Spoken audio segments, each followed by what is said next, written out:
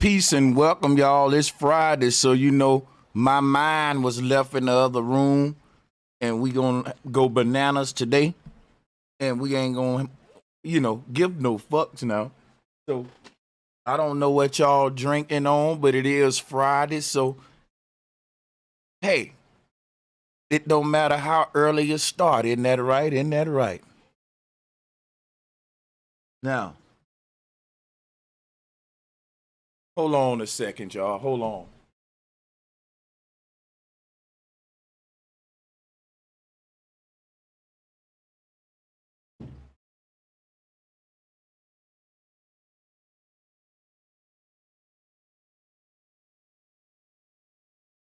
I'm gonna drop the link. We welcoming all smoke. We roasting today. We trolling today. We on our bullshit today. Yo, this the perfect day to send me little clips to roast. It's the perfect day to catch me up with bullshit in the space and all that there. So whatever you got for me, bring it. Questions, Q&A, smoke, debates, discussions. When I drop the link, take advantage of it. We chilling here today.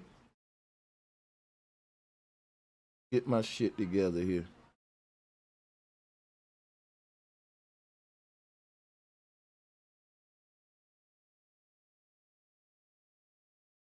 All right, we got 200 people in the building already.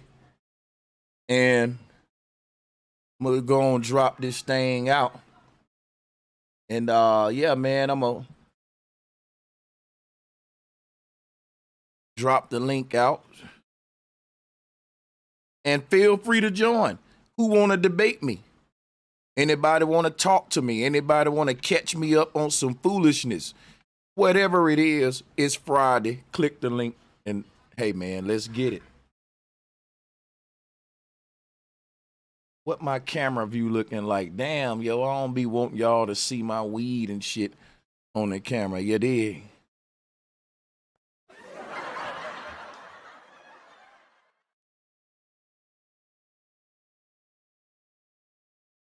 So we'll be back. We'll cut the camera back on in a minute.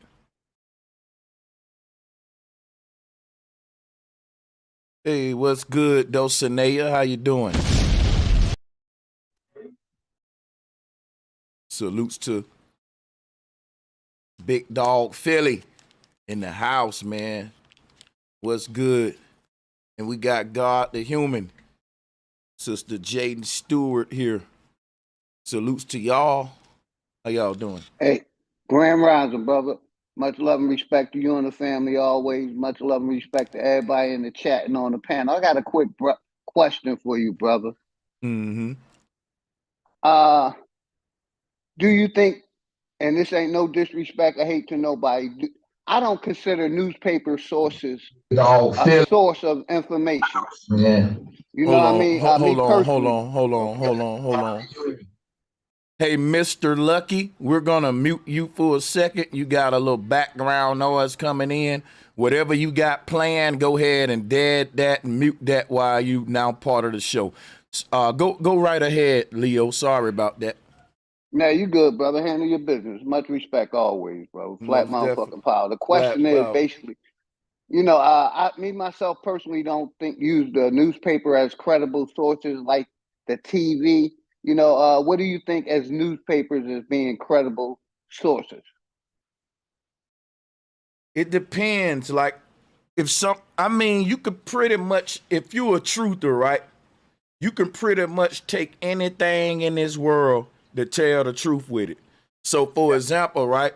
If I gave the OG Leo a newspaper and I said, look, OG, take this newspaper in there and wake them motherfuckers up.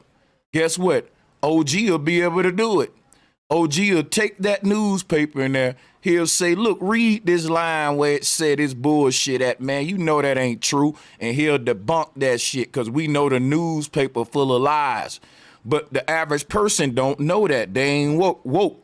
So a woke person will take that newspaper, that Bible that's full of lies, And the same shit that was used to make a person sleep, they'll use it to wake them up with it. So I do agree that, yeah, the people that's indoctrinated with modern day information ain't questioning or challenging that information, which is why they are programmed and indoctrinated. We are given the same information these guys are given, and we're getting something totally different out of it that's making us wake the hell up, get serious, and see that these folks ain't playing. But that shit making them get calm and relaxed because they trusting and believing in the shit without deciphering what's really going on the news and all that. So they looking at us saying, y'all some tinfoil hatters, man, calm down. Y'all going too crazy. Everything under control, boom, boom, boom. And they trying to interpret what's happening in the world on CNN and Fox and all these propaganda stations. And it's giving them a bunch of fear mongering, but it's telling them, wait a minute, don't have no fears though, because the government is here. And we're going to solve this problem with technology, AI, transhumanism, and all kind of other bizarre crap. So that make the people see all of the problems, but do nothing, but stay calm and complacent because they believe in technology and the system, OG. We see them same problems and we start saving seeds. We start saving water. We start putting the word out there to prepare. And they say, man, y'all tripping, bro. Like the science got this all under control. Why y'all tinfoil hatters are so paranoid? Brother, the reason I say that, because from my experience, these editors of these newspapers can be bought and sold. That's all I say. That's facts. You know? That's facts. But that's all I wanted to ask. I'm gonna mute up. Much respect to everybody. I'm gonna tap back in. Yeah, but see. Peace, everyone. Peace, peace, peace to everybody on the call. Salute, sister. Yeah, that's facts, though. I'm gonna pass the mic around. Well, I was gonna say, if you can analyze the kidnapping from the two people, I think it was 4 people that went to Mexico and they got kidnapped. And they were on CNN talking, and it looked fake.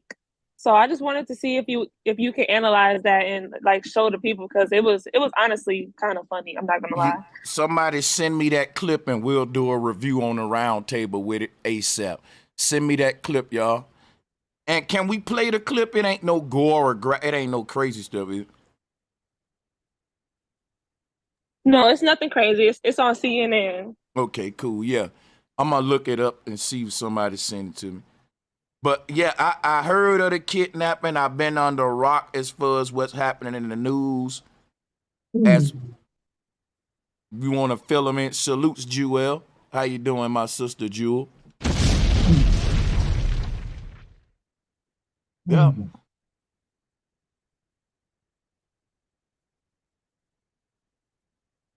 Oh, yeah. Miniature clips of Bro Sanchez TV, South region. Email me, talktoBroSanchez@gmail.com, and I can hook you up with that channel over there with some artwork and branding, official shit, you know, if you want. That's up to you, though. But appreciate you, too, Miniature Clips. Miniature Clips. Yeah, if you want to, though, holler at me. We can get you some branding stuff, and we can probably think about giving you a name that's more flowing and stuff. But I like your joint exactly how you got it. If you don't want to change it, that's just up to you. I'm just offering it. But salutes to everybody in the chat. I'm going to turn the mic over. Yeah, you guys got it. Okay, I just sent it to you. Gmail? Okay, I got you. Yeah. All right. Give us something to talk about, because I see a lot of people posting it on like social medias and stuff, believing it. So I don't know. I just want your intake on it. Eric Williams. All right, so we have King Justice. We got Mr. Lucky, Chop Star, Oshua Santos. And listen, anytime you guys want to interject, You go right ahead. On Fridays, we're casual, and, you know, we just one big round table. So, but until then, I'm going to play this video from the sister. So let's go ahead and do that. Hold on. Let me get the screen share up. All righty. I think y'all should see it. Let me see. People on my end should see the screen share.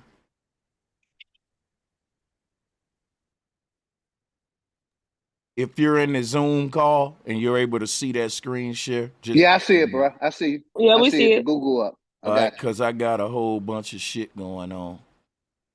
All right, let me see.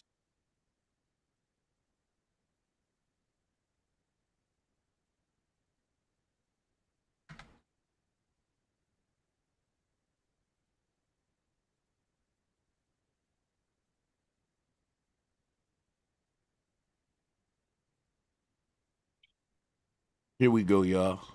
Yeah, we can see it. All right, we coming with it right now. Thought I set all this up. Apparently not. All right. And Latavia Washington McGee joined me now. Thank you so much for being with us. So what happened when you crossed over? We turned down this little side road because we was going to see if that led us to the destination and we was going to turn around. We heard a car beat the horn and pulled around us. Zendel was in the back seat. He said, "Don't stop." He saw a gun. We drove through a few streets and corners until we got back on the main street. And that's when a gang of shooting started. Okay, now what I'm about to say gonna get me in trouble, but I got to do it because y'all know me. I do dark comedy over here and I do dark humor. And I'm just gonna be honest and just speak my mind. Why couldn't this have happened to a passport brother?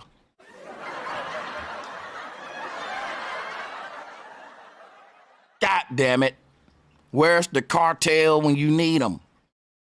Let's hit play. Dale and Shaheed, they jumped out to run and they were gunned down. They was at Tay window beating on her window with a little gun, probably a 9mm.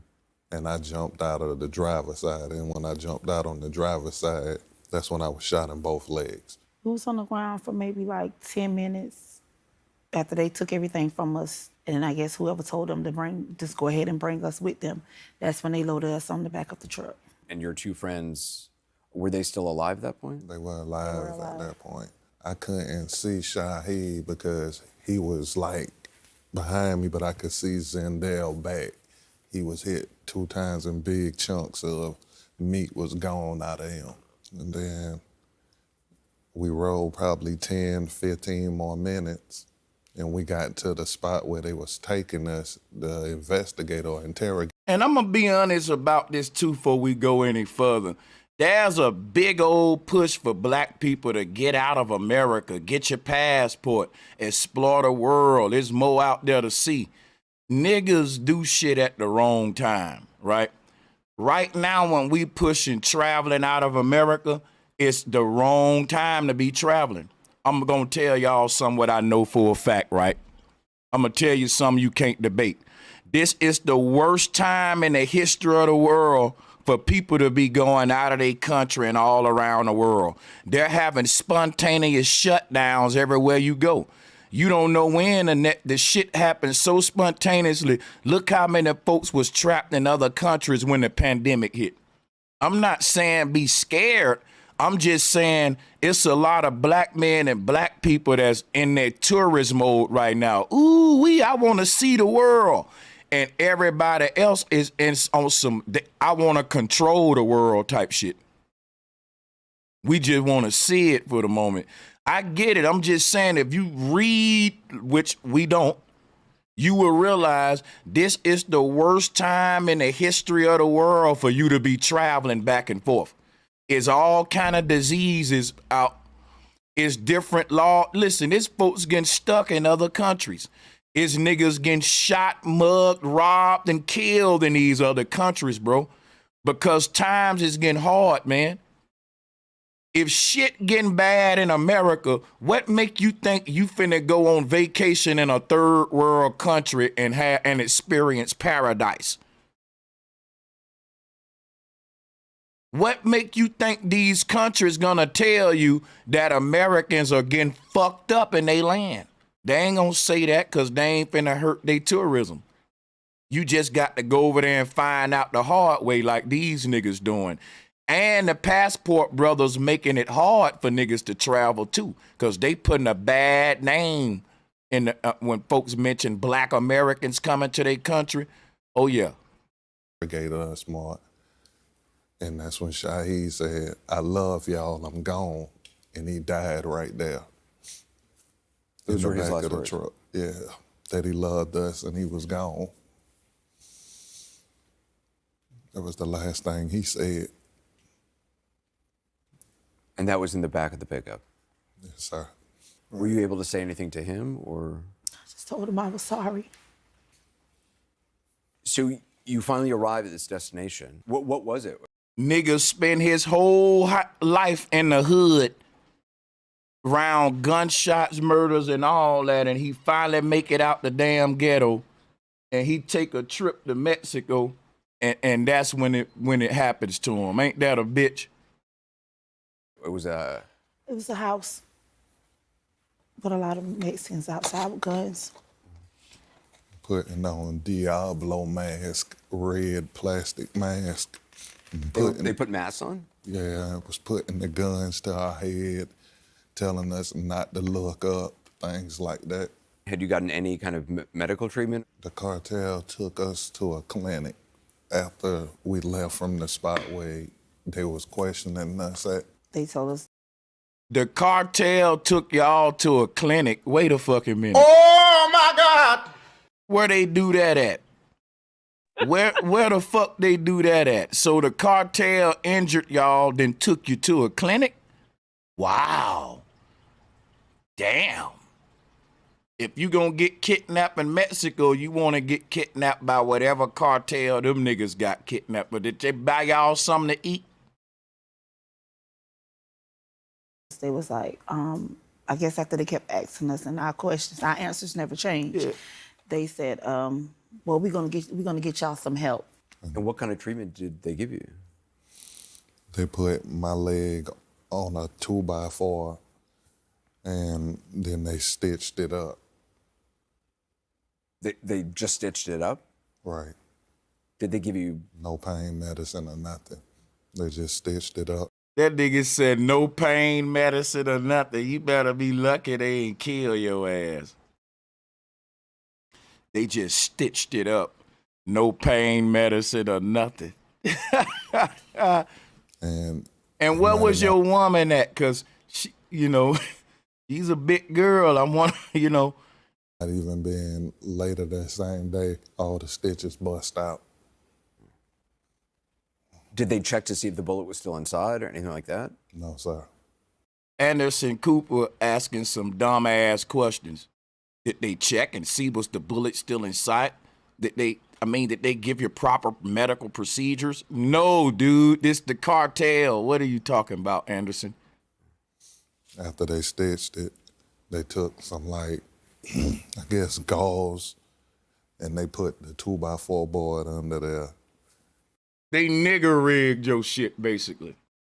They fucked your leg up, and because you in Mexico where they don't really do the proper medical procedures and you fucking with the cartel, they basically nigger rigged your shit. Like Anderson Cooper understands slang, son. Just all this talking stupid. Why don't you tell him, yo, Anderson, they just nigger rigged my shit, man. They nigger rigged my shit. And they was wrapping it around like that, and I was telling them the 2x4 was hitting me in the back of my leg and it was killing me, so they took away the 2x4. What about Zindel? Me and him was in the room together, and he was fighting for his life, and they ain't do nothing. They didn't do anything to treat him? Was he conscious? Were you able to talk to him? Yeah. I talked to him the whole time. That's kind of weird. One nigga, they nigger rigging his leg, and one nigga, they just saying, yeah, we just gonna let him die. This seemed very weird, y'all. What do you say in a situation like that? I just told him I'm sorry because I asked him to come with me. And he was like, it's okay, I'm your brother. I'm supposed to be there for you. I love you. And is that where he died? They told, after he didn't fight so long, they was like, they was gonna take him to the hospital. Then they came back like maybe an hour later and it was like he was dead. So all this time, I mean, there's guys with guns around you, guarding you. Mm-hmm.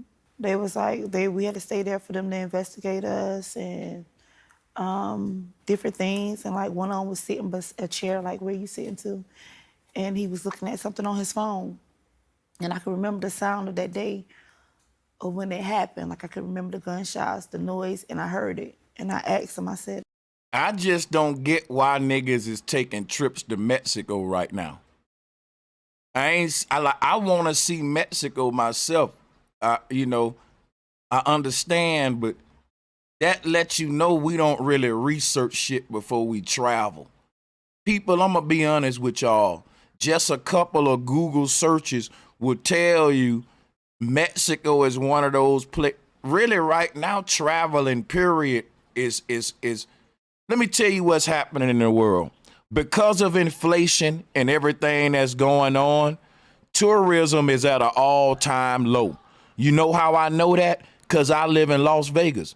I live in one of the biggest tourist destinations in the world. And guess what? I can tell you right now. When tourists is coming to Vegas right now, it's the worst time for them to be coming out here.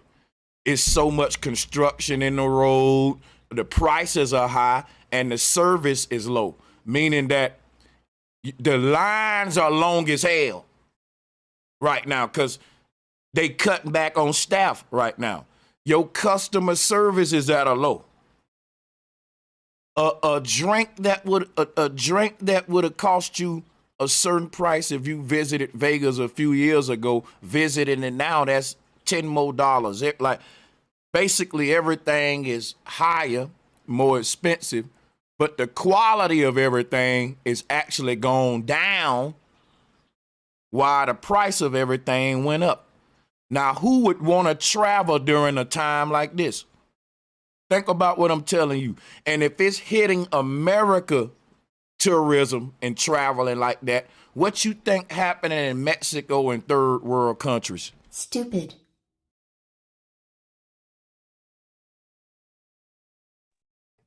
Yeah, what they saying is, what they was saying is, a shout out to everybody here, man. Much love to everybody. Salutes. What they was saying is, I guess there's a beef or war going on over there with the cartel and the Haitian cartel and all that. So I guess what they were doing was interrogating them. And I guess once they figured out that they were actually just U.S. citizens, they were trying to like, oh snap, let's leave these people alone. And that's what I'm assuming could have happened. But it's like every time a group of blacks go somewhere, it's right here. It happens right here in our own country, man. Every time we go out of town or go abroad, man, they suspect us of doing something illegal, man. Like, because we black, we don't belong there. We got to be doing something illegal, man. I'm tired of it, man. You would go in a damn store, man, nearby your house. They think you stealing something if you black. Hey, listen. It's sickening, man. Listen, you're right, and I'm not gonna lie. It's sickening, bro. But you know what, though? A lot of our own people is going out here putting a bad name on our group. Like, for example, like what I brought up with the Passport Brothers. My brother, you got black men overseas that's just posted up recording foreign women asses and uploading it on the damn YouTube saying, here's what the asses look like in Brazil. Here go what, and you in another country, it ain't like America. They look at that shit on some creep-like shit. You just up here recording asses. but you might be from the military or something, you know. It's just a lot of our behavior coming from America is over sexualized. And then when we go overseas, we want to wild out and do all that. And the passport brothers done fucked it up for black men overseas. Yeah, I'm going to be honest with you. Yeah. And so that But same... that's not everybody. That's not everybody, man. You know, you're going to have people that come into town that, you know, you can't just suspect them. You know, if you don't know them, I could see if they was like frequently all the time or coming back and forward, and you say, damn, wait a minute, they vacation an awful lot over here.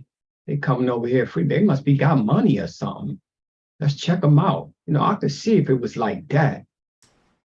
But to see people for the first time, you know, you don't know if they might be vacationing. You want to assume that, you know, okay, you know, but if you don't see no frequent activity like a pattern, then you ain't supposed to do nothing like that to them people, man.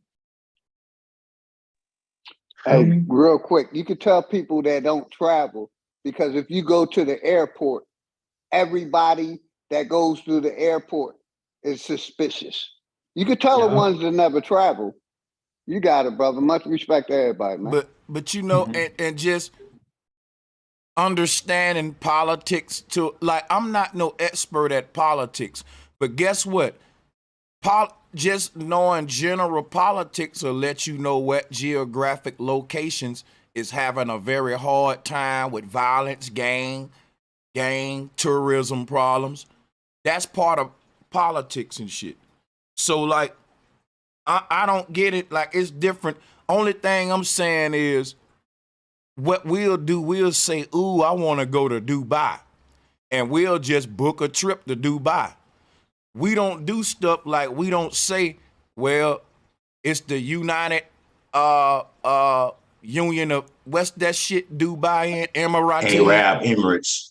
Yeah, Emirates. Arab, United Arab Emirates. So it's the United Arab Emirates beefing right now?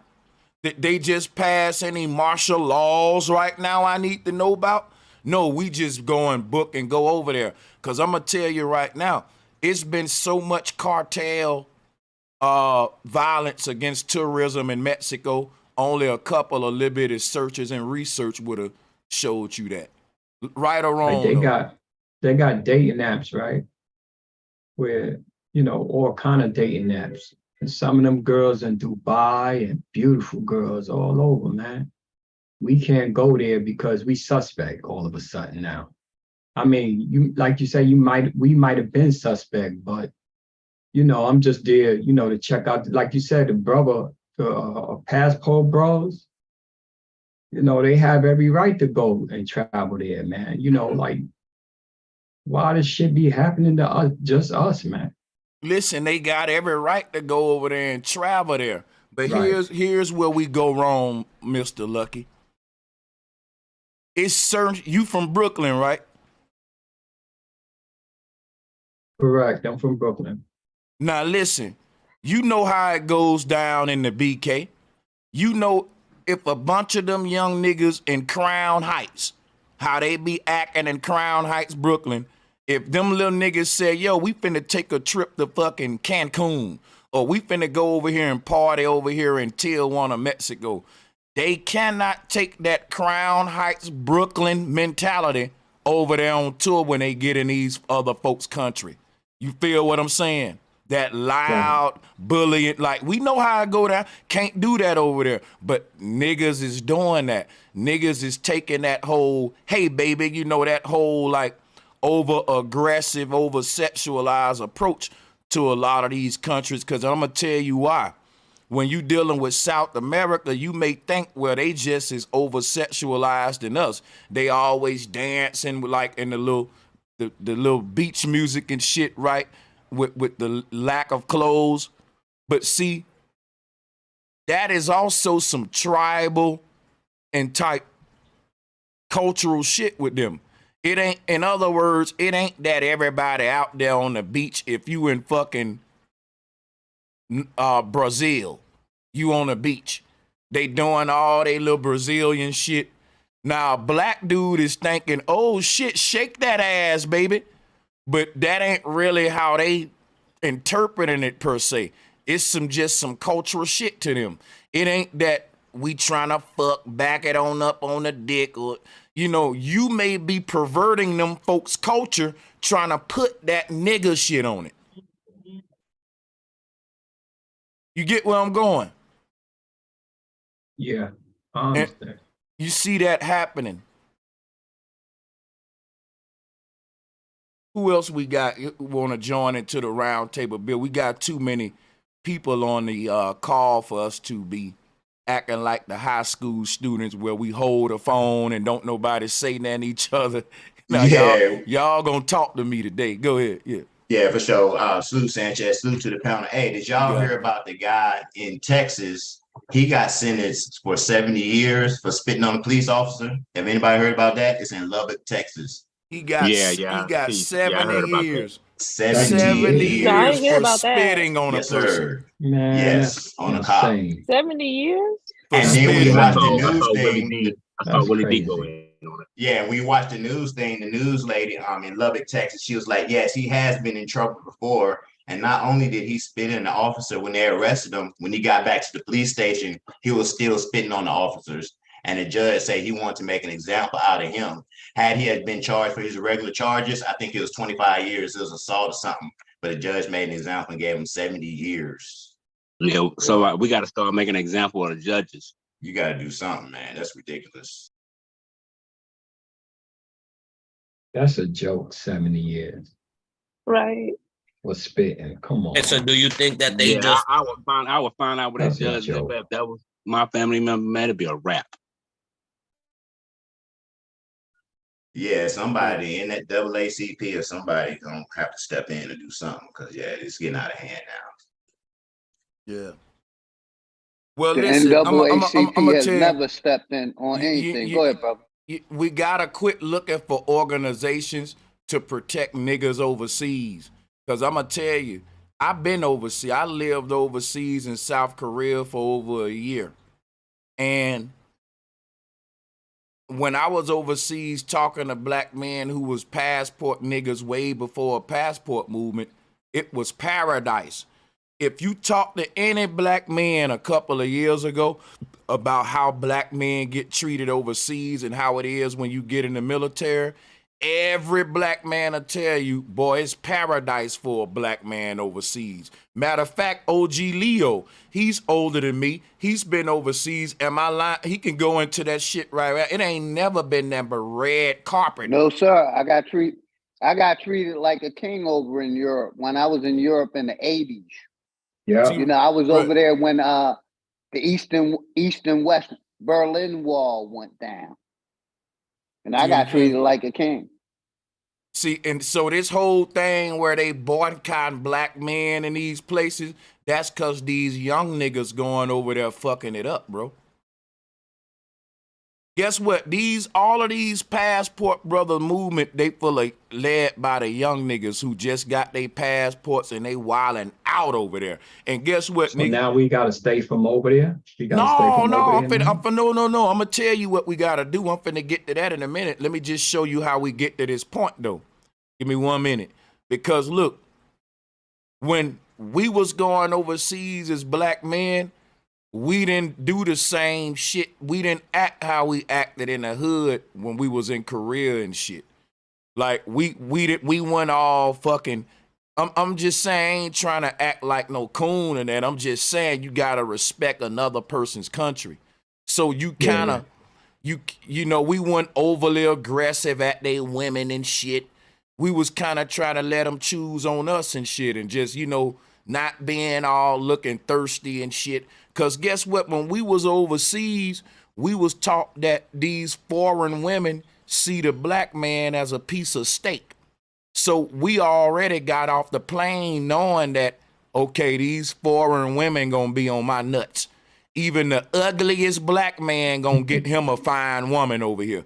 So guess what? We never went over there like, I'm finna be pursuing these foreign women or trying my best to get at them.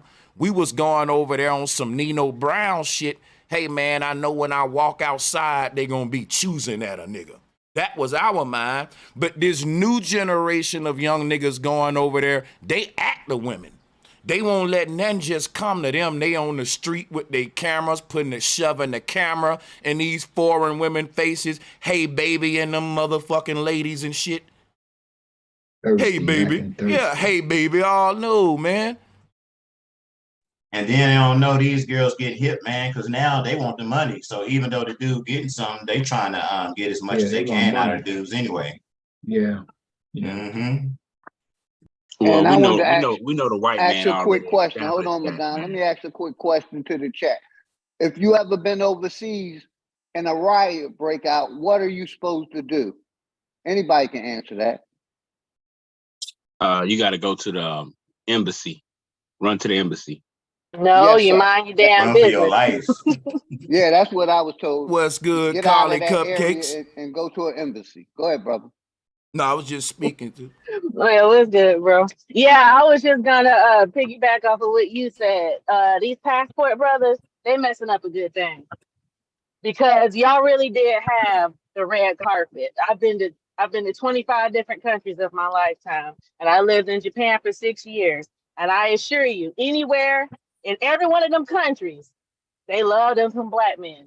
Okay, they do. This It might be a don't think fetish it's a thing, handful of. but they still loved y'all. So I don't I'm think it's a telling they messed it handful of up. passport brothers that's making anything worse. I don't think it's that. Shit, bro, listen, guess what? Stop thinking I can come with receipts.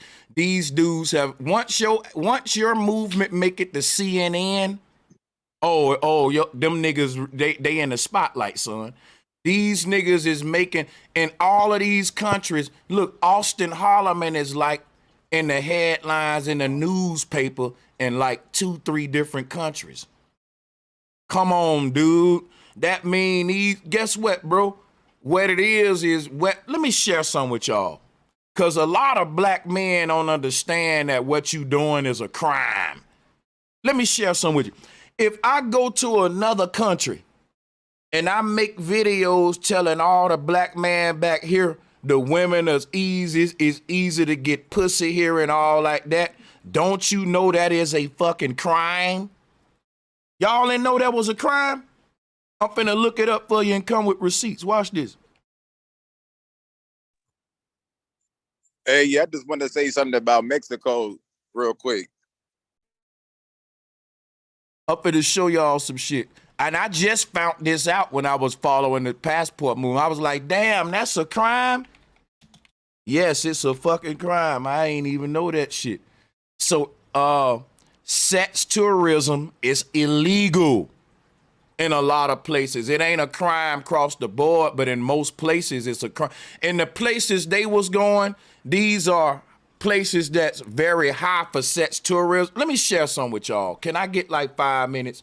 Because I swear I'm finna teach y'all some shit that's finna blow you the fuck away. Watch this. The places that the passport brothers promote, if you look up sex tourism, guess what you'll find out?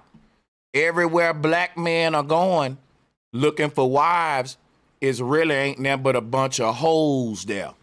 Which is why none of these passport niggas can show you they foreign wife.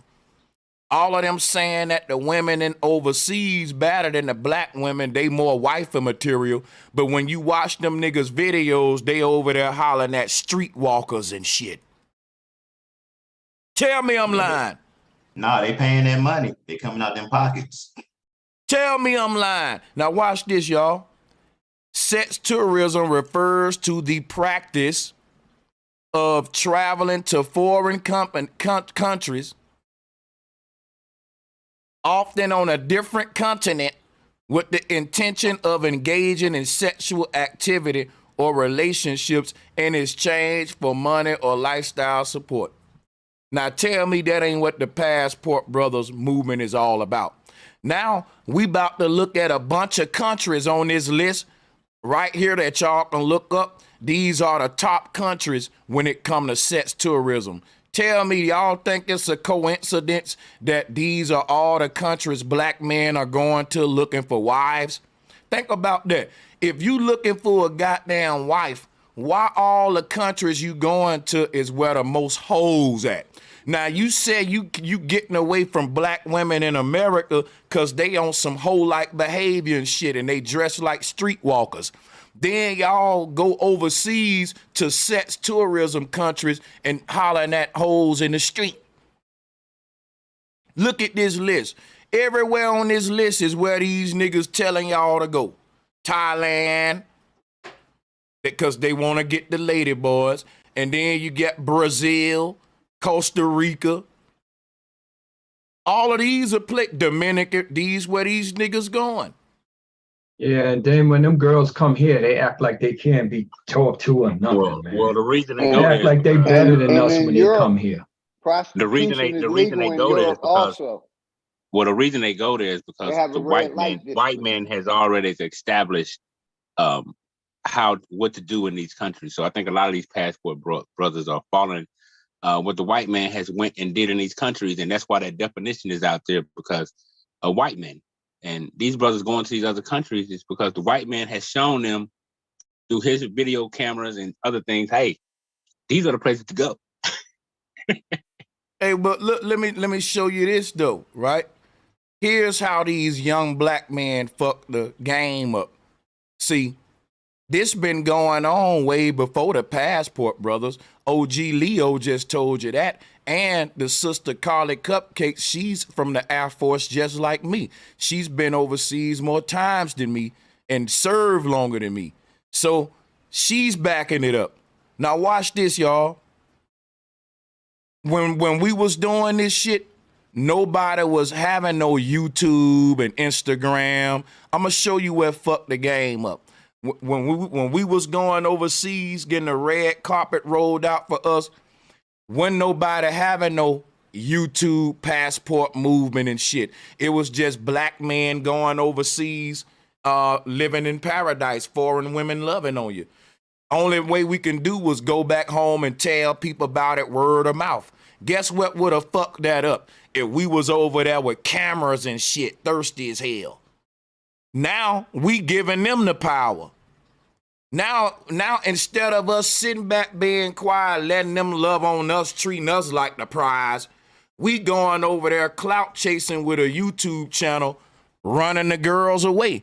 Cause they really want to love on black men on some secret, best kept secret shit. Cause I ain't gonna lie, niggas wasn't marrying a lot of those foreign women. We'll tell you all these stories, but you see, niggas was always knowing you just wanted a visa too, and that you was just having a black man fetish too. So my thing was, it wasn't then we messed up. You kept your mouth shut.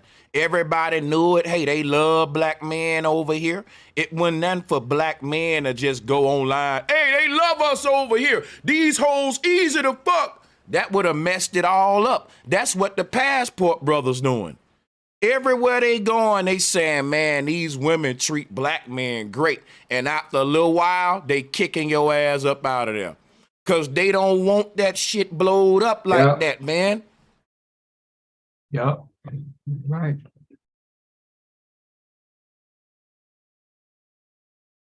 Yeah, they done fucked it up, man. Now, if a nigga go over there now, Leo, they saying you ain't recording, are you? I'm like, no, what the hell? Little nigga, YouTube, social media, young generation. When none of that shit, when the red carpet was getting rolled out for black men overseas, you didn't have none of them incentives. I'm going to drop the link in the chat for more people who want to join. But yeah, feel free to change the conversation to go anywhere y'all want to go. Salutes to everybody. Hey, yo, can you hear me? Yeah, loud and clear. Okay, yeah, for sure. Hey, I just wanted to show y'all this because I live in Mexico, right? I've been here for like 6 months. And my take is that they lying. So I know some people in the comments was like, they gonna go to Mexico. And I know a lot of people stay at resorts. But real talk, having lived in New York, LA, DC, Chicago, Houston, Atlanta, having lived all over the United States, we talk about what's crazy in life. Man, look here, let me just say this. That damn pool, son, Dude, you gonna have to let me come to Mexico, man. Yo, you living but I'm lovely, just showing bro. you. Look, peep this. Peep This shit. But look, Yeah. look, Sanchez, this is where I live. And look, they over here building. Look, they over here building now, right across. Right, look, they over there building now. But this is Man, what you I'm living saying. good. But The look, what I'm telling you, I'm Right. paying. apartments are But cheaper. look, I'm paying Cheaper half the out It's there. so price. beautiful there. But look, that's what I'm telling y'all. I'm paying half the price that what I was paying to live in a loft in Atlanta. I'm paying half the price. Do you hear what I'm saying? And Yeah. like with double, triple the convenience. I live by 3 grocery stores. It's a gym right here. It's a gym here at my building. It's a sauna. And what I'm saying is they lying to us, chosen people, whether you think you Israelite or you think you Aboriginal. We the chosen people, period. And so they lying to They us trying to keep about, us here with these high ass That- taxes and that's mortgages. what Yeah, I'm keep telling us you, over here. Sanchez. Yeah. That's what I'm Yeah. telling you. That's why I had to get on here and show y'all. I'm Hey, here in hey, I Mexico believe now. you, but at the same time, I still think it's a couple of young niggas going over there to Mexico messing it up for fly niggas like yourself, though. No, they is, but I just want to say one thing, because I know I'm tuned in and plugged in. You know what I'm saying, with the people from here, and so the cartel don't mess with people other than the cartel do not mess with tourism because it's part of their money. Yeah. The cartel needs tourism to go to the clubs, and the clubs is where they sell the drugs. You see That what makes- I'm saying? that makes sense. So they not gonna run off the tourists. So the United States is trying to say, "Oh, don't go to Mexico, don't go to this, don't go to that," because they money is leaving. That was a mistake. Listen, that was a mistake. Hey, what happened with them? It was a mistake. I want to be brief, and I'm gonna get him the mic back. Listen, bro. We watched the video of the couple that was kidnapped, and there's so many holes in that shit, and the shit looks so suspicious, bro. So now we got a reason for them to lie. You giving it to us now because think about this, right, brother? And hold on. And bro, I want you to keep showing the camera because I ain't gonna lie, you got us all mesmerized with these views, man. Half of what Right. I'm telling you, though. I'm telling you, it's crazy. Then you got to pay all these housing fees and taxes fees. It's not popping here. And then you already know we the finesse gods anyway. So I ain't gonna say too much. But all bro, this stuff all this stuff they're expecting you to do in Atlanta, we think, oh, we move out the hood and we go and we move to the suburbs. No, don't move out the hood and go to the suburbs. Go to nature. Move out of the hood and go to nature. You feel me? Listen. With a view like what you got right there, you got to be you got to be a flat earther too, right? You already know. But look, the sunrise. Okay, got you. Look, Sanchez, when I first got here, the sun was rising right here. Now the sun rise over there. I've literally sat here for 6 months and watched the sun move to the left like that. Man, bro, that view. It's cold-blooded. So I ain't gonna say too much because I'm maybe one day. Listen, let me say this though. You know what you made me think about? The Passport Brothers movement. Think about it. If brothers was going overseas doing what you doing, putting it on camera, and they filming girls' asses and shit, you filming some boss shit. If niggas was going over there showing this type of shit, and it'll give a different incentive for us to go over there just some sexual thirsty shit, embarrassing ourselves. And then we'll be building with the folks. See, cartel like niggas like you, cause look, you paying your money, you got rent going on, you an asset to the economy. You know what I'm saying? But niggas but then again, they putting this Passport Brother shit all in American media, and they don't want to show niggas like you because this the real reason why we should be getting passports. Real Mexican. That's what I'm telling you. This was really popping, and this is I'm telling you, like, and if of course we want to own, and it's nothing to get a condo, they like $100K or whatever. But the point of what I'm saying is, whether you get a condo, whether you rent, it's all cheaper. It's all cheaper, and the only way they keeping our people they got us by the balls. That saying, got you by the balls, to where it's like because of convenience. So if you could sacrifice convenience for the sake of your spiritual journey, you will realize there's so much more life outside of the United States. I done lived in Jamaica. I didn't live in Dubai. I didn't live in Africa, Tanzania. I didn't live so many different places. You know what I'm saying? I'm just here in Mexico now. And even when it comes to, like, they got the pyramids here. Y'all know there's more pyramids here than it is on the other side of the earth. You feel me? here in Mexico. Man, look at the horizon. Yep, that's what I was about to right. say. Bro, they don't want don't you you to know know? that. If you had a telescope up there when the nighttime come, dude, I'm talking about you can pick up so that right there is like I would never move from that shit. All right, so back to the story. What you think happened to that girl and that guy? And the two that got killed, what you think really happened? Bro, watch this. I got two words. Look at Hold that. Hold up. I got two words. Crisis actors.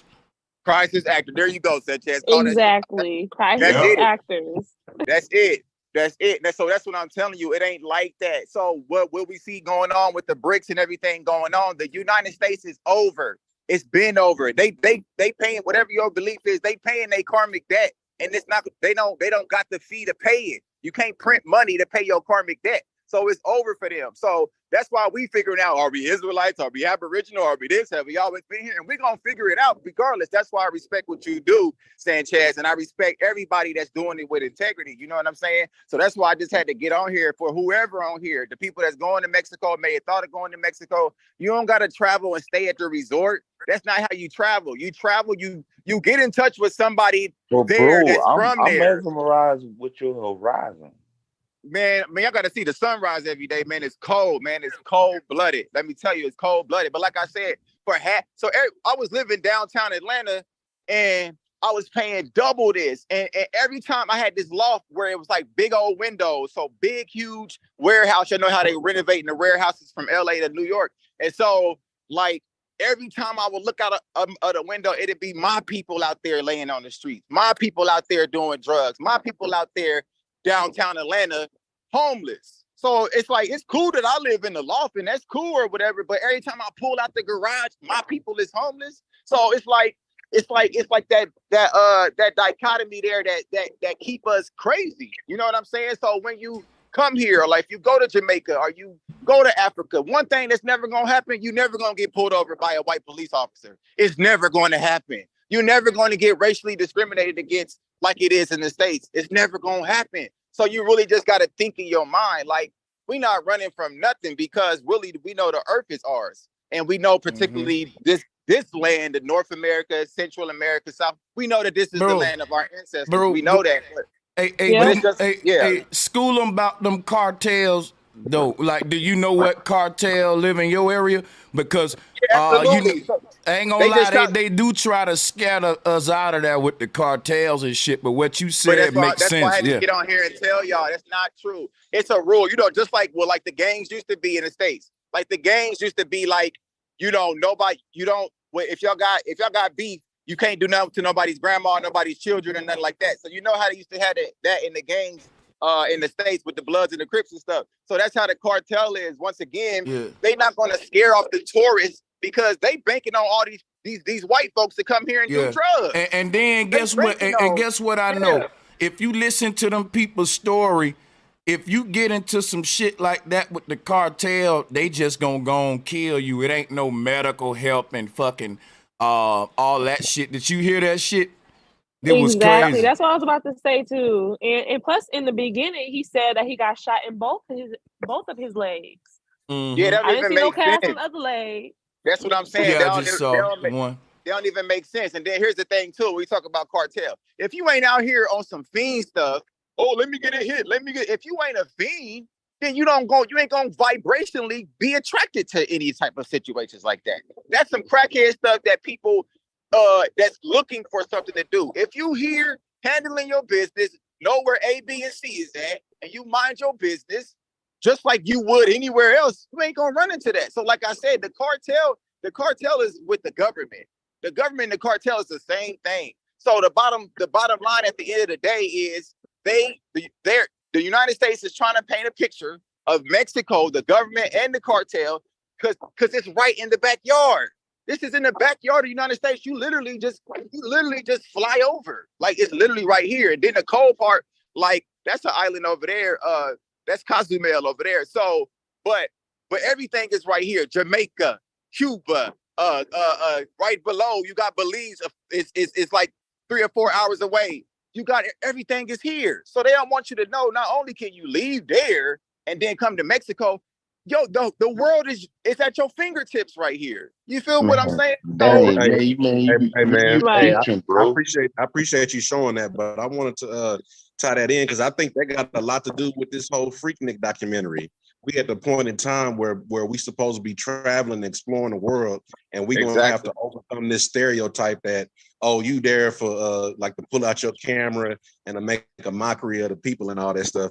And I was gonna ask you, being in Mexico, how many people that you see coming from up here that look like us are kind of mesmerized by all the cartel TV That's shows? a good question. Go down there and do something stupid, like saying they looking for the plug or something like that. How many That's Well, what you I don't think hear about that. that whole situation.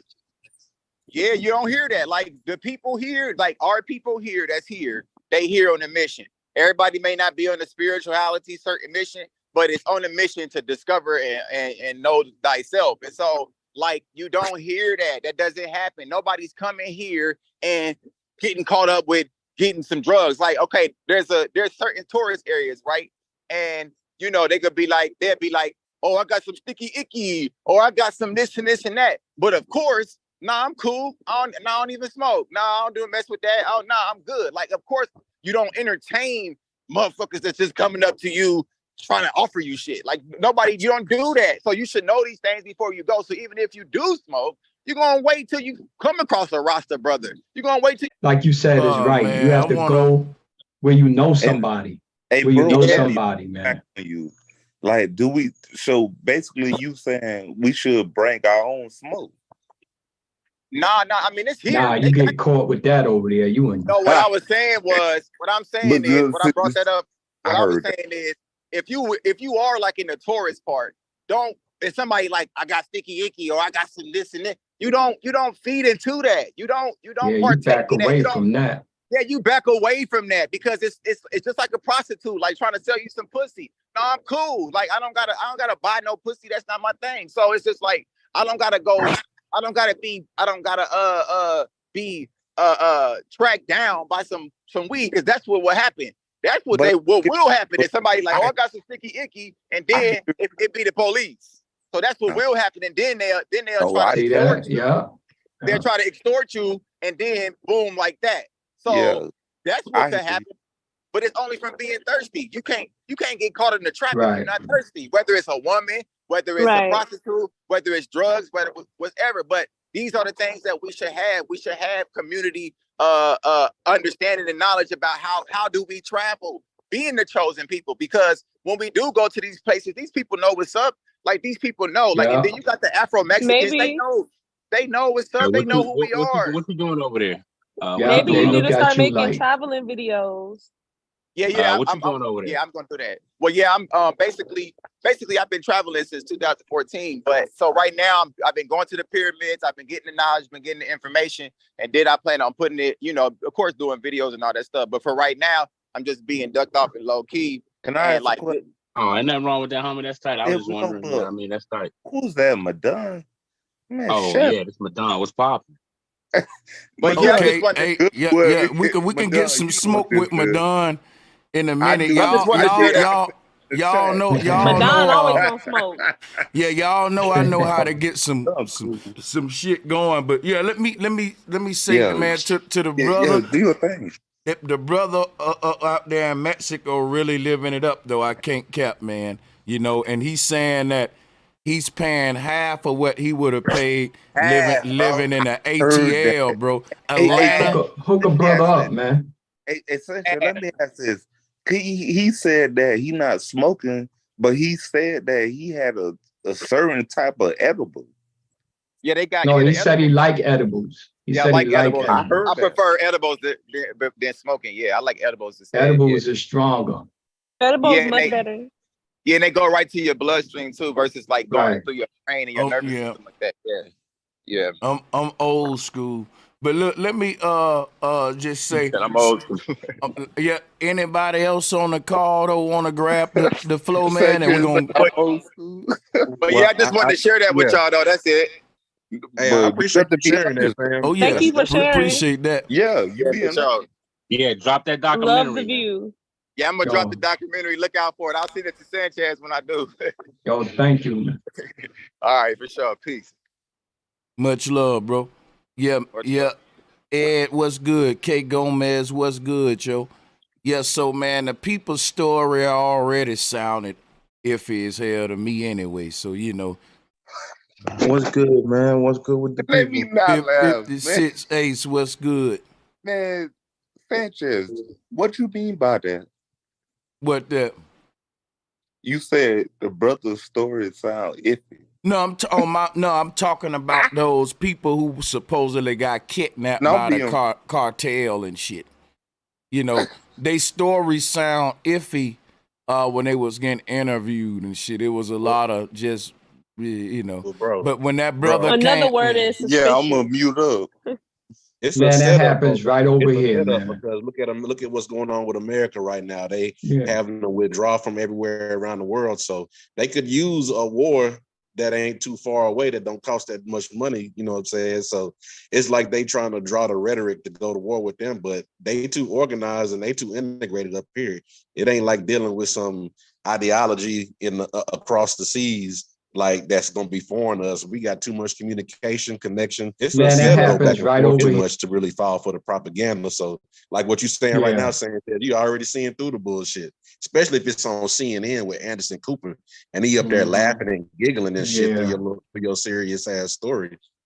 They just don't want us to go over there. That's all. Bro. Look at them 3 rappers got shot and they found them in an abandoned building, man. 3 rappers shot and killed, man, in an abandoned building with rats. In Oh, Mexico? yeah, they already pretty much. No, right put here, that in right here in the bud. States. It was Right a here in the gang. States. It was a gang execution.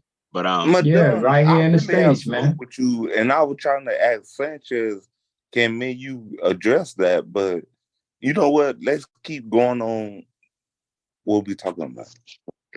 yeah, man, you all right today, King? Sound like you might. Nigga, Madonna, you know what's good. He funny. I am. But no, I believe their story. I think, you know, they just was at the wrong place at the wrong time. Why do you believe in Madonna? Because the brother died. Brother lost his life. The brother got serious injuries in on the wheelchair, and you can see they've been traumatized beyond something they ever experienced in their life before.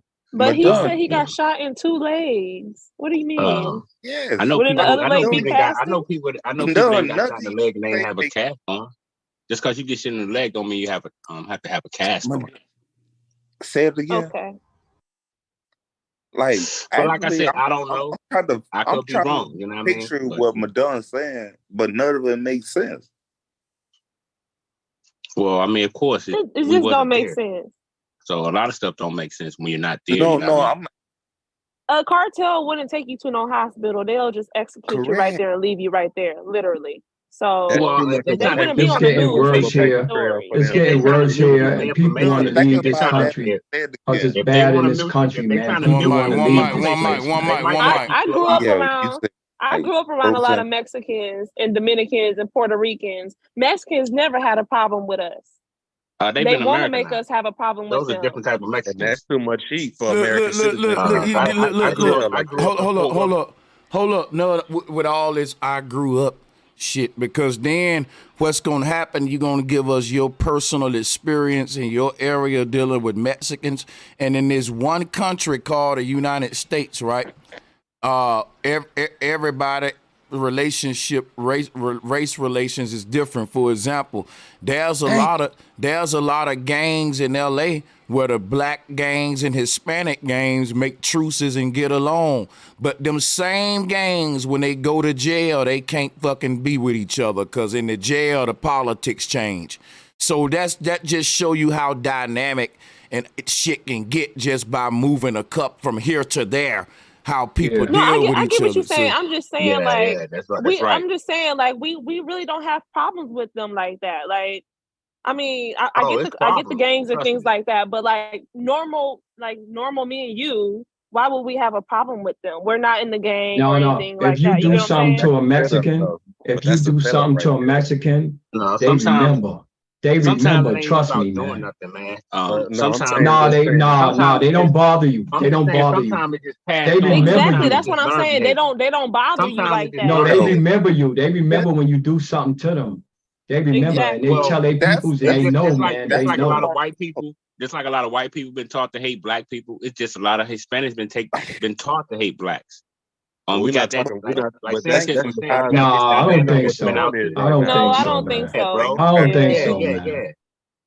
But They don't whatever, just don't man. teach their kids to hate Certain blacks, Mexicans are man. taught Come to on, hate man. black people. Society, No, they not. hold up.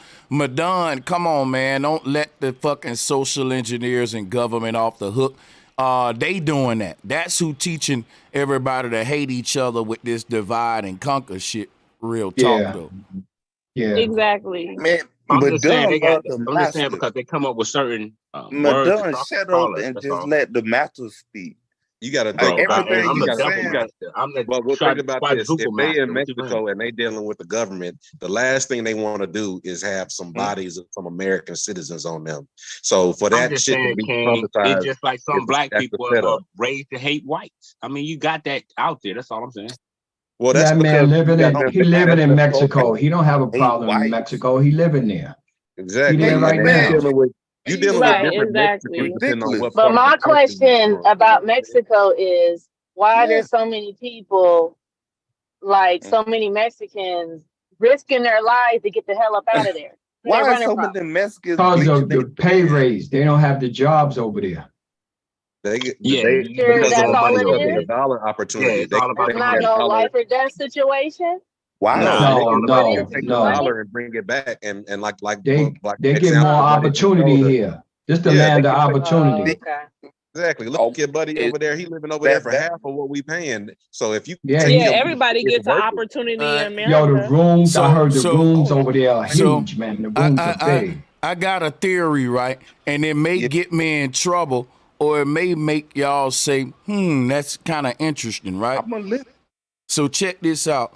I'm listening to y'all and y'all making some good points. And it made me think about everywhere you go in the world, the people that actually is indigenous to a certain area or grew up or was brought up in a certain area with property in that area, there's always an incentive to get them to move out that area so that the government can come gentrify the land and all that shit. Now, look, what I'm saying today. That was triggering. Now, look, what I'm saying, though, is like everybody say, man, I got to get up out where I'm from. Like, you got to move. The world is big. If you grew up in a certain area, you need to move. And what we all say, ain't no opportunities in the areas we grow up in, but we will move to somebody else's hood, like how I did in Vegas, right?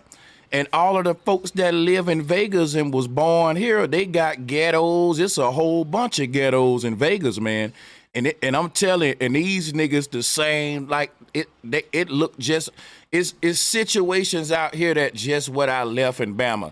And when I come out here, it's like when the Africans come to America, they say, look, why you niggas who raised in Vegas ain't taking advantage of these opportunities? Because I'm an Alabama boy and I came out here and I'm getting all kind of opportunities. And the niggas be like, man, the same shit I would say about Alabama had I stayed in Bama. Or the same shit the African immigrant would say about his country and why he had sailed in America and not his land. What I'm finding out, y'all, is they actually practicing this on all kind of levels, local and foreign, to where we're gonna reward the people that's coming into the land, not the people that's been on the land. And that's really a concept that's being practiced deeper than what we think. I'm showing it to get us moving around. Because if we start settling on these lands and populating right there, we will build on these lands, occupy, own, and eventually become sovereign on these lands right here where we all was brought up and grew up at. It just takes time. But what they can do, soon as your family start building in a certain area, you'll see it's a boom time. Then when the next generation come, they got to move out and shit. And then they'll go, move the new ones in. Right, and then they will go build up. They will go, guess what they'll do when they move out? They will become renters in another place where they working at, where we own land. We still own land back home, and I hadn't been home over 10 years. You know what? Let's talk about that.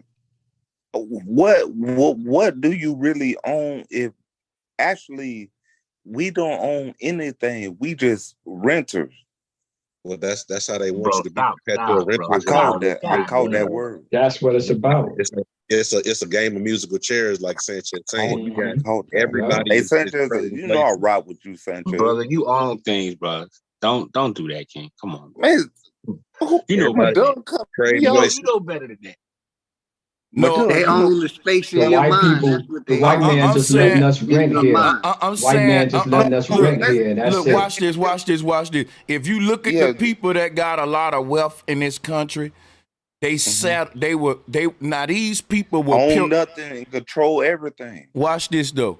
These people came here as pilgrims. We were settlers, meaning they were gypsies and nomads traveling everywhere. They didn't have a place to get grounded at. Stop. So then check this out. We were people that we actually, settled in a place. If you see what I'm saying? If you look at when they came over here, we had established this thing over hundreds of thousands of years. Like you said, pyramids everywhere. That means we literally colonized this land. They go around different lands colonizing the people and then taking the land. Now, so check this out. It's like if you leave a people alone in a certain area for generations, they will become sovereign in that area. They will become dominant in that area. They will master that environment and become masters of their environment and resources in it and how to manipulate it. That's why they can't have niggas settled in one place for too long. They had a great migration. Remember the Great Migration? That's when all of the but niggas had. Let me show y'all something. Niggas in the South was on cornfields. But when you, what I said, when you leave black folks in a certain area too long, even if they slaves, they will populate and start to own shit, grow shit, and build shit and become a competitive force.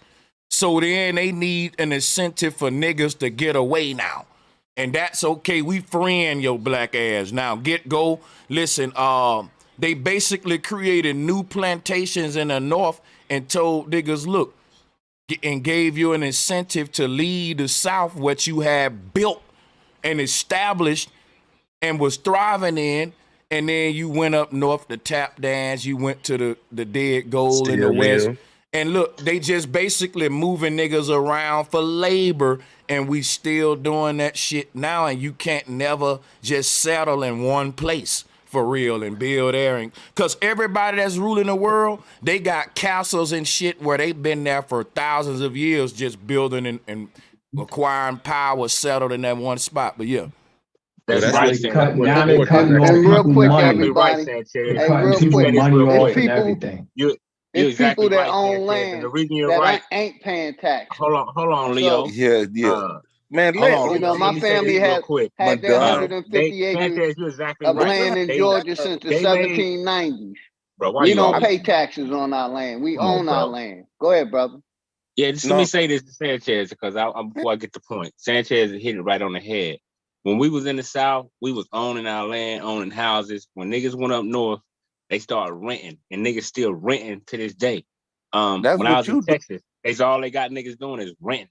That's all you doing, renting your apartment. They cutting off all the avenues now. And hold on, everybody. Give me 30 seconds. That's why when the like police, I said, my family had the 150 acres since the 1790s. Let's stop that. They own that land. They want to fool you like you can't own nothing. But why would you accept that? That's why they're going up on everything. Bro, what you mean accept that, bro? That's been the way because the you way said, it is since the beginning of time. I've been renting. Since the beginning of time, it's all about ownership. Bro, no, the renter is the slave, nigga. If you rent an apartment for your whole life, nigga, that's nigga. You know what? I'm gonna shut up and let you know. I know a lot they're going up on everything and forcing us. They're forcing us out of here. But what I'm I'm gonna let telling you bury you, yourself. I'm touching on what Sanchez was saying, man. No, I'm gonna shut up We and let used you to be the bury I'm gonna owner. yourself. give We you an didn't I was example. the own rental shit. of slave. One mic. I'm gonna give you an example though, real quick, to nip this shit in the bud. Now this Nip. gonna be me oversimplifying some shit and putting it in a nutshell. But check this out. Imagine that all of them slaves own shacks. They were slaves. No, don't get me wrong. They got whipped and all that, but they lived in a slave shack, and they own that shack. And And they they made the slaves free. Bro, Sanchez, listen. I follow you. Hold on. Just let me finish for a second. Only thing I'm saying is they said after a certain amount of time, there were slaves owning their own property. That's what I'm saying, to where you was still a slave, but you own your damn shack and your land and you grew fruits on it. You grew all that. The next generation grew up in that house. Let me tell you some real shit, man. Only thing I'm saying is them slaves moved out of them shacks that they own, like you said, Great Migration. They moved up north, moved other places to get better looking, upgraded shit, better view. We know how it is. City living, conveniences, all that. They don't gotta grow their fruits and shit up north. They can go to the supermarkets. In the south, motherfuckers got farms. I'm just showing you the incentive that made niggas move. All of that land that slaves own, and I know that sound crazy when I say slaves own, because you said slaves can't own that. Here's why slaves can't own that. Because they slaves, they able to be bamboozled out of it, like what I'm explaining now with this Great Migration. So listen, don't you know most of these places, where projects, fields or projects at, those were the plantations? If you go to where I'm at in the South now, they got all of these low income housing in a certain area. That's the hood, right? It go for miles. Now look, all of that is surrounding a coal mine that was built in the 1800s. That whole ghetto was built as a working community for a coal mine that was mining coal in the 1800s. Then when the mine shut down and the steel industries went out of my town, it turned into ghettos with dope dealing and shit. So listen what I'm telling you. They don't replace the jobs. Like, they built the whole community around a resource. But when that resource is gone, it's like the hell with that place. Now, whatever happened to it, now they can take that. Now that instead of them harvesting the oil out the ground in that place and using the people as slaves to do the steel work or whatever, guess what? Now they start owning the people and doing the prison system and all that shit. When there's no more resources to extract, they now come with the whole, and that's when the jobs leave and the police shit come in. The whole, I'm just showing you how this shit happened, man. We don't zoom out and really look at it like that, though. Yes, they were thriving. Don't Madonna sound stupid? They were thriving, man. Bro, listen, now they not thriving off of us no more. So they replacing us. Yeah, Madonna, Well, how I you beg gonna to whip your differ. way out of that? So what I'm Bro telling you is Sanchez this: great. I'm I'm gonna right, listen. I'm a mute. No, because you said I was sounding dumb. You might be capping. Well, I know you capping, because what I'm saying is this is more point than whatever ever came. I'm gonna go ahead and skip over that. But what I'm saying Get is to this, your King. point then. Make Bro, that guess make what? sense. These folks that went up north during the Great Migration, guess what? During the Great Depression, a lot of these people probably tried to go back home and claim land back home in the South and go back home to they properties and shit, to find out that you don't own it no more, and that is all kind of. I'm just saying, I'm from Bama and I've lived in other places. I can see how it's almost like they want to fucking let that shit deteriorate. Then when the population decrease and people go to moving out, they'll come back in and rebuild that shit, man. Yeah, and then exactly. and when them people come back to their shit, now the lands that you own, that you abandoned, you gotta rent on your motherlands, and we can never escape this cycle of renting. But like that but I don't want to talk too much. I'm gonna share the mic. No, Yeah, but bro all I'm Sanchez, saying is this. All right, I know people right now, right? I know people right now, yeah, right? he wants Down to here that cut in. own land. Black Go people who've ahead. been owning land. I told you I'm on mute. Even before the Europeans start coming into our city limits. Yes. So what I'm telling you is this: there's people down here right now. They own the land, bro, and what they do, they rent the land. That's how a lot of trailer parks get set up because people own land and they rent. They let people. What exactly you said that So made what I'm telling Madon you is feel this, you agree with? bro. Hey, You keep cutting me off. Madon, dig this. If you don't want real the quick, knowledge and the everybody. wisdom, King, Like I said, my family own land and they cannot sell it. It has to be inherited to the next generation. Well, first can't of all, sell we it gotta at understand all. how was the land? How did they get the land? They can move Because in we gotta on it. remember. They paid for the land. That's what they do. They move in on I it. gotta make this point. I gotta make this point. A lot of our people, they finance the land. They finance the land through a lot of banks. They get the land through a lot of banks. So a lot of times that be the problem that a lot of people run through down the line. Bro, let me share something. They move in and take your land. They take your land like they doing in what's the name?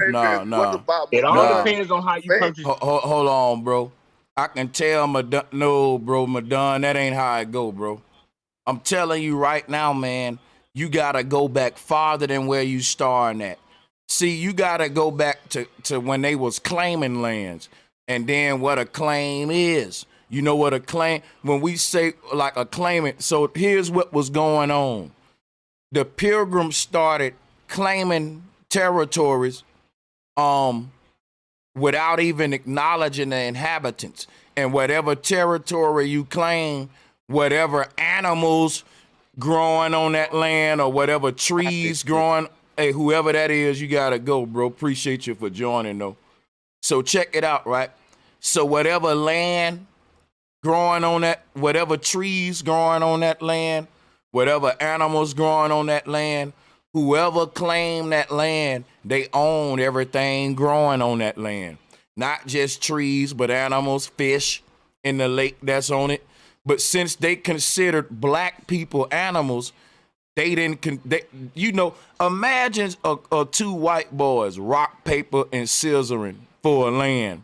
And you sitting over there as an Indian like, hold up, they over there gambling to see who gonna own our land. This is our land. Like, what you gonna fight me for it? Or they completely didn't acknowledge you.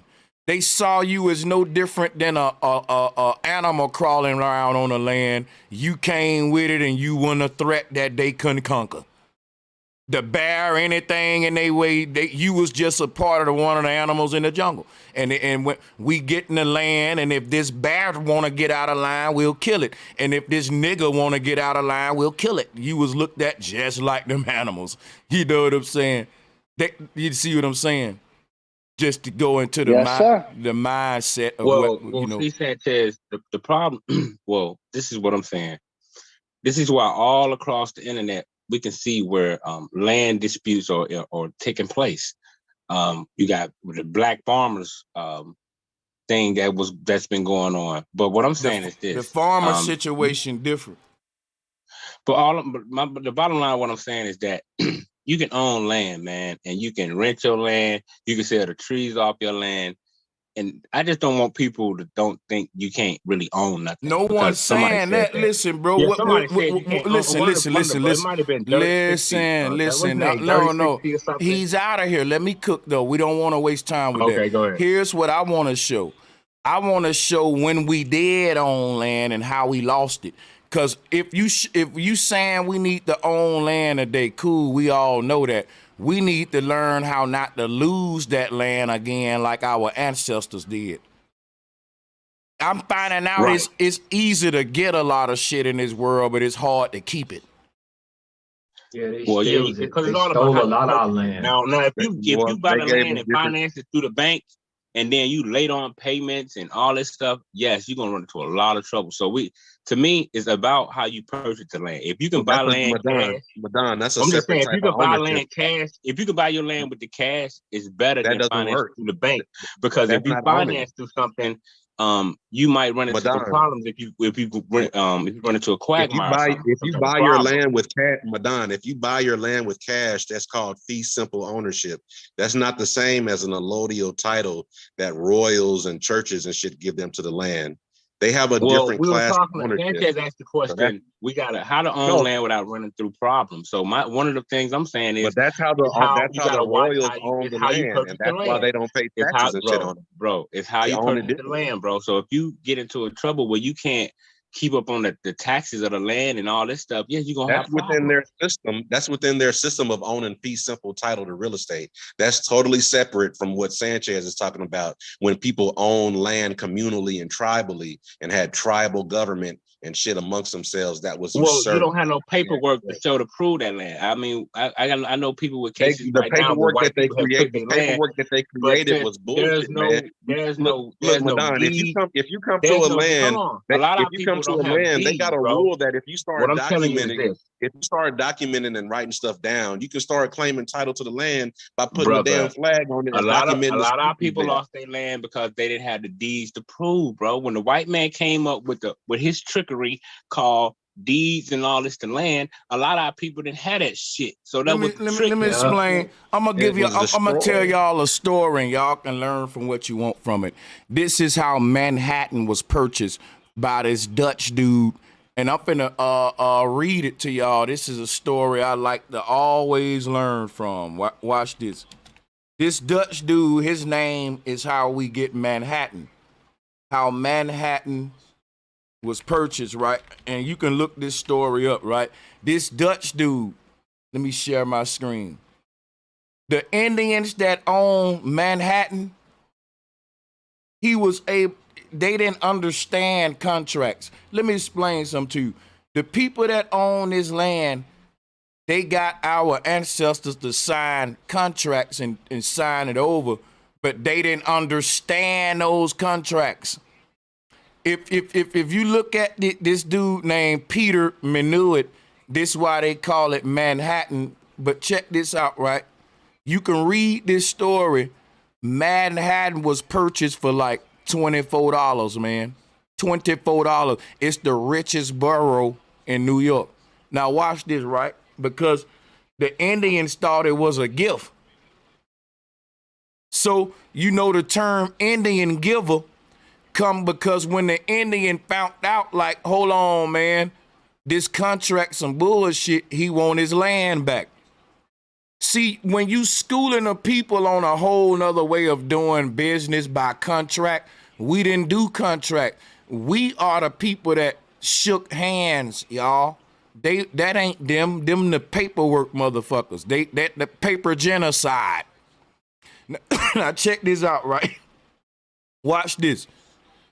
Our ancestors who sold Manhattan was laughing at them niggas when they was taking the gold and gifts from them. They was like, they think they can own this land. And they didn't understand that contract meant that we can do what we can dominate the land. We can hunt up the animals on it. We can spray what we want in the sky. We can put what we want in your waters. They didn't understand, like, why would who thinks see, our ancestors didn't understand the concept of owning land. That was new to them. So they didn't really look into they didn't understand the concept of legal lease and reading the contract. So let me explain something to you.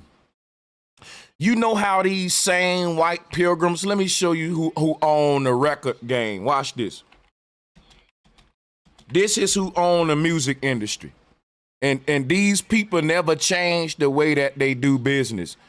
Guess what they do? They will go up to a talented young man who they know don't know nothing because they dumbed him down.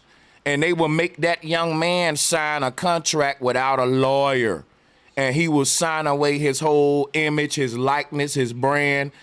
He will be raped for the rest of his life, a slave. And that's the music industry that these people own. That industry that they're monopolizing is all about them preying on your ignorance, that you don't read the contract right, that you sign your soul over out of ignorance because you didn't read it right. They've been practicing that for a long time. Look at this image right here. The fine print. They've been they've been hoping that you don't understand the contract right and you ignorant and you sign it over. They've been practicing that for years, y'all. Look at this picture. That speak volumes. And think about the music game that they control. Exactly. That's why I was telling the brother, they came up with deeds and shit, man. We didn't deal with no deeds. You know what I'm saying? We did deal with deeds and stuff, but they made a paper copy of shit that we did with real live things and ceremonies. They just made a paper copy version of everything real people did around the world and used that shit to usurp them. Just like they come back with religion that's similar to what you do, they come back with everything to usurp you and trade places with you. Like yeah, we lived in cities and tribe. We lived as a tribe in a neighborhood as a conglomerate. But a tribe is a form of government, though. You know what I'm saying? You got right. That's so why what I'm saying is we all lived in different what they call in the South they call plots. We all was on different plots of land within the establishment of the tribe or the you see what I'm saying? So a lot of times those plots got passed down. Different plots got passed down through generations, and that's why a lot of us who grew up in the South would be like, yeah, this was my grandfather's land and great family. It was a plot of land that was set aside to him because we believed in fairness. We shared different plots. A lot of people got equal plots and I've done research on it, but you know, this is. But go ahead. I've done research on this. So the plot and plat system actually is a part of the European American land ownership system. When they came into New England, they started measuring and they call it meets and bounds, and they established townships based on a square grid, starting from where they came in Virginia and New England and all those colonies over there. So that whole system of plot, place, parcelling, tracking land like that is a part of the system. That's not what people was originally No, bro, doing. they got that from us, man. The monopoly. Hold on. I want the panel to critique something that I said, because I'm reaching on something, but I think I'm right on it, right? The fact that we are the people that created the handshake bonds and they came with the paper contracts. Facts. Now they virtualized everything we did in real life. Your word was your bond. That's what I'm going with. Your word was your bond. The paper was a binding agreement. Nobody. So think about it. See, the Pilgrim wanted to bind you to a contract. Our way was your word was your bond. And what happened was if you broke your word, then you lost credibility among the village. People, you the boy who cried wolf. Your word don't mean shit no more. But you isolated and excluded. Like it was it was a treaty. These people, they took us away from your word as your bond, and they binding the slave with a paper genocide contract. Go ahead, you got it, brother. Yeah, that's why they call it the treaty. Like they were supposed to treat us a certain type of way. The Indians, they promised the Indians. See, on the bill it has chiefs and something else. What they call them settlers from the police back in the days, Indians, chiefs and oh man, what's that word? Pilgrim? Chiefs, something else it was. So anyway, they made a pact, right? A treaty, They said, y'all can have the land or whatever, but treat the black man, treat them fairly. You know what I'm saying? And they did exactly the opposite. But that's a part of all contracts. If you don't enter a contract in good faith, then it's null and void. But so that's what's fucked up about the world. We all in bad contracts where they entered into the contract not planning to do right by us in the first place. I'm trying to show you because they made us leave our old system. Let me show you something. Like if a nigga who lie a lot come and tell us something on the panel, guess what we gonna do? We gonna be like, prove it, bro. we might make that nigga talk for 30 minutes before we even go see what he talking about because we know he lying. So it may take that nigga 30 minutes just trying to convince us to even listen to him because we know what your lying ass want, bro. Prove it. Do this, do that. He got to jump through hella hoops. Now, a nigga who every time he say something is on the money, soon as he show up and tell us something, we don't do all that. We hop right up for real, and we ain't put him. That's the luxury back in the day that you had in the village. That's powerful, dog. Think about it. You want to be the dude that when I say something, folks get up and act on it. They know this is like the word of God, nigga. You can bank on it. But when he say something, we got to give him a quiz, prove it, do this, do that. See, that's why we do that today. That's our old system that we've been established before we had courts and contracts and all that bullshit. Right. Commander-in-chief. That's the word I was looking for. Commander-in-chief. You know, the Indians had their land and they bought, right, Manhattan, certain amount of land from the Indians. The Indian let them have a certain amount of land. Now they going around like the police are going on their land, and the Indians, they have a fit, man. They be like, get the fuck off our land. What y'all doing on our land? Y'all ain't bring no court papers or nothing over here. You know, and they have to leave, the police have to leave their land. They still own land, the Indians, you know, that they cannot take. Well, that's why I was telling you, they cannot take that land from them. They did what we call federalized They territories. trying. They might not have jurisdiction. In them situations, they might not have jurisdiction. No, they didn't have jurisdiction. They trying to take their land. Like they went over there, some whites went over there and put up barricades and all that shit. And they went and took them barricades right down from there. They took them barricades. You know, and our people had thousands of acres of land. And this corporation allowed them $5 Indians to come in and steal our land. Like I said, my people have had their 150 acres in Georgia since the 1790s. They cannot sell it. It can only be inherited to the next generation. My family don't pay homeowners taxes because we own the land. OG, you gotta remember. And let me say this real quick, Madonna. The police cannot come on my family land unless they're called because it's private land. Well, we gotta remember as well, a lot of our people, they marry a lot of these Europeans, and that's how a lot of these Europeans got a lot of land as well. We cannot forget that part. Well, what OG is talking about is that on his land, they got deed restrictions. There's probably a craft or a covenant or if your daughter was to marry a European, can't sell it to somebody outside of the land. But see, this is what they did to people trying to buy houses. They would say, if you marry outside your race, you cannot inherit this property. If you don't do X this or the other, you know what I'm saying? You cannot get this property. At the same time, right? You had slaves who were fathers that was telling they damn slave daughter, if you don't marry that white boy, you's a motherfucking fool. You a goddamn fool if you don't go marry that white boy. So you got to keep that in mind. It was almost like not only are you going to be free from slavery and get more favor, it's once you marry into them, you get this heightened place in the social status, right? And that's extended to your family too. So we got to look at it. It wasn't like folks was just a slave was going up, goddamn it, saying, that white boy look good. That white girl look good. Let me holler at him. No, the slave masters was saying, look, these are my 3 nigga slaves, and I'm gonna maybe marry them today, if that's all right, Reverend. I got 3 nigga wives that I'm gonna marry next week. And he didn't even have to ask them. Like, we missed that part that the slave master can marry any one of them goddamn slaves he want to, whether they want to do it or not. And you had an incentives for slaves.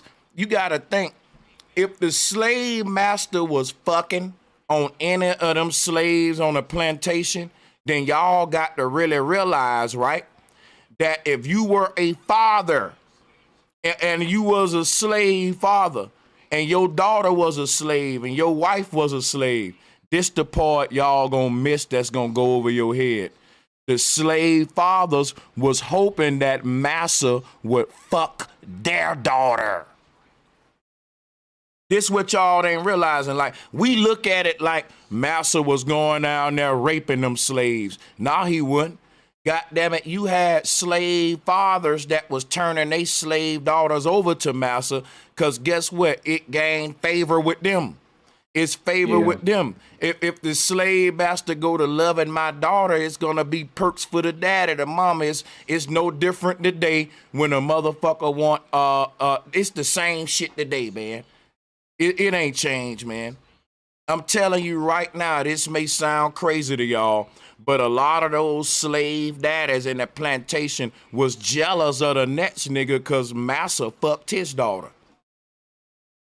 Mm-hmm. And not my daughter. I know that sound crazy, but y'all ain't looking at it that way. They were looking to change their status in life. Yeah, get their we name hate, good. that's the part we hate to touch on, but that's real. But that still goes on today in different forms. It's still happening. It's still happening. It's just different clothes, but it's still going on. You gotta think about that. Like, my daughter is getting perks and shit. Cause think about it. If Massa marry your daughter, cause Massa can not only have that's the thing people don't know too. Massa got a white woman and that's his wife, but polygamy was big on the plantation. Massa had more than one damn wife, and some of his slaves was his wives. And then the wife was jealous and she was getting it in too on her own too. Yeah, that's how we see cases where black people inherit, and we see where black people are inheriting land from where their grandfather was. Yeah, was black. that's where them slaves. We see how those descendants of Thomas Jefferson came out in the news some years back. Yeah, that's where some of them slaves was left those houses. And you know, a lot of those slave daughters' fathers, if they had a beautiful daughter, they looked at her as they way out. We can't forget that part. Her mulatto grandchildren gonna inherit the estate and they gonna take care of me in my old age type shit. I love my light-skinned little grandbabies type thing, because you still see that today with a lot of people. Make sure them grandbabies light and bright. And even with a lot of my people, because I got family from Louisiana, and you know, still to this day, you still see niggas that still caught up on that color code. She got to be a yellow, this and that, and all that stuff. And I'm just like, bro, you like who you like, and it's beautiful women in every shade. I'm not feeling like I got to marry a damn yellow Marge Simpson colored woman to improve my social status in life. That just, in this day and age, it just seems lame with all the information you can acquire nowadays. You know what I'm saying? Yeah. Yeah, it does. But I tell you what though, when we talk about stuff like this and look at the modern world, ain't shit changed. That's why I be like, folks love, like, everybody is on this whole new modern trip, like modern men, modern women. Show me where men and women changed that. I've been debating that with a lot of dudes in the manosphere too, and they'll say, well, the modern women are different because of this. I bet you nobody can show me. Now look, when you talk about the differences, we talking about at back in the day, the family was bigger and stronger due to the society was different. Like, that was more an incentive for your ass to be together. A lot of people selling their souls though now. They selling out for money, man. But for the most part, selling their souls. But for the most part, ain't shit changed, man. You know what I'm saying? But yeah. Ain't too much change because back in the day, marketplace that's changed. The market, you know, back in the day, we had juke joints, man, and women was doing all kind of things with different men, and men were doing. Hey, man, it ain't too much change, man.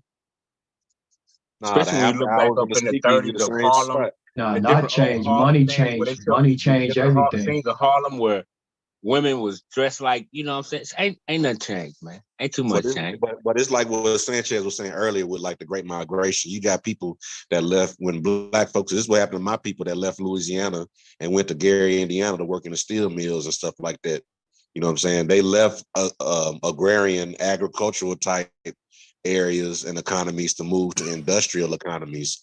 You know what I'm saying? Like they was able to buy houses up there, but you know, people moving to New York, different places, not everywhere where industry was had houses. Sometimes the company town owned row houses or something like that. You know what I'm saying? And you could never own your property. So, you know, that's what's changed. So getting your money, how your family all around your Nah, work. bro, Yeah, a lot has bro, when you changed. A come lot down, has when you changed. look in the South of Mississippi and Alabama and parts of Georgia, man, and you look at all the old cities where black people own, bro, it just ghost towns now. They left and went to the cities.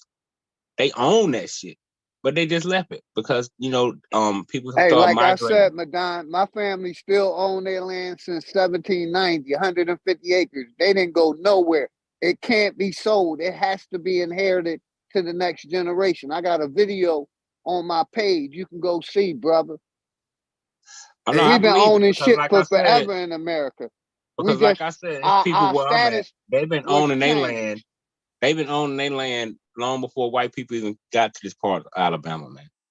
I know people that you know those stories get told often, and you know. That's what Yeah. made me move to Georgia, because I seen the greatness of my family, and I wanted to be great just like them.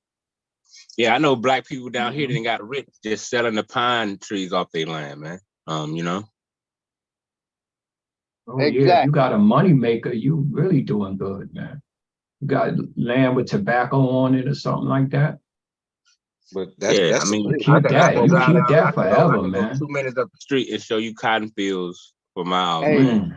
like That's I good, said, some man. of our people were smart enough to basically keep their family land by not putting it in deeds and able to sell it when they die. They made sure it stayed within the family and they couldn't sell it. That's what you call good business. Right, man.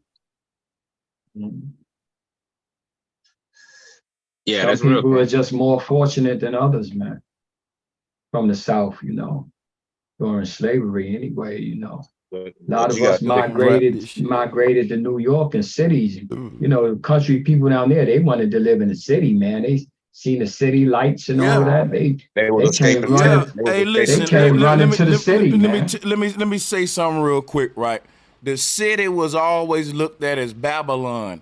Like when our folks was living in the jungle in a paradise, but we thought the grass was greener on the other side, but we found out that it was turf. Let me say that shit one more time. We had natural land. We had natural lands, real grass, real water, and the Pilgrims lived in congested cities with contaminated water, synthetic shit, and we thought the grass was greener, and they right, the grass was greener, but they found out it was turf, y'all. That's what I'm saying. Yeah, that's real. That's exactly real, man. And yeah, concrete. It was concrete, man. Concrete jungle, man.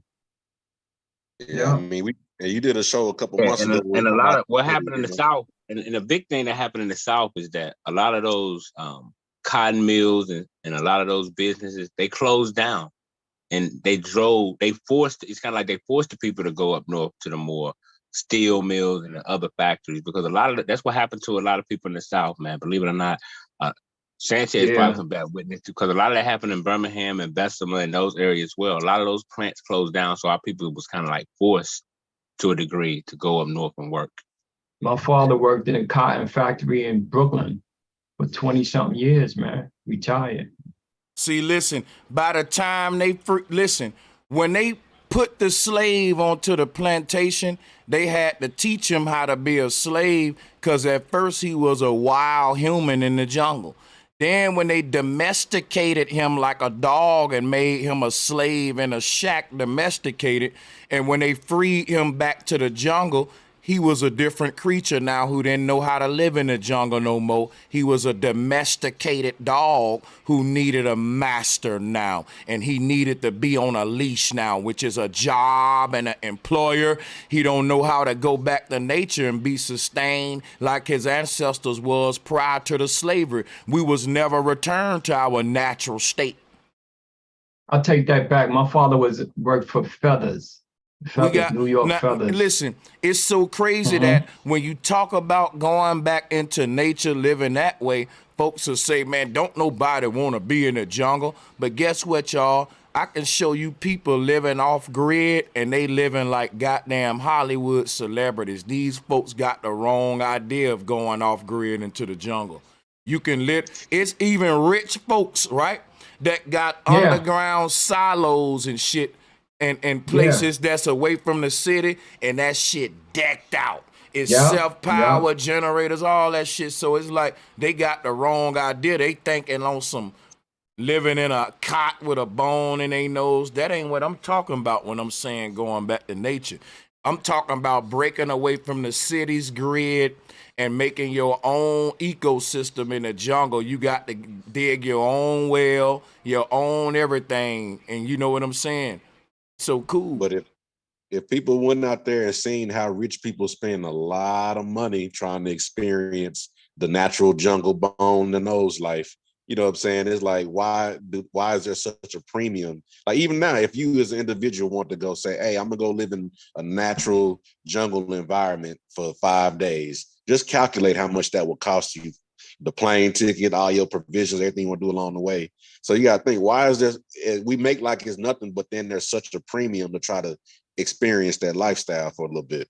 Well, I think what happened was conveniency, right? Because like where I'm at in Alabama, like every yard in my town got a well in it, right? You know, where they can still use the well. Well, a lot of them don't work no more because a lot of people just got hooked up to the system. So they just cosmetic and they got aesthetic. hooked up to the waterworks. So the waterworks was more convenient. The waterworks is more convenient than the well. So a lot of people still got wells in their yard, but they'd rather be hooked up to the well. You need filtration. You need filtration. Let me share something. Filtration for that water system, line of water. You don't need filtration for that shit. Let me tell you, I'm from the South. That's how they scared us out the jungle too. Like that water needs to be filtered. They told the people in the jungle, right? You drinking dirty water, it ain't filtered. Yet when they filter the water, that's when they putting the chemicals and shit that's killing you in it. And the way nature gave it to you, it was just fine. They lied to you with all that shit. The nature gonna filter it for you. Now get all I'm doing. Big facts. I'm showing y'all. God, this morning I seen online, he said I drink coconut water because he said the coconut tree, the coconuts it filters the water. The water goes up through the tree and filtered. Listen, right? Yeah, so it got to be filtered for him to drink it. You know what I'm saying? I mean, coconut water is naturally filtered through the process how the coconut grow. That's different. That's like he said the sun. He said the sun cooked all of the fruits and stuff on the tree. When it's ready, we understand how the coconut. That ain't what we really here to go into. But what I'm saying is, we don't live in places where coconuts at. Let's deal. Well, I'm trying to make a point real quick, right? So I'm talking about well systems. You can make natural filtration systems. All you need is charcoal, sand. You make layers of, and you run your water through it. Not only does it cleanse and filter your water, it put the minerals in it that you need. And guess what? Brother Sanchez know how to make a natural filter. If you was in the jungle with me, Lucky, you would be good, my nigga.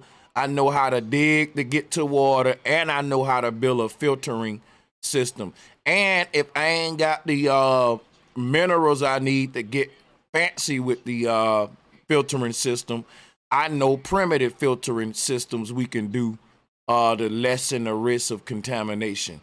This is shit that I like to just research on my spare time. Have y'all ever heard of Corporal's Corner? Let me show you some shit, because I just want to go off subject real quick. Because when we talk about shit like this, I got to show y'all some real shit. Like, this the shit I'm on. This the shit like where my money for real go. And gon' go. Shit. Living off grid and going out into nature and fucking building shit like that and shit. So like different gadgets for outdoor survival, how to set up a shop real quick in the woods, boom. This is just primitive type shit, just real quick.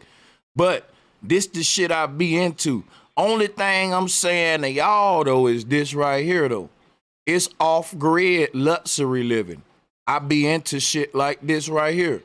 It's people living off-grid, right? Yo, I saw one dude, he don't even got to make contact with the normal world. That man hunt for his food, his water come from nature. Everything that man need come from the jungle he live in. It's an old dude, him and his wife, and they live in Alaska, and he built the house they live in, and that shit look like a fucking mansion, bro. No cap. People is living good. We think that off-grid going back to nature is some Tarzan shit. I put this up to show you what I'm talking about, because I don't know. Like, today with all the technology we got, you ain't living off-grid ain't what you think. It's just that your shit self-sustained. My water come from my environment.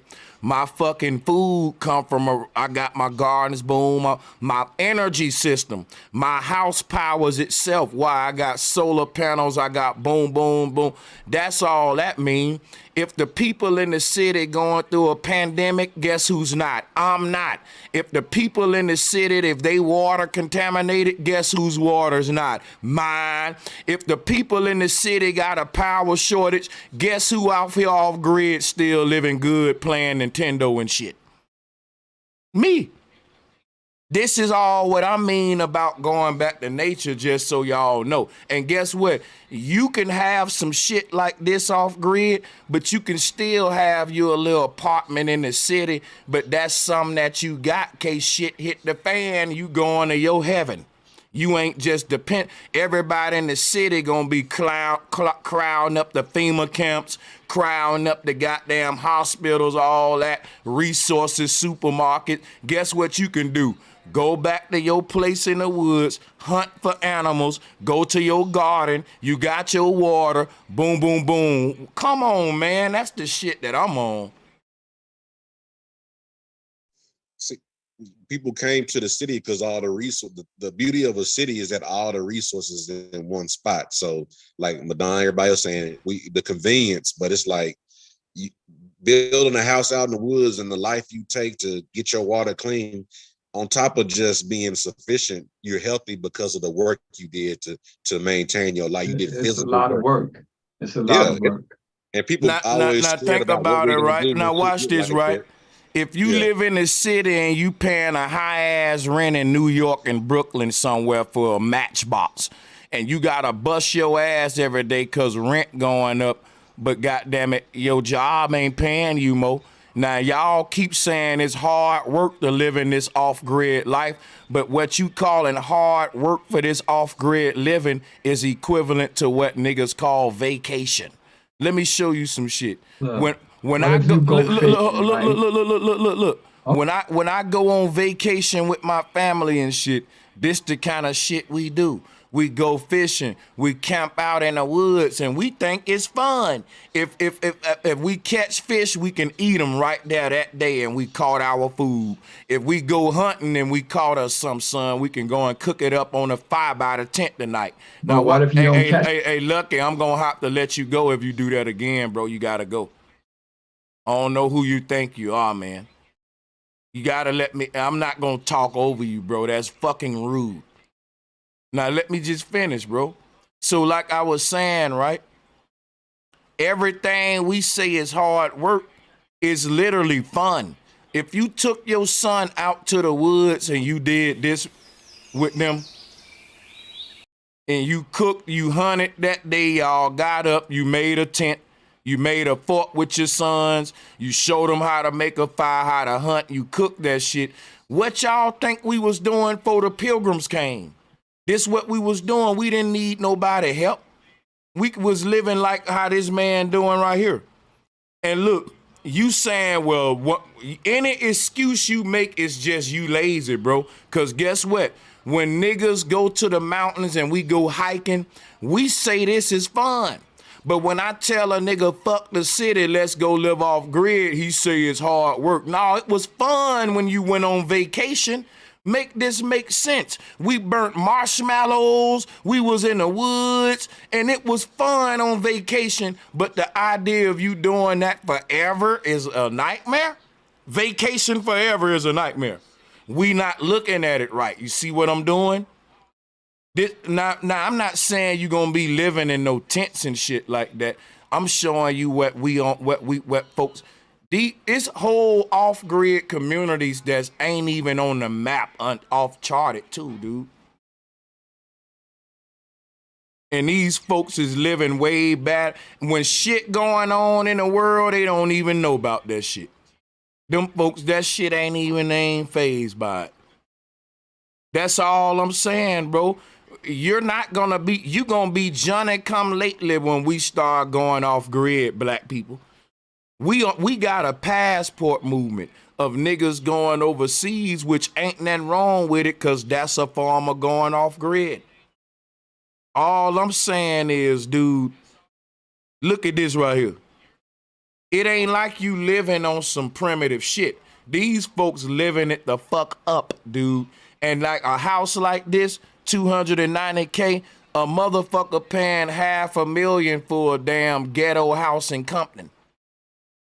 And you getting this with a self-sustained energy system, fresh water system, all that. But guess what? We don't want to be alone. We like the idea of people in the city and all that. I get it. Tell me I'm lying. You the first one to go off grid. It's a lonely life. These off-grid communities are very small because everybody in the city congested, fighting for jobs, fighting for resources.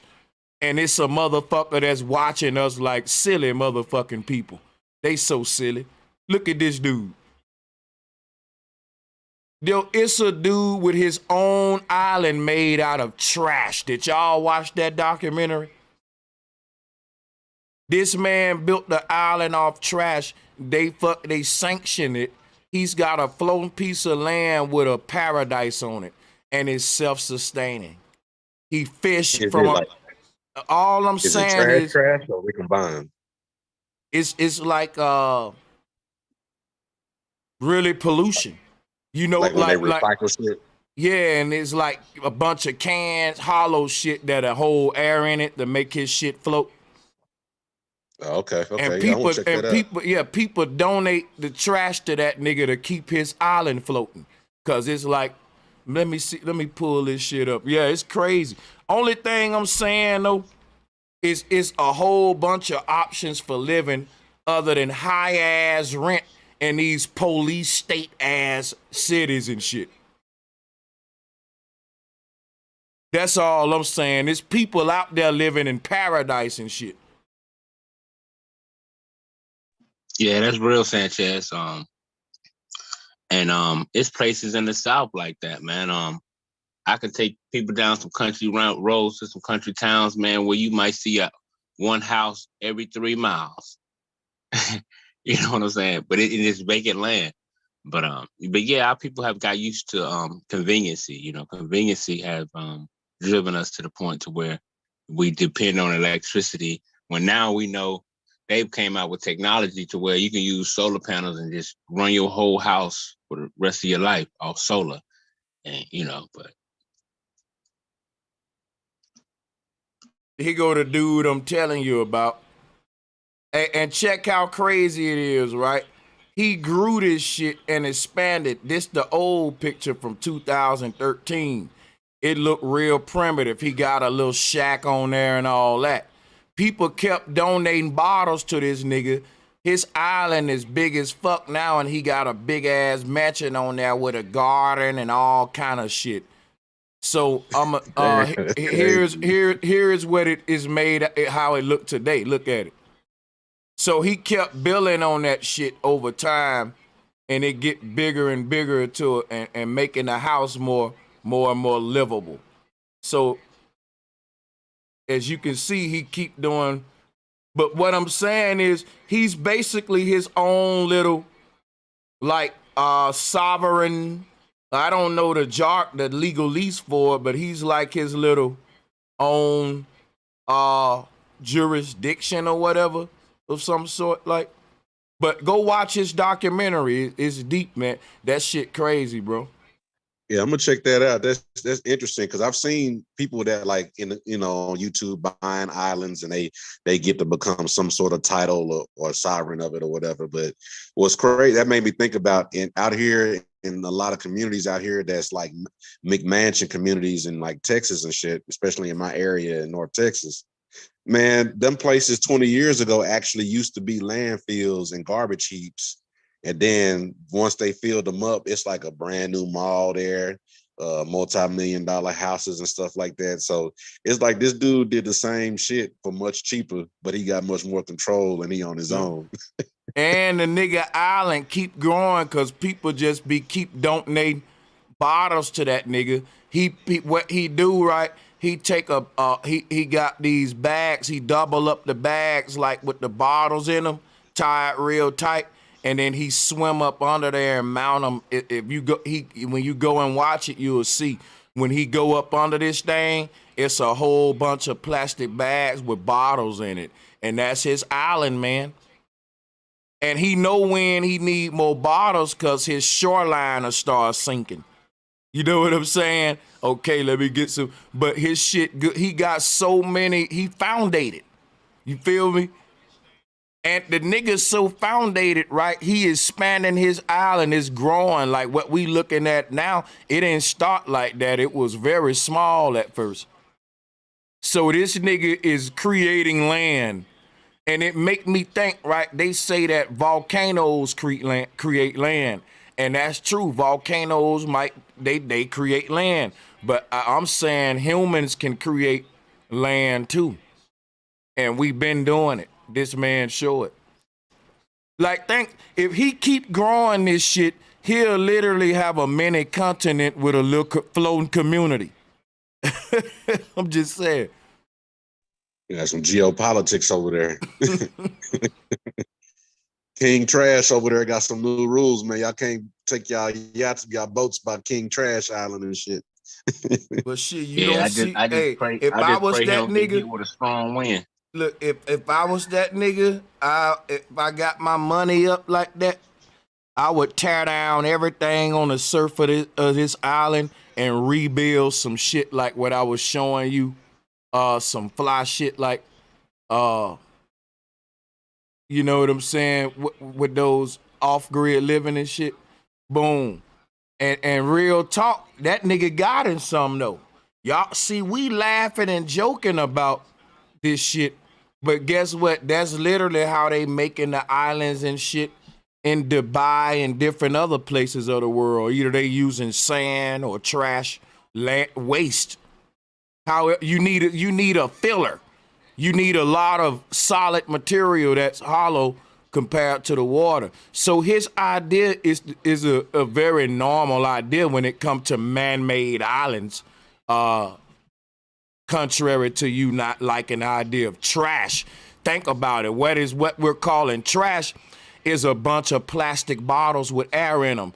If you was in this lake and I gave you one of those plastic bags with fucking water and with air in it, you wouldn't say, hey man, thanks for throwing me this trash. You would say, thanks for throwing me this life damn preserver. Like, what do you think a rubber ducky is or a float is? It's a piece of plastic with air in it. That's what's founding his island. Let's not be childish with this. I mean, that's the whole recycling industry and I signed something in the news about this within the past few years. Everything we was recycling, all the glass and aluminum and all that stuff, they was actually shipping it to China and all these other countries. And there was a big market for that shit all up until like about maybe 3 or 4 years ago when they just said, we're not accepting it no more. So we got a surplus of trash out there. So we probably gonna be doing the same thing pretty soon as a country. Look at stuff like this. All I'm saying is the world is moving and changing. People is building earth home. Listen, I can show you. Let's go from off the water a minute. We can go to the earth home shits. Watch this. Y'all think, see, this the type shit I would like to do, but I don't, this YouTube shit, is trying to go from the YouTube to something like this is different, bro.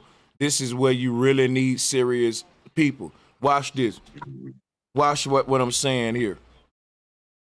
You got people that's already doing what we saying. They got earth home communities, right? Now look at this. Let me show you something. Anybody can afford to build these homes. Guess what they built with? Wood and dirt. Now, I'm going to show y'all why we missing out, right? We missing out on living heaven on earth. Watch this. The people that got us living in these dirty cities for high rent, they got you laughing at these mound civilizations. Y'all see this stuff? This how we used to live. Look at this stuff. We didn't pay rent. This how we was living. They told you we was living in teepees. We wasn't living in no damn teepees, man. We was living in mounds. And when you went in that mound in the wintertime, it was warm than a bitch. And when you went in that mound in the summertime, it was cold and cool. It was natural insulation in these mound systems, right, that we see here. Now look, they actually taking this same technology that they laughed at us about, y'all, and they rebuilding it today. Look at here. Instead of calling it mounds, they calling it earth homes. Ain't that a bitch, y'all? Yeah, you be in architecture school drawing some shit like that, like you really profound or something. You know what I'm saying? And when that's just how people used to live. We've been living like this. See, listen, when we look at all these pyramids that our ancestors built, I want to ask y'all something though. Where did they live at though? Like if all of these places where we see pyramids and Olmec heads, you know they didn't live in them Olmec heads, they didn't live in them pyramids. People need to ask, where was the residential areas around these pyramids? You know why you don't see them? Because they got you looking beyond and past them. That a lot of listen, when you go and look at these pyramids and shit, they tell you that these mounds that surround them are early pyramids that they didn't get right. They say, listen, all of these little mounds that you see around this pyramid, that shows you the evolution of pyramid building where they couldn't quite get the pyramid right. They started off as mounds. Why do they do that? Because they want you to think that the theory of evolution is real and that people started off dumber than a motherfucker and they had to learn how to get the shit right, you know. But the truth is this, right? The reason we see all of these little mounds around the pyramids, because that's the residential areas around these sacred sites. When we say, where did they live at? They literally lived in these mounds. They didn't live in that pyramid. This was like a monument in a community, spiritual, ritual purposes and shit. So this would have been on some spiritual shit, getting them out their body and all that. It would have beamed them to the heavens. If you could imagine a beam of light coming out the top of this thing, this is what your ascension to the top was, a journey out the body. This was ritualistic. But they didn't live in these structures here. What they actually, take your phone with you, bro, if you can. But, oh, okay, well, you good. But listen, if you look at all the mounds around it, that's what they lived in, is what I'm saying. And they won't tell you that. But this is what we see here. Look. Same style of architecture. It was earth homes. You built it into the earth. Why? It was 100% self-sustainable. And now that's the government mandate to do sustainability. So they told you something was trash, and then they driving everybody there forcefully into the same shit that you was already doing, just with under their control. It's crazy. Mm-hmm. So yeah, these people got entire earth home communities where only thing that'll make them have to go into town is for food. But once you get your gardens established and if the animals are thriving and if you fishing, you really ain't even got to go into the city. You really can fucking send off your antenna and still get a signal to all your TV stations right here from your little jungle, you see what I'm saying? Technology got it today where you can literally go off grid, isolate yourself, and really be in your own little heaven. And basically what that is like, no matter what happened on grid, that don't apply to me. Cause right here, I'm in my abode. Think about right here, right? The whole city we see in the background, they are relying on the grid. This earth home ain't. When the power go out back here, it matters nothing to this man right here. When the water fucked up right here, it matters nothing to him. He's filtering his own water supply through here. Everything he need right here. And now, so people want to know, like, when I talk about going back to nature and off grid, niggas be like, man, yeah, dog, you on some, like, dirty shit, dusty shit, being in the jungle. But when I show y'all this, do this look like dusty living? Do this look like some bone in the nose type shit?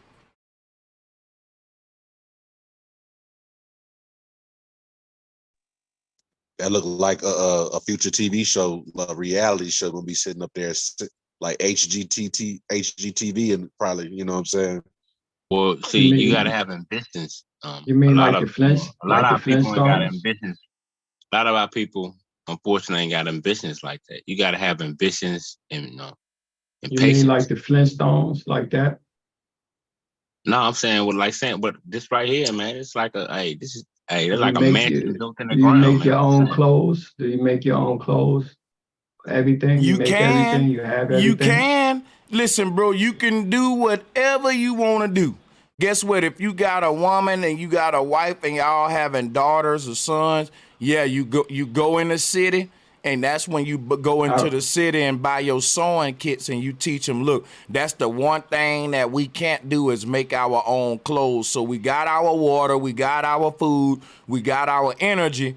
Now it's food, clothing, shelter. Now we need our clothing. So now you get your wife busy, you get your children busy, and we're making our own clothes. Boom.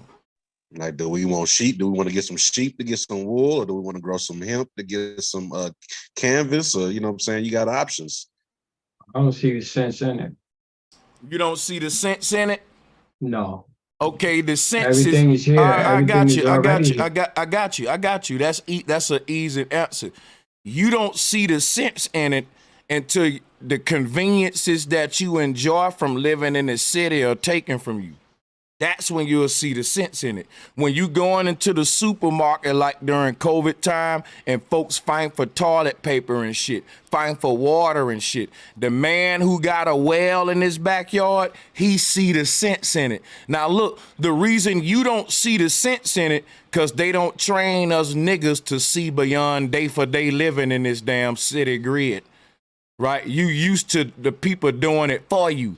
You used to somebody filtering your water. You used to being a baby for real. And you don't see the sense in not being a baby as long as someone willing to be a dad and a mama. But when somebody say, look, son, I'm kicking you out the goddamn house, right? I'm no longer going to supply your resources. Then you're going to realize why your other brothers move the fuck out. Because they wanted to control it themselves. Because you can hold that over my head. See, the city can always tell these folks, man, when some shit hit the fan, we rationing water out. And if you live in this area, you got lower rations than people in this area. But you know who they can't ration supplies out with?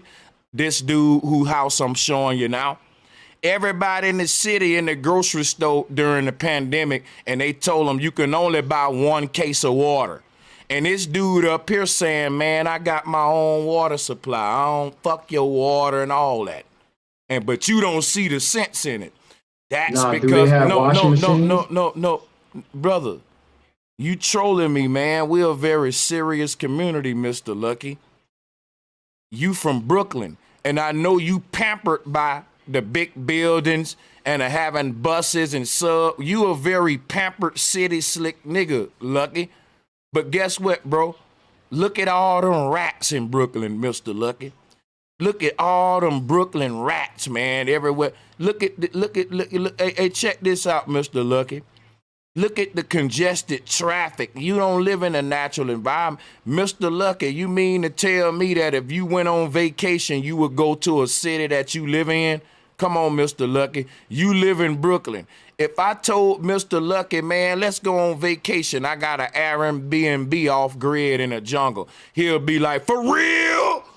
Ooh, let's go. But he capping though. He trying to act like his Brooklyn city is better than this shit, this natural shit. Nigga, get real. You're not gonna do that over here. Stop. That don't even troll right over here. There's nothing funny about it.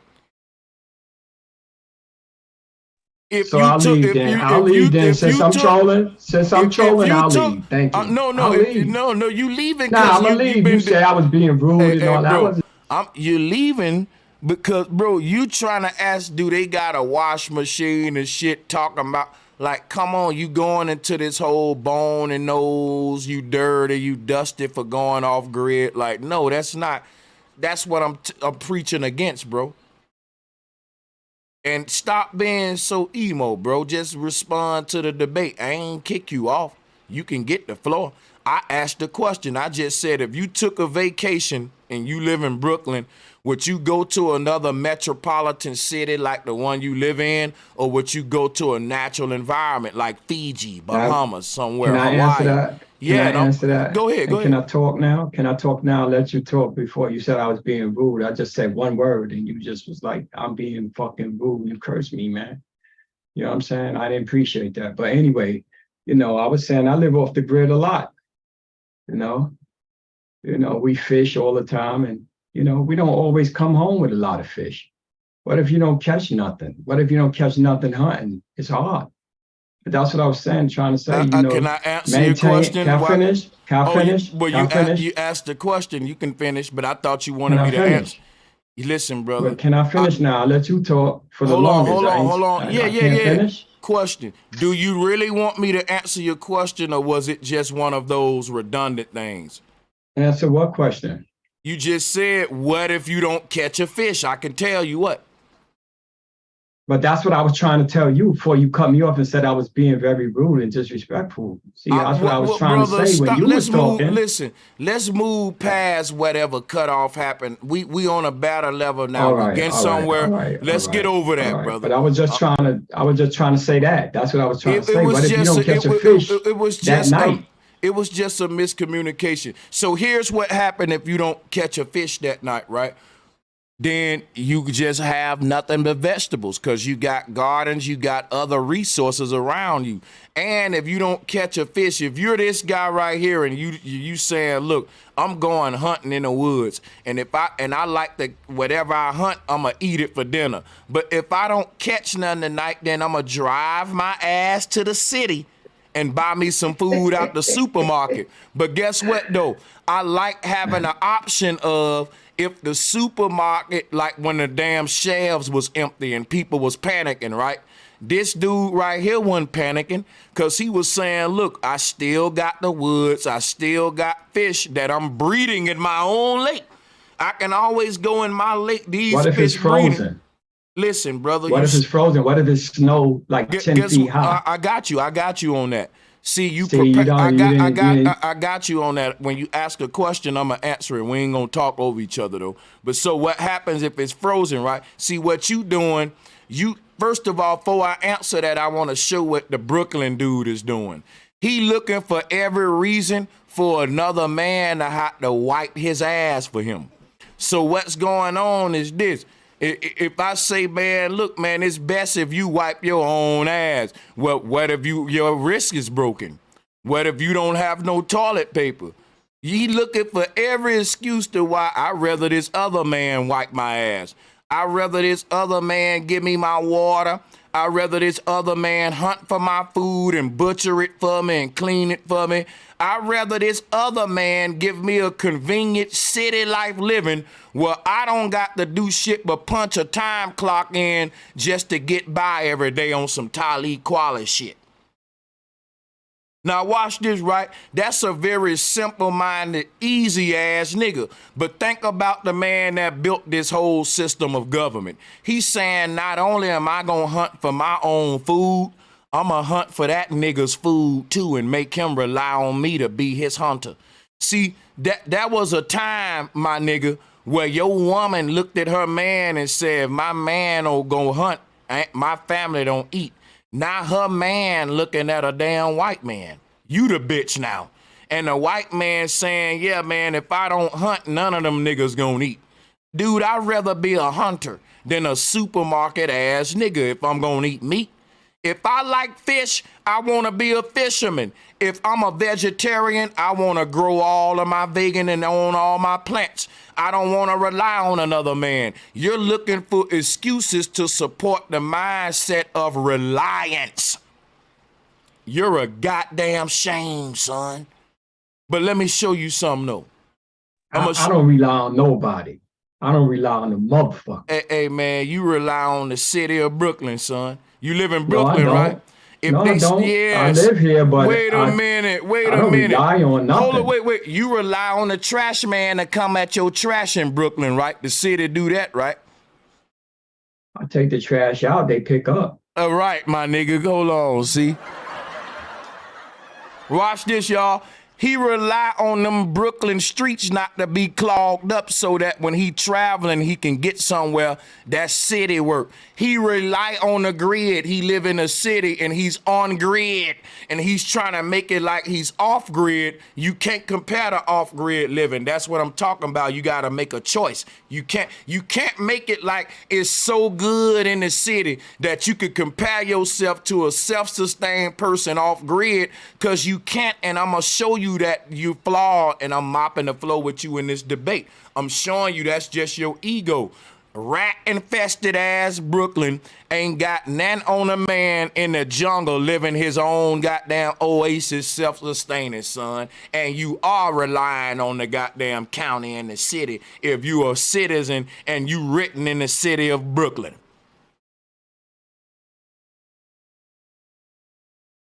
You can say what you want and I ain't gonna interrupt you, but I ain't gonna let you cap and troll, Lucky. I talked to you before. I know how you get out. I'm not trolling. I'm just saying it's not easy living off the grid. Suppose you got to travel in all that snow, then how you gonna get to something that you need? Or if you hunting or whatever, how you gonna catch it? How you gonna get to it? If you got a car, how far you got to travel to get gas? How much is it going to cost you to go back and forward to the city? Well, it's all about where you choose to live. You got to come to the city to get your mail. Nobody's going to deliver you nothing out there. It's more convenient than living in the city.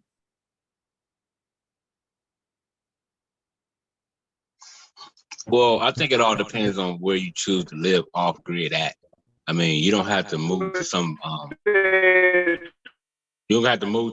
remote island to live off grid. I mean, like I was saying earlier, there's places in the South where you can be looking at. You don't see people for miles. The place he's showing now, it ain't far from them buildings over there. That look like a little city over there. Right. So, but it's still off grid. So, like I said, you don't have to. It ain't that far off grid. I wouldn't even consider that far off grid. From a city to live off grid. I wouldn't even consider that off grid right there. Is that me or somebody? Is that somebody might make breaking up?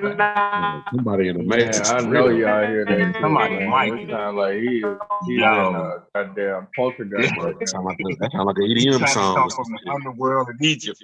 That nigga standing in the motherfucking fan. He up there with Cutting Raw. But But yeah, I think, to me, I don't. It depends on where you go. When you live off grid, you don't have to face a lot of those It's a snow and trade-off. all that stuff. You can It's a live off trade-off grid. depending on what you do Man, and where you go. I It's would all rather live a off trade-off. grid. Well, I that's would your rather live personal. off Depends on grid what kind any of day. lifestyle you trying to live. Man, if it Yeah, snowed Right. up there, And like if I it said, snowed it up depends. there, you couldn't get out. You couldn't go nowhere. Hey, Bro, hey, But look hey, at if what I'm hey, saying. it You hey, can hey, hold on, snow, choose. wait, if wait, it wait, wait, wait, snow, wait, wait, wait, wait, wait, You can wait, choose wait, where wait, it don't wait, wait, snow at. wait. Chat room, why are we getting twos out there? Why are we getting the twos? We got over almost 700 people in the house. Hit the like button, share button. And I'm just saying, man, all of this shit about going back to nature is dusty talk, jungle niggas. A lot, man. Let me just say something about the manosphere. Everybody mute up, nigga. I'm sipping right now. It's Friday. And this Brooklyn dude, you ain't really repping from Brooklyn, right? You confirming everything I thought about city slicking ass niggas. Because y'all look for a reason to talk about natural, like country shit. Like if a nigga got a farm, that's a joke. I'm telling you, I've argued with city niggas about stupid shit. Like if you come from the South, a motherfucker having a well in their backyard or a little garden, that ain't no funny shit. That's some shit that nigga, if I got a house next to your grandma and she got an apricot tree and we don't, nigga, we trying to get them seeds and grow one in our shit. And nigga, we asking her, can we hop the fence and get apricots and shit? Like we looked at that shit like, oh shit, nigga, they got an apple tree in their yard. Like that's a perk. But I'm telling you right now, motherfuckers that's these city niggas, they look at that like something to be ashamed. That's some country shit, right? I'm telling y'all. Are you from the city? Bro, Are you from the city? I've been to Brooklyn, bro. I'm No, telling you, but and I've were you born debated. here? But brother, I've debated. I know that it's a bougie mentality, like the idea of milking your own cow or hunting your own food or some shit like that. And you showing it though. Isn't he showing it? Oh, you can go to my salutes to Dulcinea. Salutes, sister. I'm gonna fall back, man. I wasn't brought up that way. Hey, brother Sanchez, real quick. Yes, he is, because he brought up 6 feet of snow. That person's still gonna go out there and hunt if they have to hunt. They ain't gonna let that 6 feet of snow stop them. You got it, brother. That's facts, though. I should have told him that, right? He said, what if it's 6 feet of snow out there? Nigga, in the South, we still going to hunt in that snow. In fact, you talking about fishing, a nigga will cut a hole in the ice and fish down up in that. I'll go out in the snow. So I'll now go out in you, 6 brother feet. Sanchez, big facts, brother. I'll go out in 6 feet.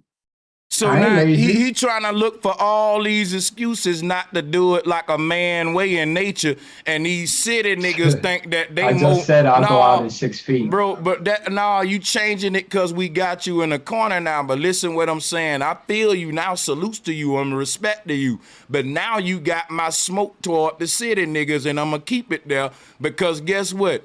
It's a lot of niggas in the cities and shit, big city areas that, and I hate to say city niggas because you got big cities in the South.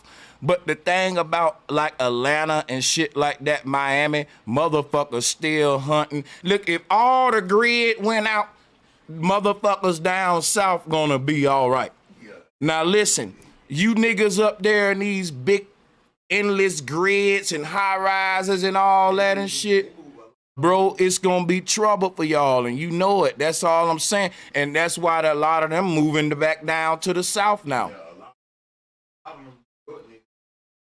And I gotta get out of Vegas, my damn self, soon. And even Well, I ain't moving south. It's more convenient here. That convenience gonna be good. See, convenience got niggas in trouble. That convenience argument is bullshit, bro. That if all niggas gonna say I'm gonna rely on the white man because it's convenient, duh. Relying on anybody is fucking convenient if you'll do it for me. But that ain't what's goddamn beneficial to your people, black man. Hey, brother Sanchez, real quick. I talked about moving past Anchorage, Ohio, Anchorage, Alaska, right? Where basically, that's the last, say, store that would be in that area. Then you in total wilderness. People are doing that just to build. Like you said, they're building their own homes. They're bringing their solar panels and they're hunting and fishing and living. If you don't chop no wood, you don't get no heat.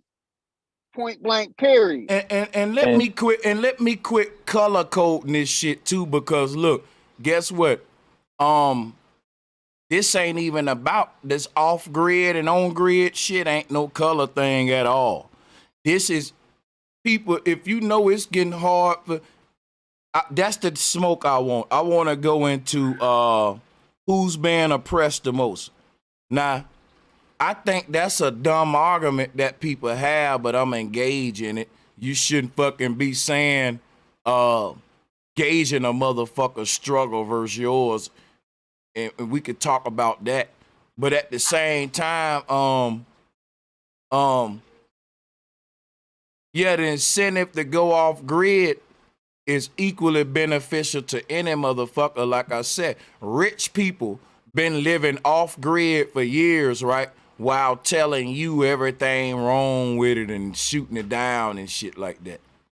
They still got their houses on the city, but believe me, when shit happen in these cities, your favorite rappers and entertainers, they off grid somewhere in a mansion you don't even know about. You don't think about it. If you had $700 million, $200 million, you mean to tell me you wouldn't have a backup off grid little? Even a nuclear fallout shelter in case a bomb is dropped. Sure would. Sure would. Hey, and Sure with the would. convenience though, it's way Sure more of would. a It'd be higher risk stocked with factor. everything. I stock it up and everything, Yeah, and it hey, stay hold just like on, that. bro, hold on. Hey, with convenience, there's a way higher risk factor too. Living natural is way more safe, but people be scared of living natural. Go ahead, bro. No, I'm just saying I'll be off grid and I have everything will be there for me. Yeah. I have Hey, my y'all. cabinets will be stocked with everything. Hey, Mr. Lucky, let's let the sister Dulcinea speak. Let's make sure that we don't want to keep the queen waiting. You got the flow, sister. Yeah. Peace. No, I just wanted to get in because that was my point I was going to make. What you were saying, Brother Sanchez. Are you familiar with Death of a Salesman, the book? Nah, you enlightening me on something now. Okay. So I was just going to come in because, we've seen these arguments even amongst the Europeans here with Thomas Jefferson saying the ultimate way of living was the farmers and the people that were self-sustaining. And he saw the problems that were coming in with industrialization. So Death of a Salesman was all about a salesman that was doing really well, when times were up. He was a door-to-door salesman. But as industrialization was coming in, he started making less and less money. So it was just all about, his struggles, and he ended up killing himself at the end. Well, he has a son named Happy, his oldest son. And that son, he was just always kind of like disappointed in because he didn't want the American dream. He wanted to go be on a farm somewhere, build his own family, and be self-sustaining. And he didn't see that as like a true American dream because he was like, why don't you want this money? Why don't you want gold? And the ironic part of the book is his brother. I think his name was Uncle Ben or something with a B. He was in Africa stealing gold and got rich. And that's what the salesman was always envying his brother and being like, that's the American dream. All those people over there getting rich, getting gold. And he just could not see what Happy saw, which once he killed himself, Happy went to go and live how he wanted to live, which he went off grid, built for his own family and everything. So this has been an argument, I think, since, the early 19th century, even amongst them, which is what is the real quality of life? Is the American dream supposed to be getting rich, getting fake fiat money, or is it being self-sovereign, where you can take care of yourself and you have all your resources yourself? Damn. Drop a bomb on that one. Yeah, man. Yeah. Facts, because you know what's crazy? Getting rich and being sovereign is two totally different things, bro. You know what? And then often the most richest of our people are the most controlled and less sovereign. Like, there's some shit to think about, man. What do we really want out of life? To be at the top of these people's system, where you're gonna always be at the bottom of their economic and hierarchy structure, even though, and it's like when we can just isolate and go on an exodus off grid instead of, because look, everybody's saying we need to leave America and go to Brazil. We got the passport movement. We need to go to Africa. We need to go to Egypt. You know what? We just need to go off grid no matter where we are. We just need to go off grid. Think about it. People off grid can build an international worldwide web where they start dialing up on their own internet separate from the on grid internet, and it'll just be the off grid worldwide web, their own systems, that'll be a whole nother world within a world. And it's basically what's happening for real on the off grid movement for real though. That's basically what's happening. And like you were saying earlier, like, do you really want all the wealth? Like, the idea of wealth and money is totally inside of the system. So I think that's what got a lot of people hypnotized, the convenience and the idea of wealth that you've been sold. It's like people that get billions and trillions, like that money can't even be spent. Once you buy, you know what I'm saying, you'll never be happy. And like someone else on the call said, the convenience, you have increased risk as well. I'm glad, because look, when we look at our account balance, boy, we be like, man, I'm doing good. Look at all, when you be, some of you, and so my thing be like, what if you spent everything you got right now just for natural resources on seeds, water, all that, right? And you made it to a point where you really didn't need money because you got your own little ecosystem of just, but see, that's kind of uncomfortable for folks because they feel comfortable when they look at their account balance and see them numbers on there. But it's just the opposite. You should feel comfortable when you look around you and realize you're self-sustained and you off grid. Fuck what them numbers is. You got resources and shit. See how they got us backwards with it though? Yeah, that'll bring back the bordering system too. I mean, relying on the dollar. And we forgot that the money system kind of already is a bartering. So you bartering for dollars. It's like a system to make sure everybody get the same amount of value, even though it's fugazi on the back end. Listen, hold up, yo. No, the money system ain't really a bartering system. It's a capitalist and fiat system. That's a difference, though. The bartering system will make every person get better at what they need to do, and it'll bring everybody will have to bring something to the table in order for it to work. Even trades. So look, to barter is to exchange goods or services without using money. Now watch this, right? I'm gonna show you why that system is it has more integrity and it's a more quality-based system. With the money system, I can do a service and it don't got to be a real good service long as I get the money and you don't complain. With the bartering system, ain't no money involved. You know what that mean? My service got to be valuable because it ain't no money that's represent no value in this. My service got to literally be valuable service for me to exchange goods with this person who I'm saying I need something from them and they need some services from me, right? I literally got to give them some good services to get what I want and vice versa. It's a very integrity system. I mean, that's a perfect system. Can't nobody get over with that for real. You got to do a good job. It's a direct exchange with no medium of money and no disputes and contracts that you can hide behind. It's a direct exchange for these things, and it really reduces a lot of bullshit. Yeah, it exposes all the bullshit, really. It exposes all the bad shit that, just exactly what you said. You could give somebody bad service with as long as they get the money, then they don't care. But word of mouth, you can't exchange the services with somebody else in the boarding system. If your word of mouth, your services sucks. There you go. Bring it. So the system got a built-in order to check itself, and it ain't nobody govern it but the natural law of reputation. Your rep on the line, and that goes back to my word, my bond. Your rep is a form of your word, your history of transactions in the village, right? Your services wasn't that good, but people gave you quality things in exchange. Less people gonna want to do business with your family. That's gonna create a world where you got to do good business. But if you can get rid of that, that open up the door for the pilgrims who like to do shiesty business, right? They like to do flawed contracts, 360 deals, shiesty deals. So they had to get rid of that old system that we was using. The barter system make you gotta bring something good. You have to bring something good to the table.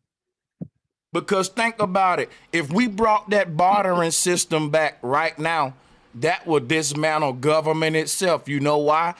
When we pay taxes as citizens, we're literally paying money to the government to do services to us. And if those services ain't of good quality, then this system of exchange puts us on the shit end where we giving them a lot of money in tax dollars, man. I'm talking about they taxing the fuck out of us. But government is not really giving us a real system of equality. The American dream can't really be accomplished because of the flaw. Like, we understand we're basically paying to them to have a tyrannical, authoritative system over us versus a beneficial, productive system that'll give us a bright future and all that. It's a dominant system. So in this case, we paying like a hoe to be pimped and smacked and holed over. And in that system, that ain't a fair system of exchange, which is why they can never use the old bartering system to even establish modern government. They had to go under the capitalist system because that'll justify how they able to pimp your ass and the hoe just hand the money over because that he's capitalizing on the hoe. Ain't no motherfucking bartering system there. The hoe ain't bartering a damn thing. She turning the money over and getting pimped, and that's that. And that's government. They gave you a system of pimping and hoeing. They call it capitalism. And that's the only way they can do that. Somebody got to capitalize on the other one. They got to say, well, look, the reason we able to be the pimp and you the hoe, cause the pimp smacked the shit out the hoe and put fear in her. In your case, we beat the hell out of your ancestors. We hung them on trees. You lost the war, and if you say something and get out of line, then we own the police, the armies. You know you better shut the hell up, hoe, and get pimped. And with capitalism, as far as it being like an extraction of resources and wealth out of an economy in an area, so that making me, I want to ask what your thoughts on this, Sanchez. Is a bartering system, because like with capitalism, the extract resources create a surplus of products to create demand, like a surplus or whatever. So supply and demand, right? In a bartering system where you have value and stuff, is like that the opposite of creating surplus? Like it's going to be like stuff that's real valuable is going to be scarce, so people really are making sure that they trade and clear. There's not going to be the same amount of excess in a bartering system versus a capitalist system. If my question makes sense. I can see where you going with that. The thing about the capitalist system, it has to create a synthetic form of scarcity, or like something that's valuable is not enough of it, right? It's not an amount of quantity of it. In a natural bartering system, that would be a natural thing that would happen natural, that you wouldn't have to synthetically do, because in a natural bartering system, it opens up the market for every family. Everybody with a piece of land. If I'm growing apples and a dude down the street growing apples, ain't no competitions, because my apple's totally different than his. If you go up the street, that man apple's different. Just because we growing them different, slightly different, it's going to... So everything, you got a very diverse market in the bartering system, where you can get so many variations of one thing because every family is involved in the market, versus just a few families like Dole, Shakita Banana, boom, Hawaiian, these different families, right?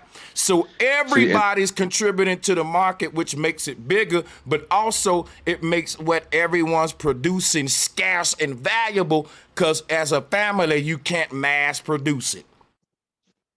So that was my point. Like you hit the nail on the head. So it's like we have a lot of shit in the capitalism economy, but it's a lot of the same shitty shit over and over. Like we got one type of banana, one type of 2-3 types of apples on the market, versus you could be like, oh, I went to the market in Georgia and they got some crazy flavors. And then I went down here, they got crazy flavors and apples and stuff too. And then, it would just be word of mouth. And it would be a different type of lifestyle. We wouldn't be somebody that got to market or advertise something that's not that good, but have to sell it to you, because people going to be like, oh yeah, them apples from over here during that season from that family. Yeah, that's something special. And I wonder where they get the majority of their support from.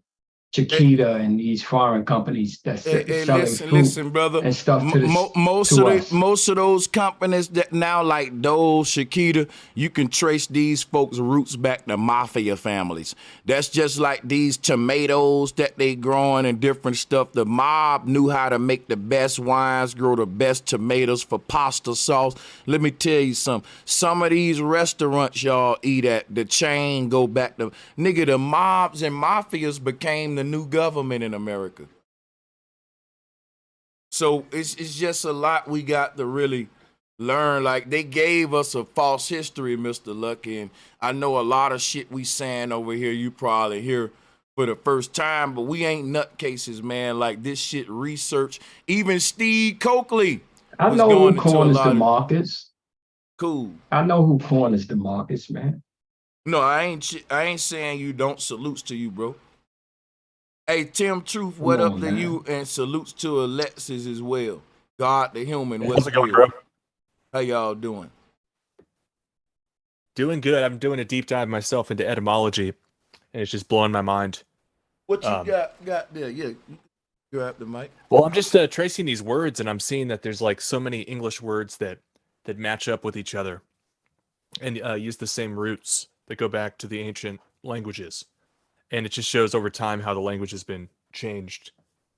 And yeah, it's kind of off topic, but that's what I'm working on over here. Okay, well, yeah, man, I'm interested to see how that go along. Hey, salutes to everybody on this call. You know what I'm saying? Let me I'm about to cam back up with y'all in a minute. But check this out, yo. Anybody that want the flow can take it. There's a lot of controversial shit going on, like with this different things in the community and shit. I don't know what y'all want to talk about, what's on y'all mind, but the flow is open, man. We can go anywhere y'all want to go. Friday is about that fire. Where we going with it? Can I say one more thing about solution-based living? Oh, yeah. Okay. So I did want to bring up before, and you brought up like the taxes. And it's just a lot of stuff that they tell us, it's just, our indoctrination, because we don't know any better.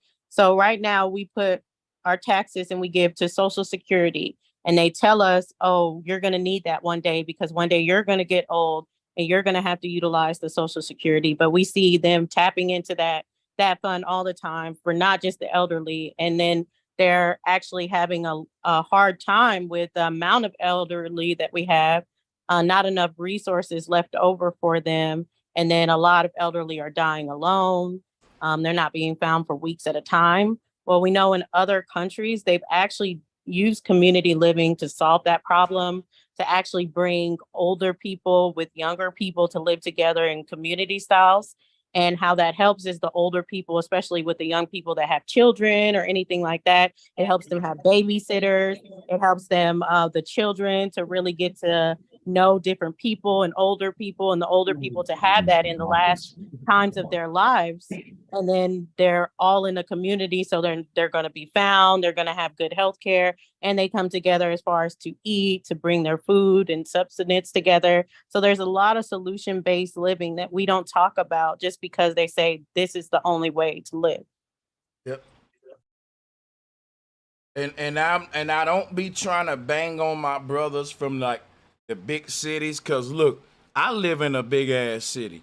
I moved from the country to come to a big city myself. So my thing be, I never talk shit about the country though. I would never say, cause look, I'm gonna tell you right now, the only reason a motherfucker leaving the South to go anywhere else is cause it ain't no jobs in the South. The only thing in the South for real is the prison industrial complex. So and that's facts. You know why? The richest lands is in the South. That's what they trying to gentrify, like with Katrina.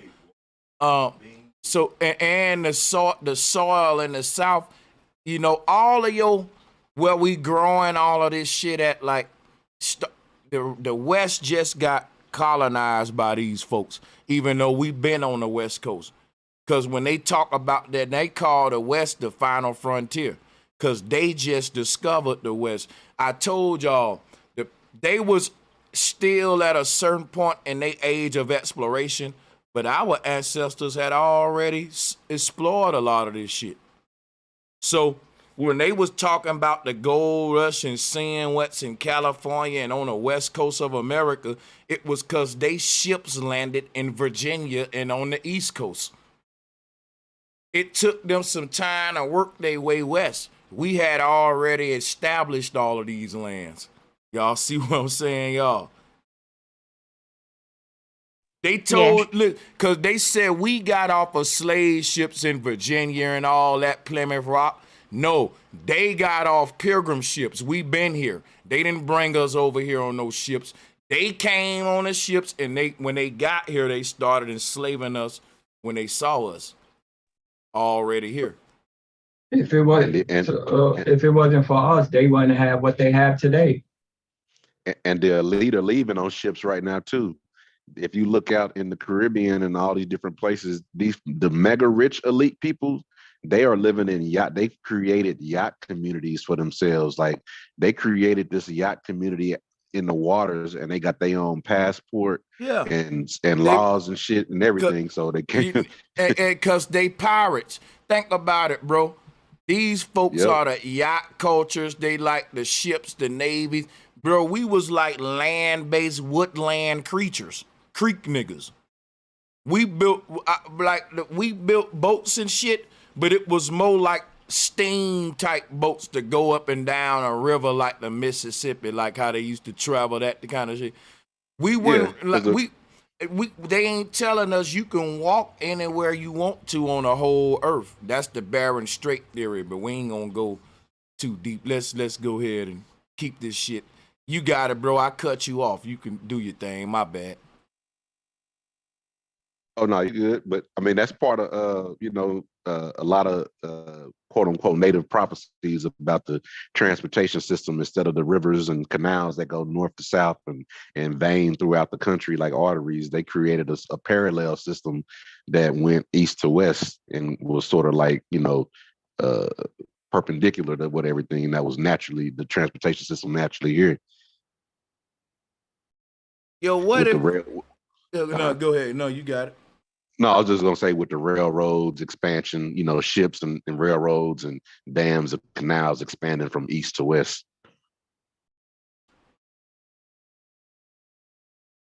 Yeah, this shit's crazy though, because I'm gonna tell you right now though, we didn't really travel. Certain people, like when you look at Cuba, Florida, that whole East Coast right there going up to Maine, people was doing business through that.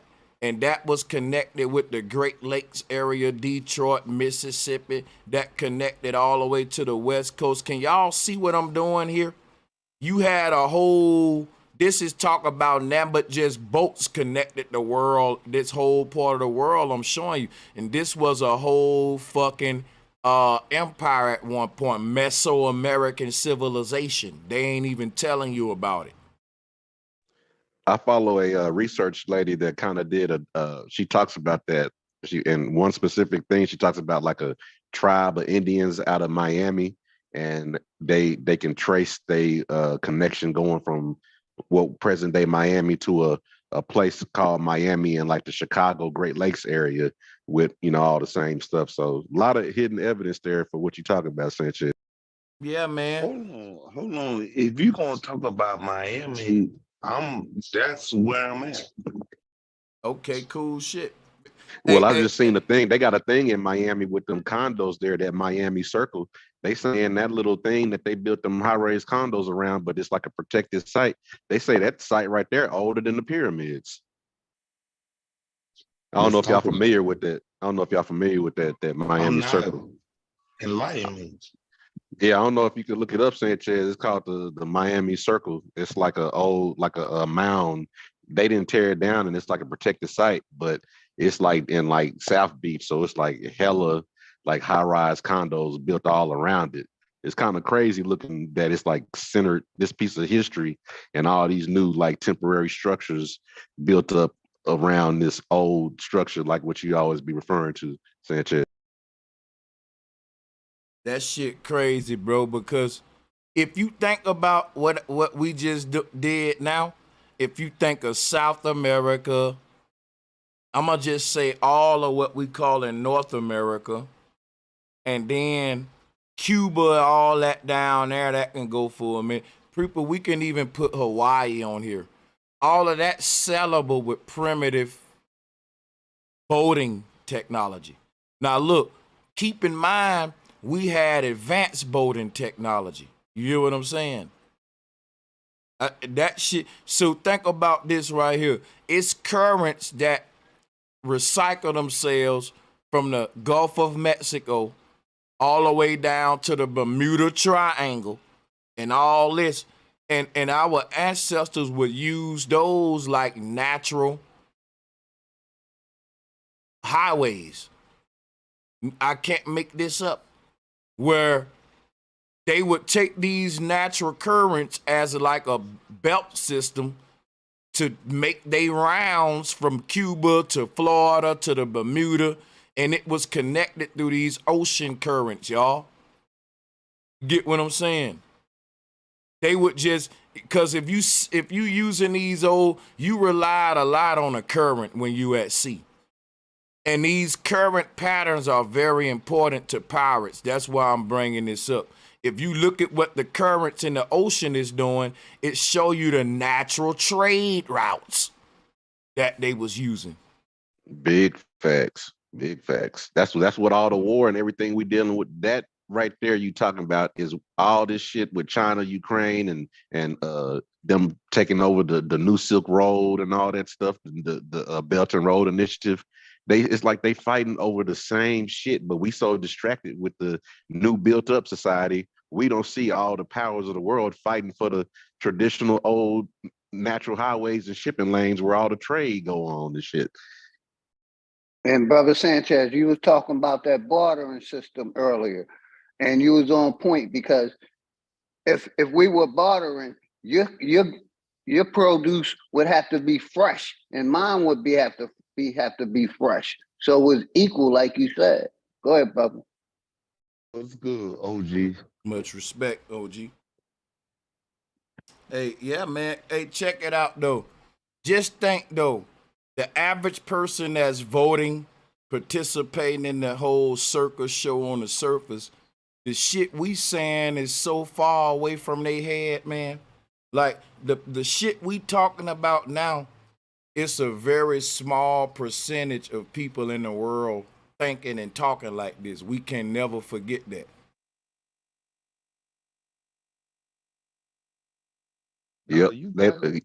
Yep. They don't want us to think it's like it's sleight of hand, you know, the magician on the stage while you looking at the distraction in the show going on over here, the real trick going on in the darkness and stuff on the stage. You just looking at the spotlight and the sparkly gloves and shit.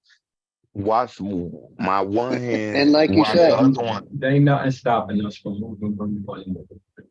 I thought about moving out of the country to South America 15 years ago. The only thing stopped me was my wife. I've been wanting to, leave America, but I really didn't want to run from my country because I know this is where I came from. This is where I was born. So I'm not a runner. I'm gonna stay and fight with my people.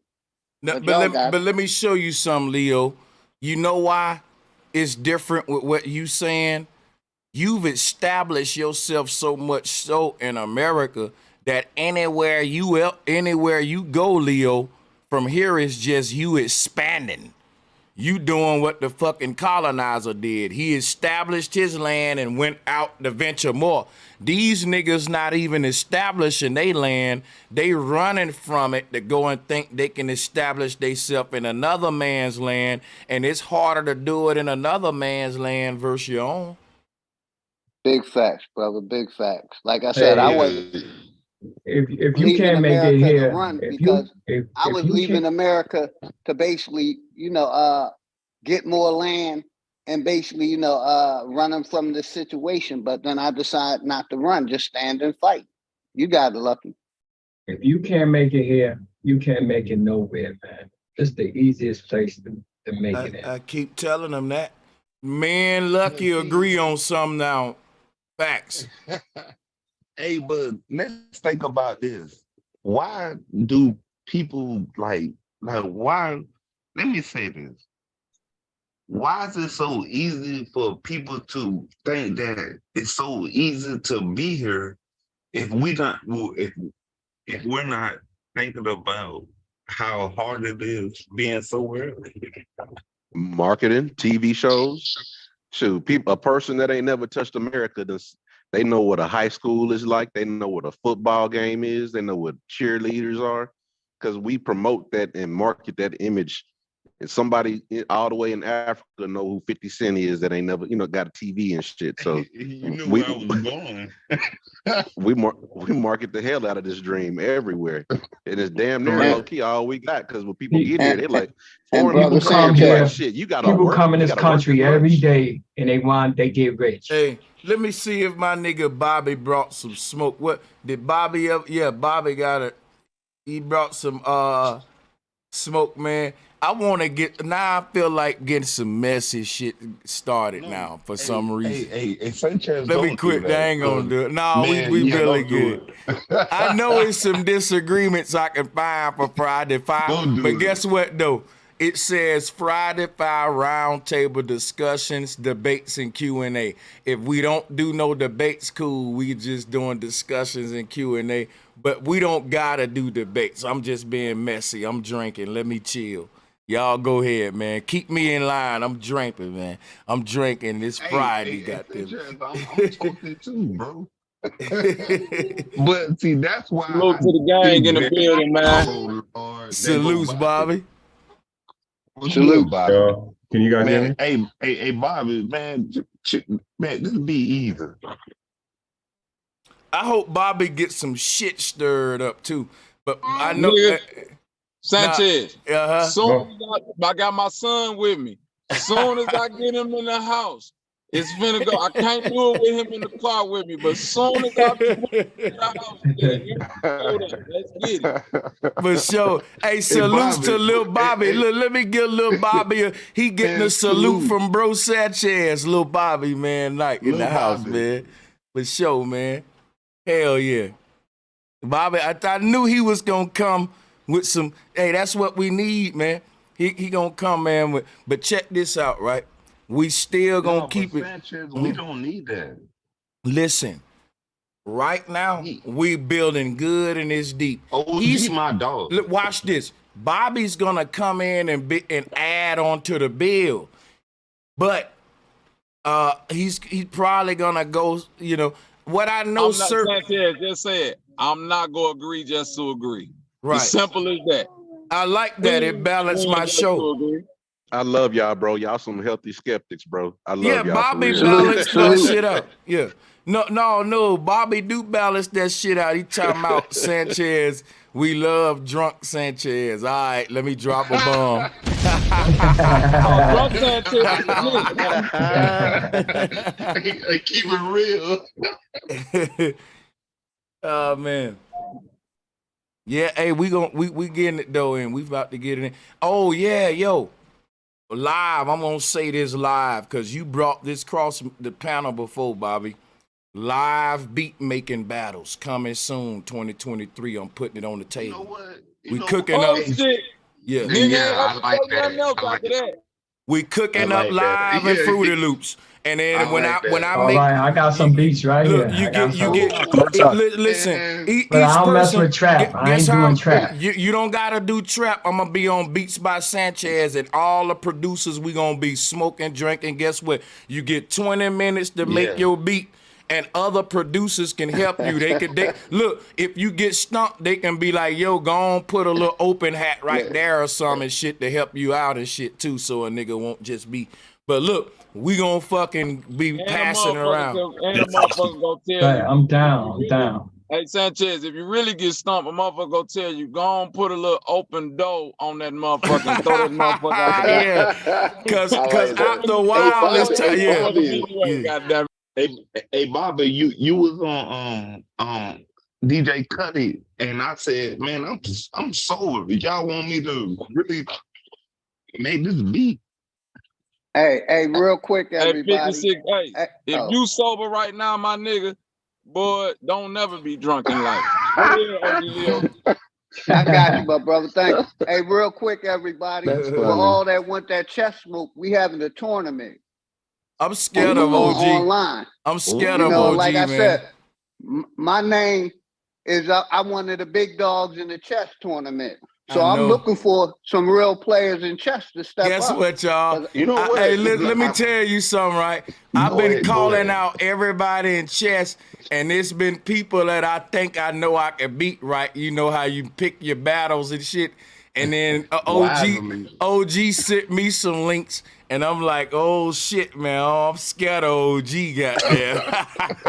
Nigga, OG, the test computer on hardest difficulty, man. I can't play no chess, but I can play some checkers though. Hey, for all y'all chess players is out there, we having the tournament. Step up. Much respect to everybody. Hey, you know, ever since we've been saying that OG, now you got. I don't want to mention that dude name, but I swear this dude having chess tournaments in his show now. But I'm gonna just fall back. But I'm on some messy shit. Let me stop. Hey, it's all good, bro, because we're gonna do it as a community and promote each other channels, and so we all can grow. You see what I'm saying? For sure. Hell yeah. And if you beat me, I'm gonna put. Hey, you know when I play you in chess, Leo, that when we do that, when it's gonna be to have some numbers, because they gonna say, damn, at least we get to see Bro Sanchez lose at something. Much respect, brother. We gonna get it in though. I'm looking forward to it. Is this the chess online, the game that's like online? Yeah, it's a couple apps that you can use. Chess.com is one of them. And I use Chess Time Live, but yes, you can screen them and share them both while you're online playing. Yes, ma'am. Hey, y'all. That site chess.com is crazy. The AI, they've got such a good computer player. Man, that AI 5, what's your bro. email? That AI 5, bro, ain't it? Because guess what? Not only do I be playing. I put my email in the chat. My bad, listen, bro. Go ahead. I've been playing that AI for years, man, because I've been PC gaming. I'm a fucking, like, my two shits is Scrabble and chess. But if you can beat the AI at Scrabble on the high levels, you can beat them at chess on the high levels and vice versa. I peeped that shit, nigga. I ain't gonna even cap. Like, the AI is smart than a motherfucker. It'll piss you off.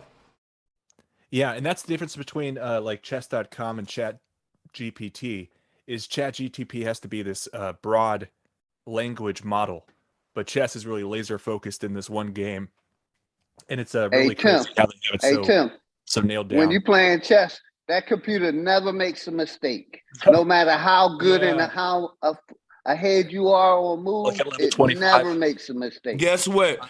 When I played the AI in chess, I listen. It'll hurt your damn confidence, nigga. Let me tell you something. That let me know if AI was a fighter, AI would beat the shit out of me. I wouldn't get no licks in. AI be like, be blocking all your shit. Blocking, bro. Play AI in chess and you would never want to physically fight AI out the game of chess with it. That's the thing is, I think when they have these problems that they can solve with math and just a ton of computational power, I'm thinking of like YouTube and Facebook, how they target certain content at certain people, and they use these algorithms to brainwash people. And it's just really amazing. I don't think people even consider what's going on. At least when you're playing chess against chess.com, you know you're playing an AI. But when people open up their YouTube, they don't really know. And with YouTube, they have like trillions of videos that they can show people. Like the power that they wield is immense if they can figure out which pieces of propaganda accomplish what they want pragmatically. And that can't be good for the psyche of humanity. That's part of the factors that play into the low self-esteem. We ain't meant to be competing with AI, y'all. It ain't natural. I mean, chess not checkers. And bro, real quick, about it, look, I was just gonna say that's what I do to. I'm gonna give it to you, brother, real quick. That's what I do to discourage people. I send them some of my work so they can see I'm a beast. And that way, you know, I got the upper hand. Go ahead, brother. You got it. Much respect.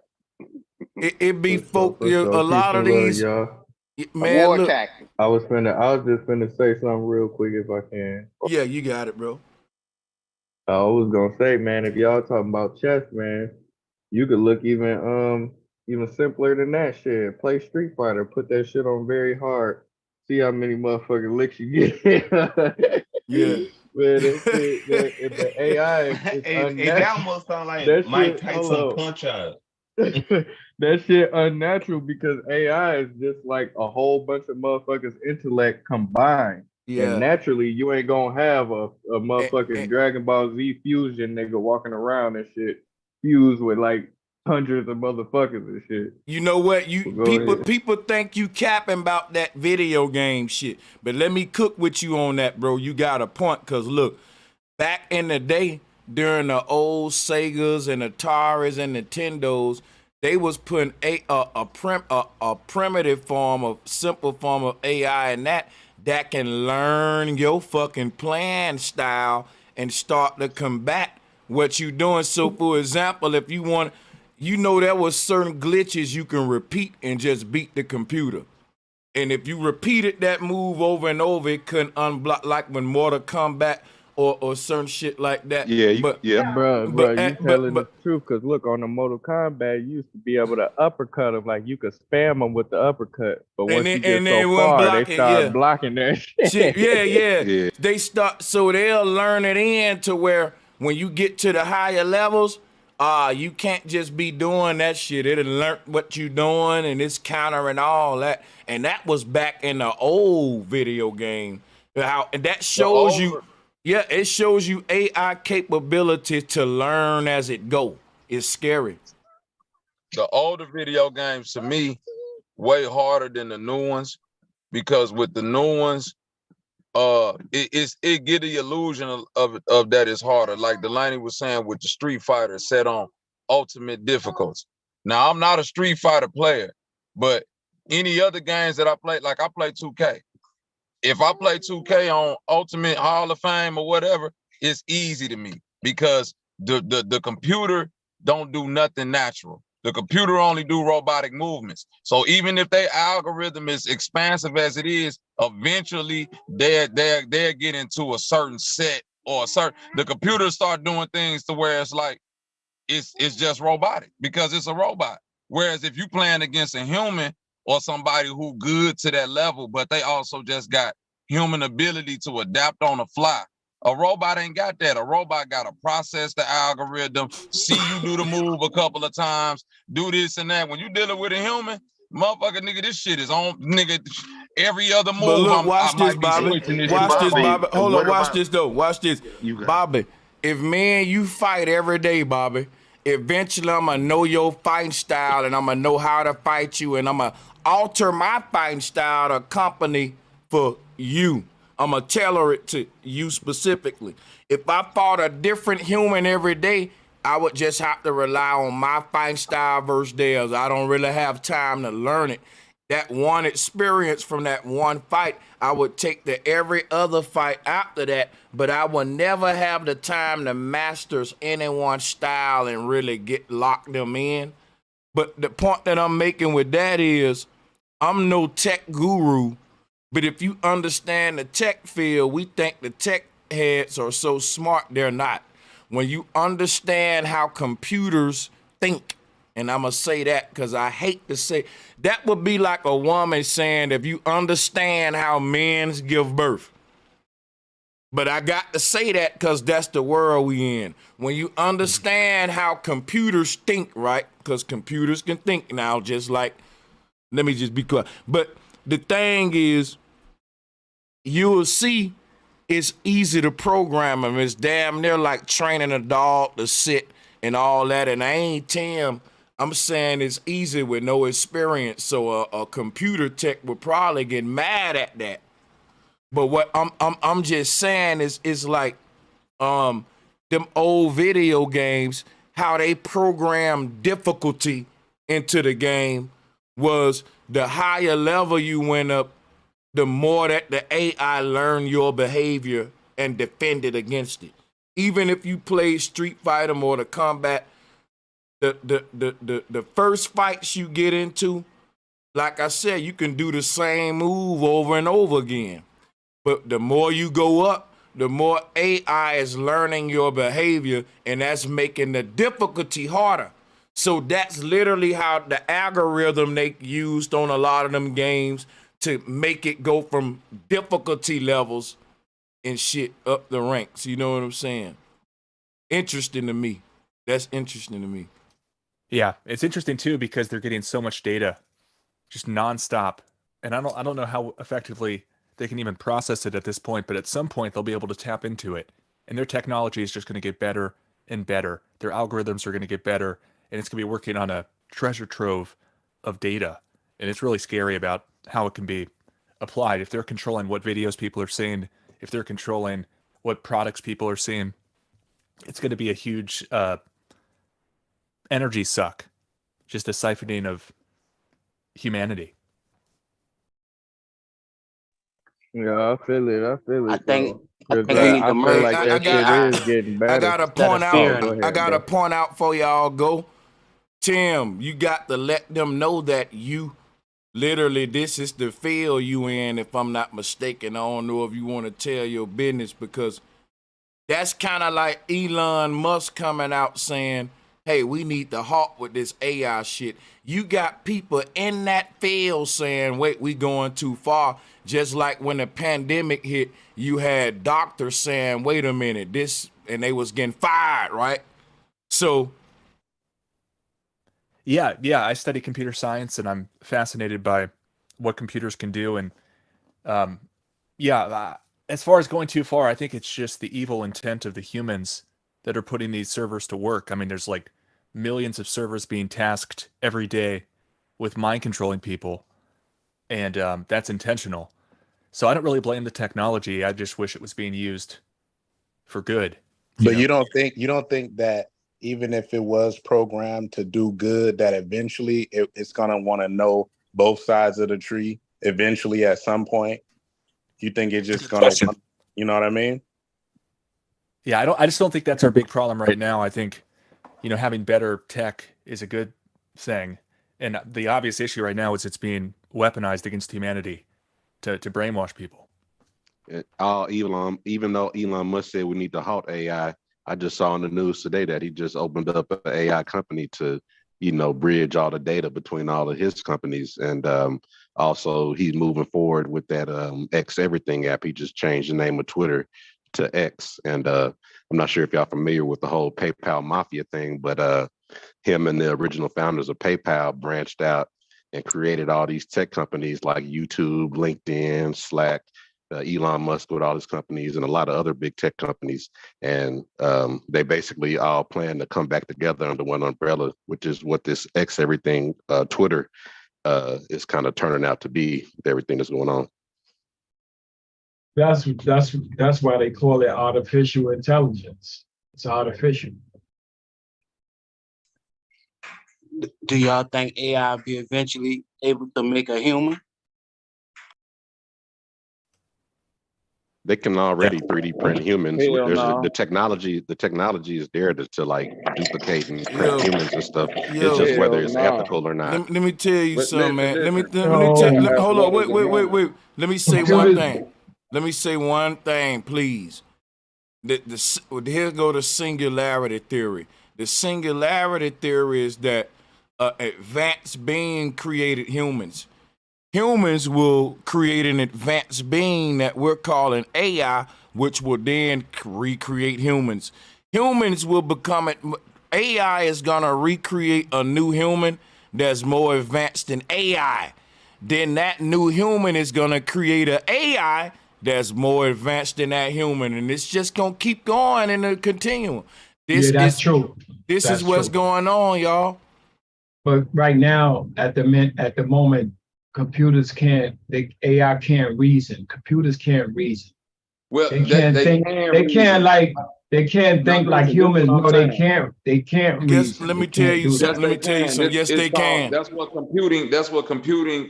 Yes. The literal kind of definition of computing kind of boils down to reasoning. Right. Yeah, You know reason what and I'm saying? logic Right. codes. Now, it Logic don't codes and seem like reasons logic is one and based on- zeros. Now listen, this is what we gotta separate though. Hold on, can I say this real quick? My It's bad. real My bad. quick. You got it. The only thing that I wanted to clarify is that the human is not the body. The human is the thing that go into the body. So when you say humans like we're going to advance the bodies that are already artificial, because you technically is like a spirit with the body. So the body don't even really belong to you. We kind of already know that this body is like advanced technology. So advancing on the body don't change the thing that's in the body. That's, even though that might be semantics, if don't nobody kind of get what I'm saying. So you don't really own bodies. Nobody own a body. So a body can be copyrighted and, you know what I'm saying, recreated another type of way. And you know what? Let me tell y'all some real shit though. Hey, watch this, Bob. I'm gonna take that shit what you saying and ride with you on it and go all the way with it with you, bro. Cause check it out. The reason we got a straw man, cause that show that we can't even own our body. I'm telling you this shit. This is why folks say I'm crazy, nigga. I believe that our body is already a corporate manufactured motherfucking synthetic being that your mind was uploaded in. Now they telling you we about to do this in the future. They saying, look, we've mastered AI. We've created, they saying, listen, watch this, right? They saying we've created AI bots that we're gonna be able to upload our mind into and live indefinitely in these AI holographic bots. That's what they're saying, what the tech gurus are up to. And guess what they said? They said if man achieved this, then the chances that it's already been done are very likely. In other words, if man can create his own simulation, they've always said that's proof that man may be in a simulation. Now, you got to be a real nerd to know what I'm saying, though. You got to really be following these communities to see why I'm saying what I'm saying. These are the rules that they say about this shit. And I'm telling you, it's right. That's true if you know what they saying. Because that's why we say ain't nothing new under the sun. If man create time travel and he say, well, I can travel to the future and the past, guess what he's telling you? People in the past created time travel, because you can't go to the past from the future if the people in the past didn't make a time machine in their time. Why you say that? Go into that. Think about it. If I'm gonna take a time machine from my time back to the 1500s, these time machines are like, it's a wormhole. Where I enter the time machine at on my end, it had to have an accident in the 1600s or whatever year that is I'm going to spit me out that year. And the only way it can have an accident in there is if people in that time created technology that opened up or cracked a hole in the ozone layer. That's what they ain't telling y'all. Every generation achieved the height of technology in their age. And these ages, they all recreated a different version of this same simulation in their time. That's why time travel is possible. That's why we get parallel universes. I can't go back in time if people in time then unlock the secrets of time travel. Think about it, right? I can't take a bus from one location to the next if that next location then create bus stops there. I can't take a plane from this city to that city if ain't no airport there.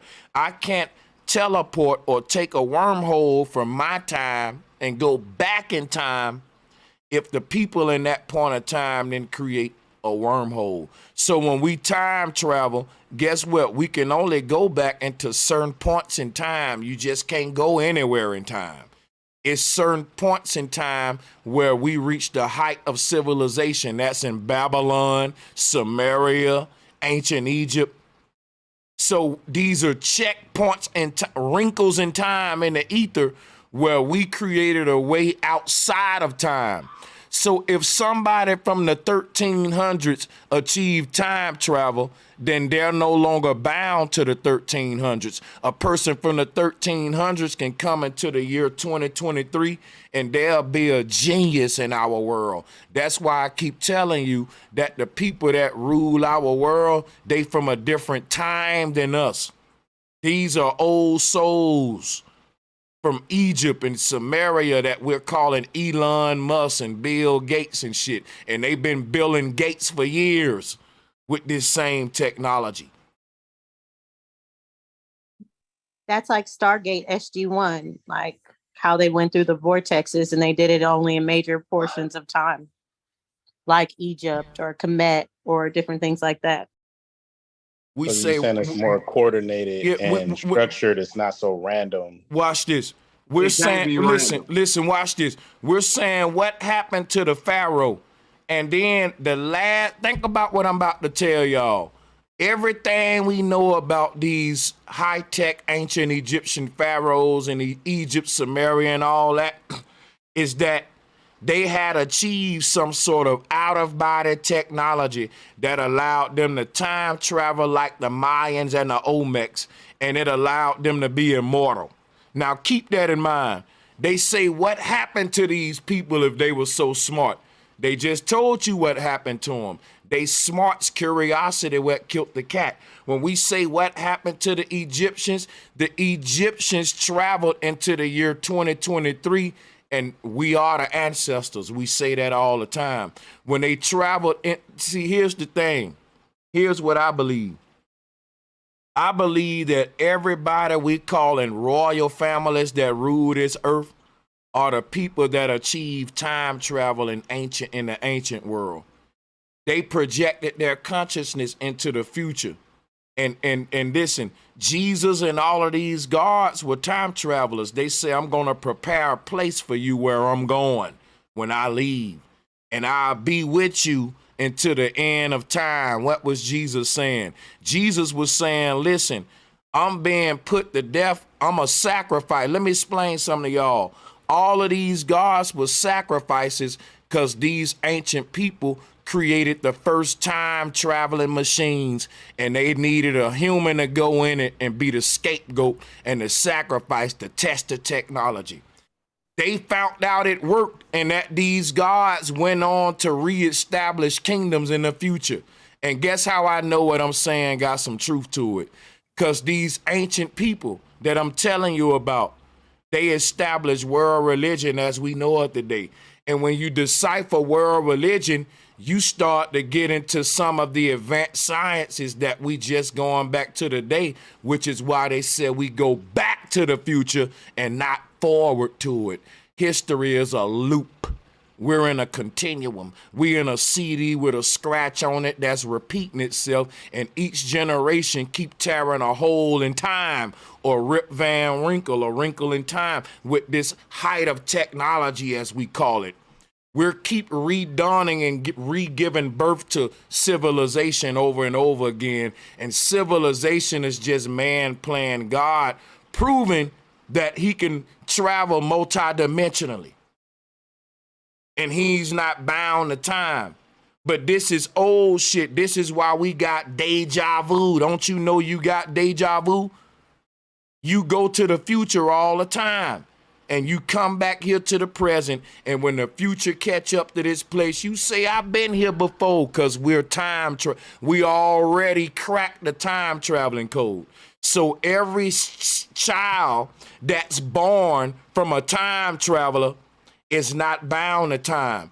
Your idea of being bound to time is that you're what I'm calling a baby time traveler. What that mean is our ancestors had ascended to a godlike state where they were time travelers.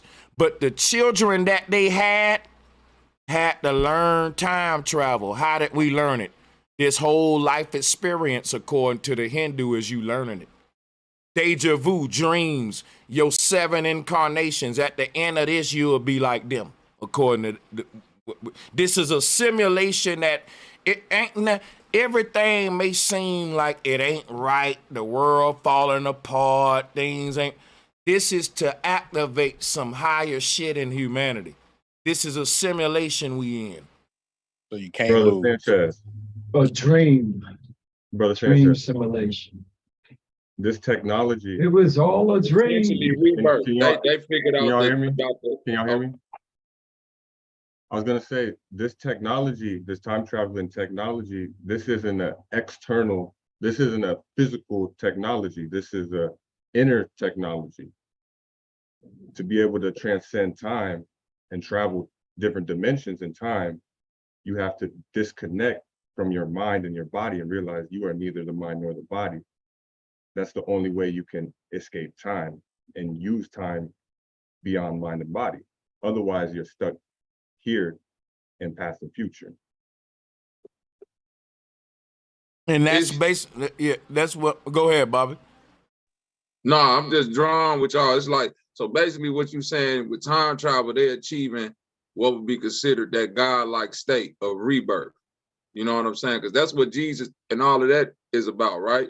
Rebirth. Listen. But rebirth and time travel, like what you said, like being able to transmute the spirit and put it wherever, you know what I'm saying, being born again. Yeah, but with consciousness.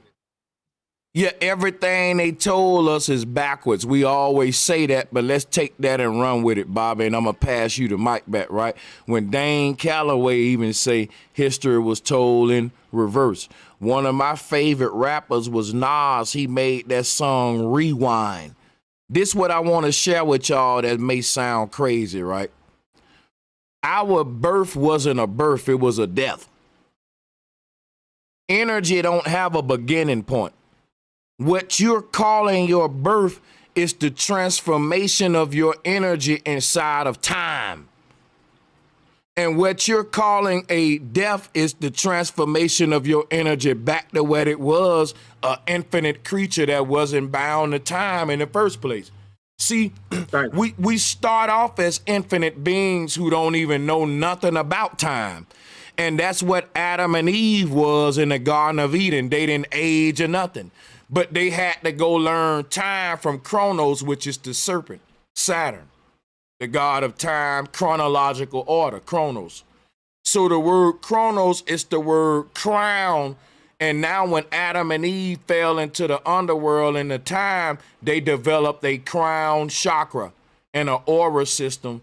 And they now each one of them got to be born out of time, out of this lower dimension. And that goes into what Chris was just saying, like basically the whole ancient spiritual system of meditation going out the body was you time traveling. Let me show you some real shit real quick, right? I astral projected, and I don't like to tell this story because a lot of people who didn't do it would like to think you bluffing and shit.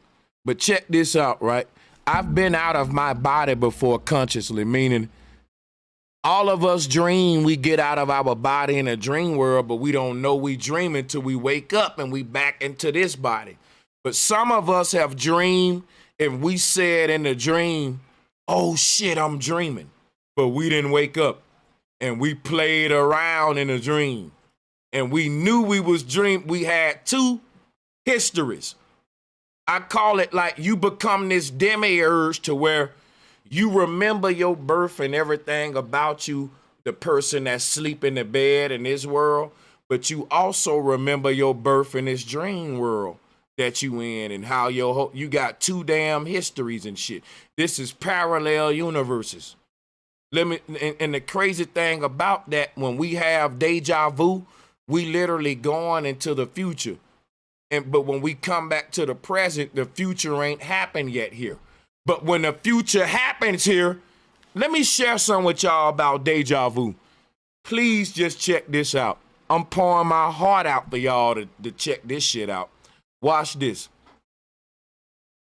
You should not be having deja vu if you ain't The reason we have deja vu is because the future and the past already happened. Everything that's gonna happen for the next million years with your existence already happened. You're at a certain point in time and you're waiting on that point in time to come to you. Sometime when we dream, we can dream that, hey, man, I can tell my brother right now, hey, bro, I was dreaming that we was back at 15 years old again at the Boys and Girls Club. We was playing football. You scored the touchdown, boom. Here, you can actually redream a real. You can go back in time to your 10-year-old birthday and you can relive that, right? Even though it's 2023 now, but guess what? And I'm about to yield the flow. Guess what else you can do? The brain can vividly conjure up the past and re-experience the past in these states of consciousness, of sleep. It can also do the same for the future. What they didn't tell you is when the brain projects itself into the past, they call it remembering. But when the mind projects itself into the future, they call it deja vu. They didn't tell you that. How is it that we can remember the future? Because the future already happened. Let me tell you something. All of the answers. Listen, so let me tell you something. The universe that we're in now, it's a universe that exists not in the present reality. In other words, we live in a yesterday universe. That's what I keep telling folks. When your mind go to the future, you're already in like a year ahead of now. Sometime when people have deja vu, they've been to saw that shit 5 years before it happened. And then they'll come back to the present time and 5 years have passed in this world. And they'll say, oh shit, bro, I saw this before. And if you ask them when did you having deja vu now, when did you see this before? That shit can be 5 years ago. That lets you know, guess what, y'all? Wait a minute. They made a movie called Left Behind. That was a Christian movie.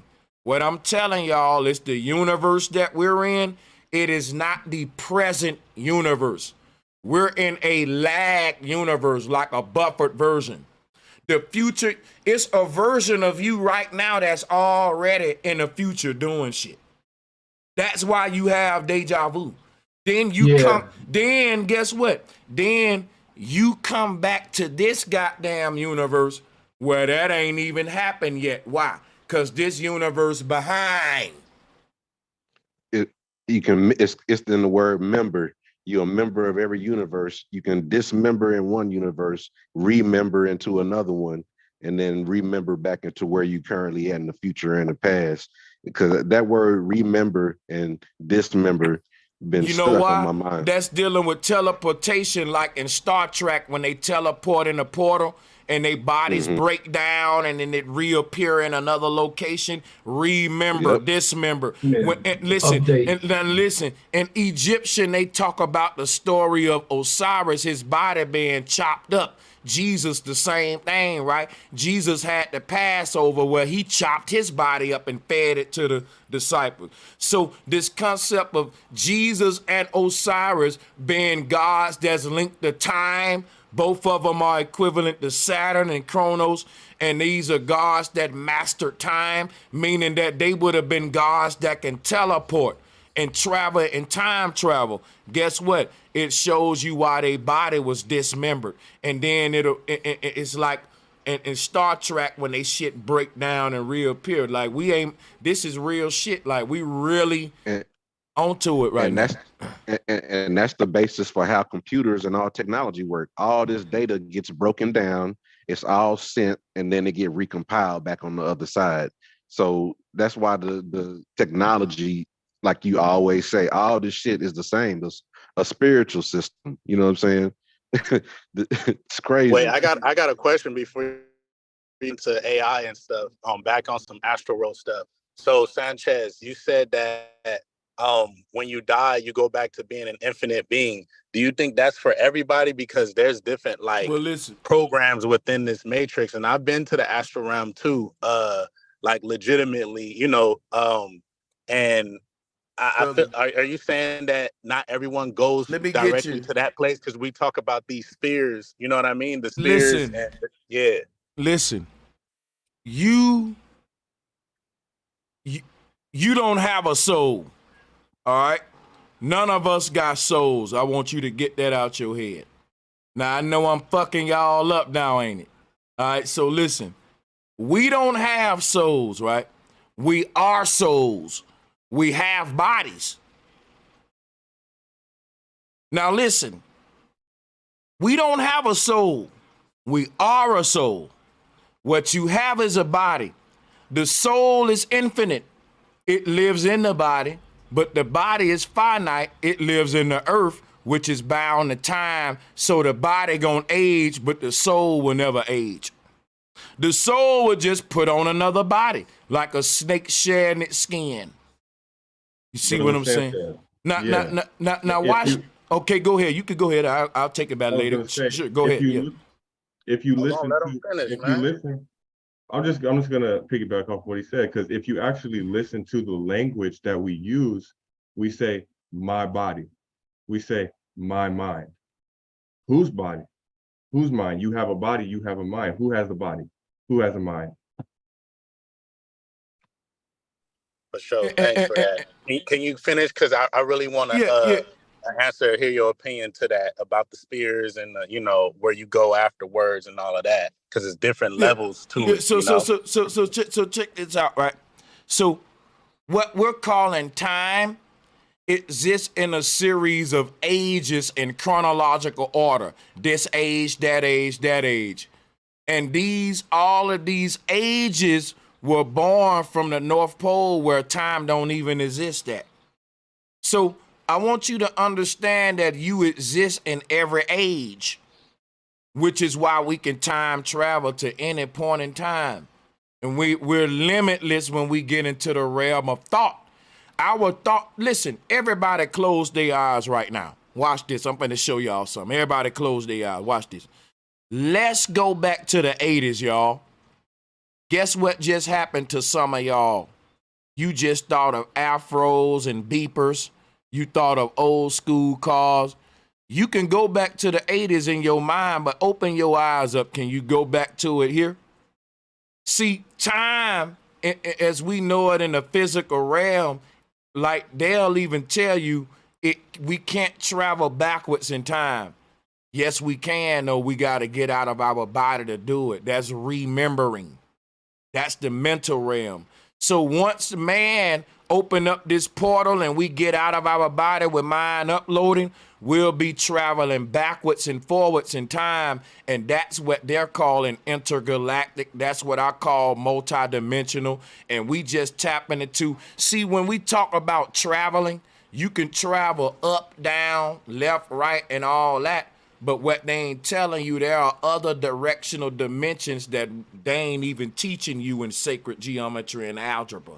These are bands that been out of our dimension into other dimensions. When you start studying the sacred geometry of a wormhole, then you're going to get on Brother Sanchez level, because that wormhole is the Holy Grail, or the two cupids with the two trumpets pointing different ways. One is leading it from the future, one into the past. You got to put a wrinkle in the ether in order to time travel, and that's what CERN is.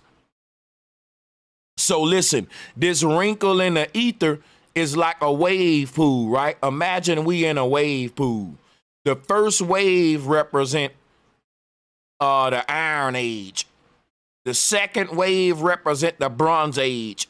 You know, whatever order they got these ages in, every time we recreated this universe, we recreated with primitive, or what we call simple technology, or non-simple or advanced technology.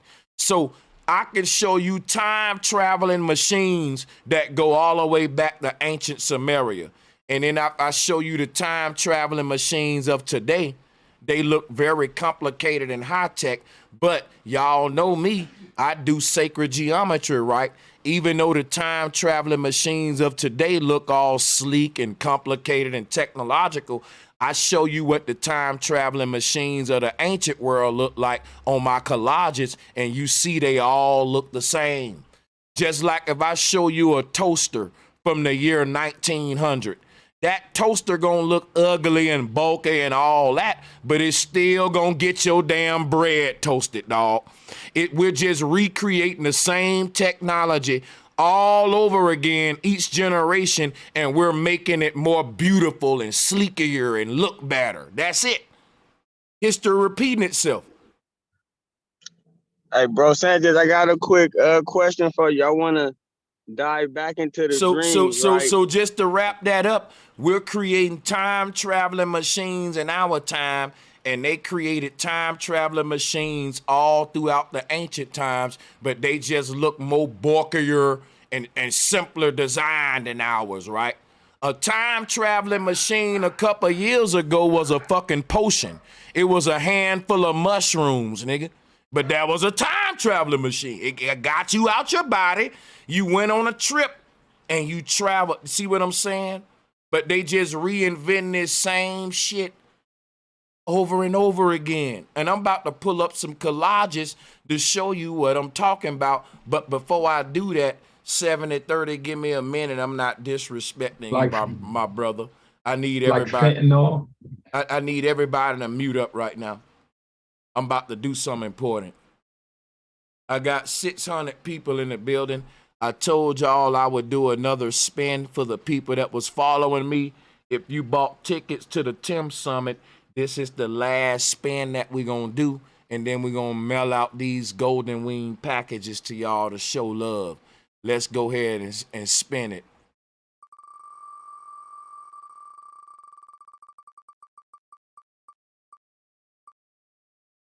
We got RC Jack 69. So look, I got my winners now, man. That's 3 people. I'm going to send y'all out some merchandise. I'm going to put you on my list right now. But let me say this real quick. So now that I got that out the way, now I kept my word. Hold on, my computer freezing. Y'all bear with me.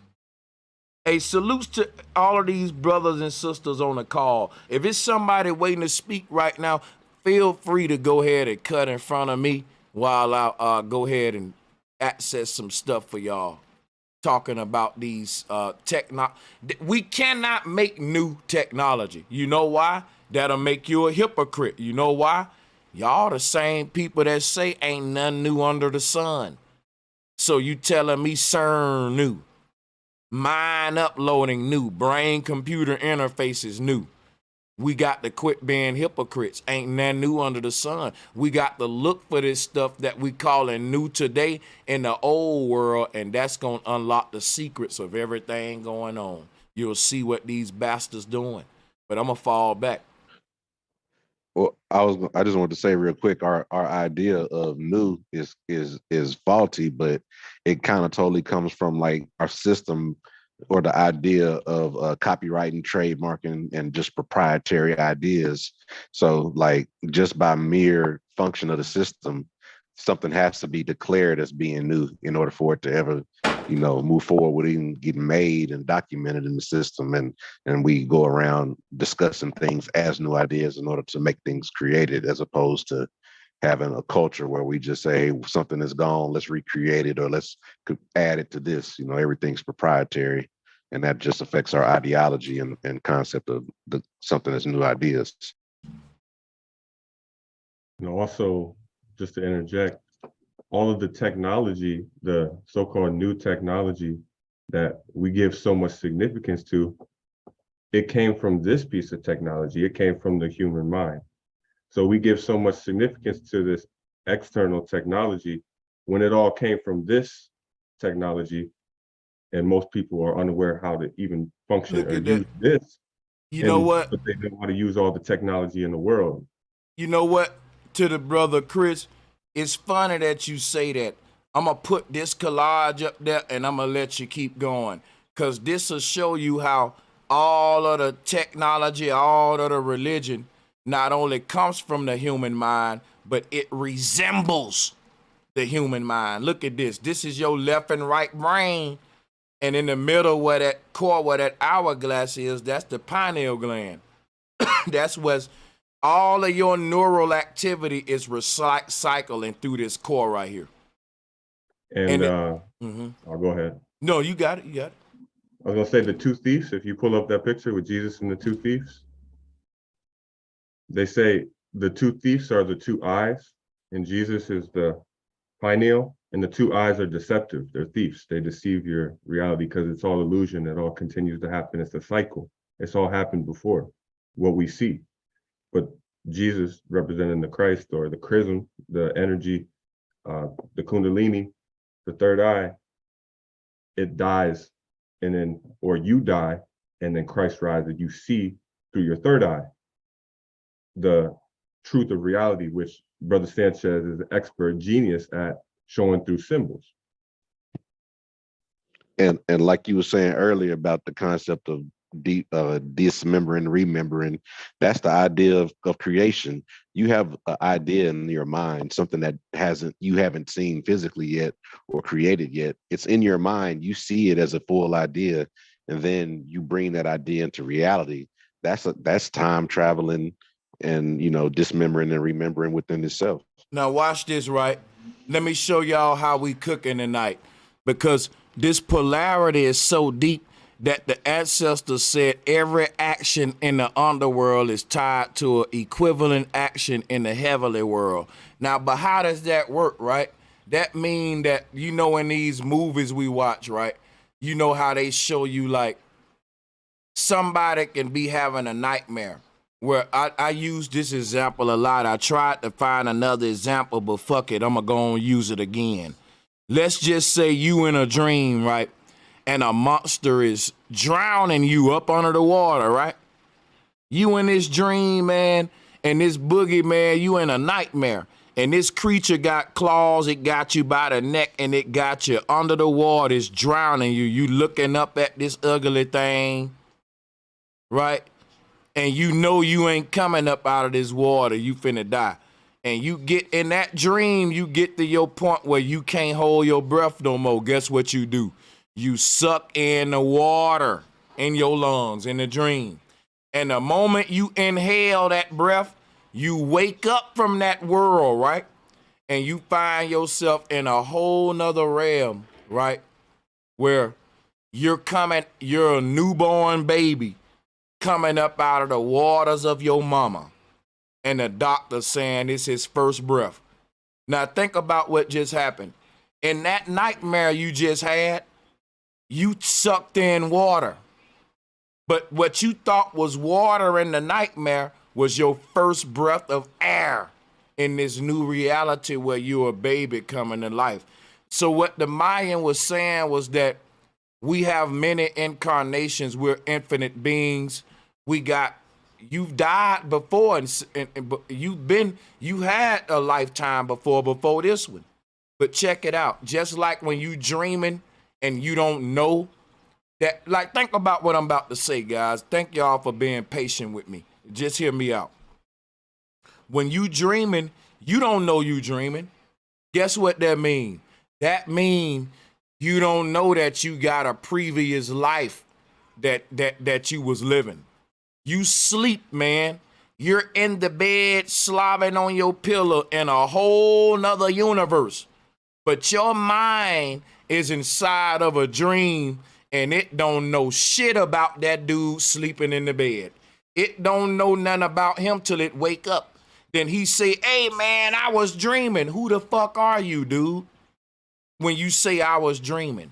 Because think about what I'm telling you right now, guys. Just let me cook a minute. Your mind in a dream when it ain't lucid, can't nobody walk up to you in that dream and say, hey, man, you dreaming. You in another universe sleep in the bed. Guess what you would say? Dawg, you crazy as hell. Get out of my face. You a crazy dude. Now, if you really wake up and say, oh, dude, I was dreaming of a crazy dude who told me I was dreaming, but I didn't believe him in the dream. Why? That's why it's called a dream. It's a veil of consciousness, of ignorance. They wipe your memory out. You forget who you are in these other realities. You got more than one existence, dude. You just forgot when you entered this world. Just like now, when you die, you're gonna wake up from this world just like you do from a dream, and then you're gonna remember who you were in the dream, and you're gonna remember who you were in the bed. But you had the dream first. Think about this, right? When you go to sleep and you go into a dream version of yourself, in that dream, you forget who you is in this world. This life and everything you work for in this universe, it don't even fucking matter. If somebody go up to you in a dream and tell you about who you are as the dude who sleep in the bed, like I said, you will call them crazy. But when you wake up, you will say, yo, I was a whole nother version of me in the dream, but I do remember who I am in the bed now.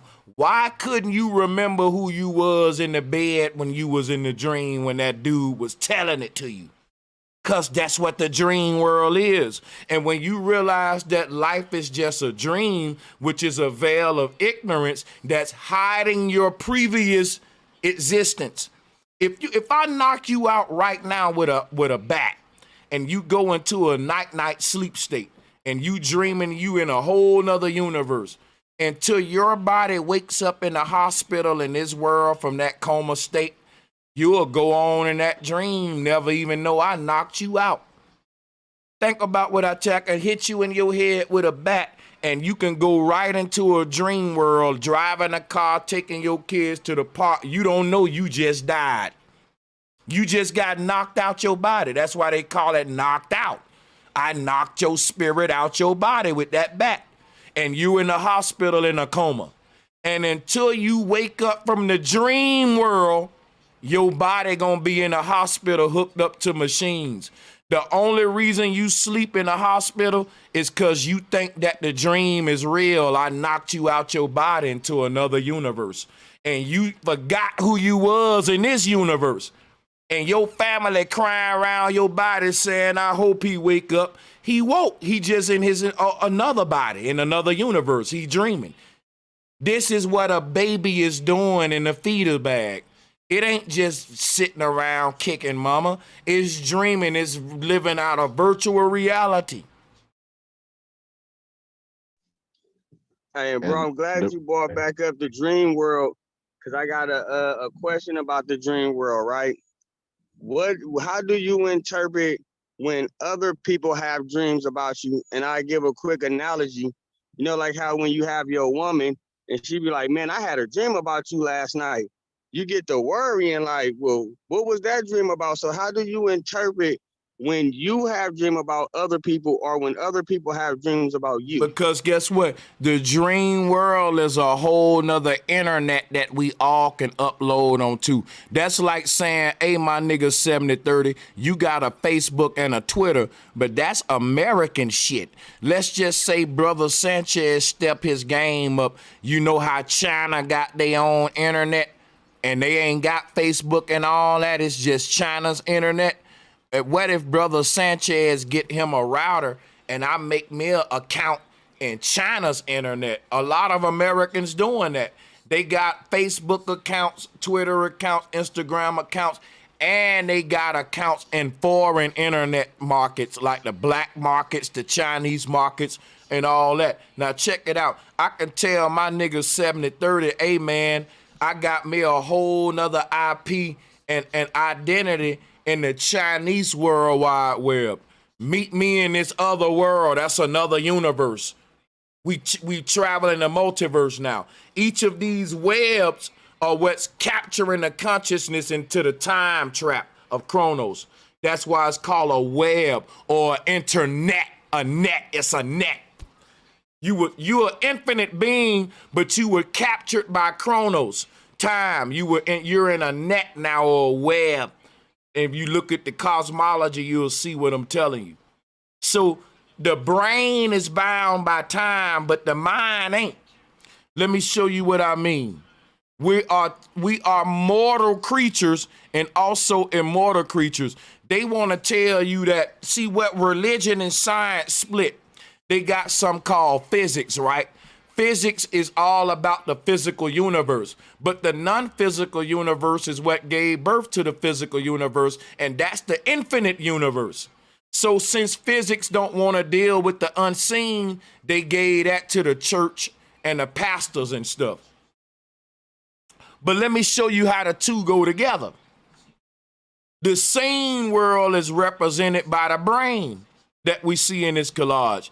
The unseen world is the mind. I can cut your head open and I can see your brain, but I can't see your mind. All right? Your mind exists on a different dimension than your brain, just like your spirit exists on a different dimension than your body. And whatever this dimension is that the mind / spirit / consciousness exists on, this realm is infinite. The part that's finite is when that comes into a body and a brain. So when we see the mind here inside of the brain, that's what they call Jonah inside of the whale. The brain is the world. It's a simulation. And when we die, the brain die. The brain, the last thing to stop functioning is the brain activity. That's when your soul is fully released from the body. For you to be a guru meditating and going into these other states, you got to also understand how to shut the brain down, because that's the only way you can activate the mind. As long as the mind is running its intelligence through the brain, it will use that intelligence and power to influence the body and not itself. And that's why they call it when they say Jesus in between the two thieves, they're talking about the mind in between the left and right brain, because the mind's energy is being pulled through the neural highways of the left and right brain so that the mind can experience a reality in the underworld through the body. But when the mind leaves the body, it takes the energy out of the brain, extract it, they call it going into REM sleep. All of that energy is withdrawn from the body and the brain, and they can see activity taking place in the head, but it's not nothing going on in the brain. So what are they detecting? Crown chakra activity. Because your crown chakra is wired to the physical brain, they're detecting your motion on another celestial plane. So that's now why they can build technology to tell you what you're doing in a dream. Because they know when your mind leaves this brain, it goes to a whole nother brain, which is another version of you in a dream world. Now, And it, yeah, Sanchez, does it go somewhere or does it create its own world in the brain? Does it actually go like time and space? I'm glad you say that it does them both. Because the way that our mind travels is to do like Samson and destroy this world. But it's like if I erase something from a chalkboard, but behind what I erased is a whole nother writing though. It's like, think if I give you a chalkboard and I say, hey man, erase that chalkboard. That's your brain erasing this world and sleep, forgetting about it. But when it does that, behind that writings is a whole nother universe where you dreaming in. And it is never you will never get an empty chalkboard. Every time you erase it, it'll be another. This is you ripping through the veils, and it's always a continuum of a reality behind each one. And layers of sleep, as we call it. So, hey Sanchez, have y'all heard of the man? I can't think of his name. I think it was like Mitch, the college student who lived like 10 years after being knocked out for like 15, 20 minutes. Mm-hmm. I've heard. Well, I never heard of him, but I've heard of. Nope, but I've heard of stories of like people getting struck by lightning, waking up years later with different personalities. No, he didn't wake up years. Okay, go ahead. Let me explain it a little better. He got attacked at college in Louisiana by a football player, and he got knocked out twice. He got hit and knocked out, then he fell and hit his head and got knocked out. Within this unconsciousness, he claimed that he lived 10 years, had a wife and kids. You know what I'm saying? He had a wife, had a daughter, then had another son. And one day within like living inside this 10-year unconsciousness, he died. He noticed this lamp and began to wake up from the unconsciousness. And it was like 10 minutes later, he was being rushed to the hospital. You know what, bro? That's how we was born into this earth. You see, and that's what. Listen, that's why I'm listening to y'all, and I'm remembering that story. Y'all got it. I'm glad you brought that up, Bobby, because you supporting what I was just saying. I appreciate you for doing that, because that shows what I'm saying. Like, you can be unconscious for 3 months, but in that 3 months, you can be in a whole nother universe where 3 years have taken place. And people wake you up and you say, guess what you say? How long have I been out? Been out of what? Been out of this particular universe, because we're time travelers. Now, this how bad it messed this dude up. He was in college, but when he went unconscious, he was like a middle-aged man who was married and then went on to have 2 children. Waking up from his unconsciousness, the first thing on his mind, he was asking the police officer where his wife and kids. Because guess what, bro? Think about this, Bobby. If you go to sleep tonight and you drunk as hell, Bobby, and you hungry as fuck, but you know when we get so drunk that we can't even make shit to eat, we just gotta go to sleep hungry as fuck, but you will wake up and eat up every fucking thing. Now check this out, right? In your sleep when you drunk, right, you in a whole nother universe. And in that universe, when you dreaming with your drunk, hungry ass, you're eating in that universe. Hella shit. But guess what? You're feeding that body. That body that's in this world still hungry. So guess what happened when you wake up here? You go to the kitchen and you tell us about that dream, but you eat up every fucking thing. Now you can say, look, I was dreaming that I was at a banquet eating up everything with my drunk ass. And you'll still wake up here hungry as hell because you was feeding that dream body. We got more than one body. We got more than one brain. The Hindus say you got 7 bodies and 7 dimensions. Your mind go to them all. Think about that shit, what we on to now. See what I'm saying? I got a question for you, Brother Sanchez, about dreams. So, or kind of along the lines of that. So basically, hold up before you do that, right? Basically, what our ancestors, my bad, I gotta do this. Basically, what the ancestors was saying, that death is you leaving this particular universe, which is an age, a wrinkle in time, a time zone, and you waking up in one more advanced universe where we started time traveling, going into different future universes. We had to be born again into those universes. But I'm finna let this brother cook. I'm gonna revisit this and go deeper. I just don't want to hold him up too long. Go ahead. I don't want him to lose his thought. It's all good. So what do you think a ghost is? Would a ghost be like a soul that is sleepwalking, that doesn't have a body? It's kind of like sleepwalking? Or If you look at the ghost, ain't nothing but the sperm. Let me show you something real quick. When you think of that white ghost with the little tail, that's what they call it. That's the sperm. I know the symbology behind it, but like a legit ghost, like people have these encounters where you'll see physical things move, or like a bookshelf or books will go flying. Yeah, brother. That's we don't do the Wes Craven shit here. See, to me, that's going in the pseudo. I've spoken with the dead before, and guess what? My grandma visited me on a dream state, like Freddy Krueger. She waited till I went to sleep, and she visited me out of my body.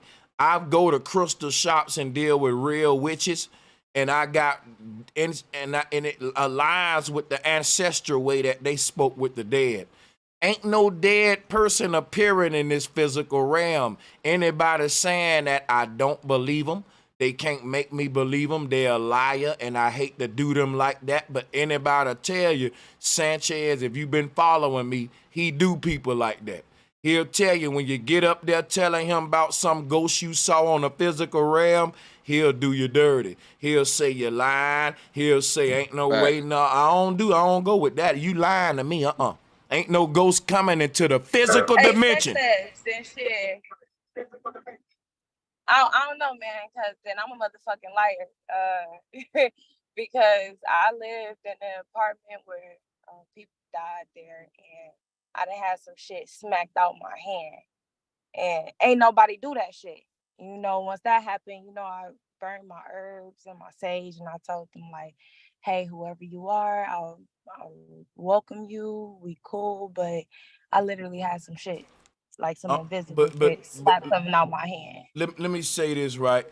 There's a spiritual realm and there's a physical realm. Listen, right? Let me explain something to y'all. Our mind is the word mind and spirit are synonyms. Your mind is your spirit. Your mind is representative of this little bright light inside the brain right here. That's the North Pole. That's where the true self at. Your mind ain't in this earth. Your body is. And your body is housing your mind. So Sanchez, why my mind ain't in an earth then? Because your mind projecting itself from on high into the body. Watch this though. Let me show you something. Here's why a spirit can't physically appear to us in this dimensional spectrum. It's because the spirit exists on a realm of this white little light right here. That's your mind. I can't see your mind. Now I can see your brain. I can see this big organ around it. Check it out. This little white ball right here, that's where all your emotions coming from. Is linked to the one in your chest called the heart chakra. And the electromagnetic energy field of the mind and heart is what's controlling the body. That's what's making you cry, get happy. That's all of your control faculties in the chakra system. Let me break this down to you real quick. Watch this. I can see love and hate through the body's actions.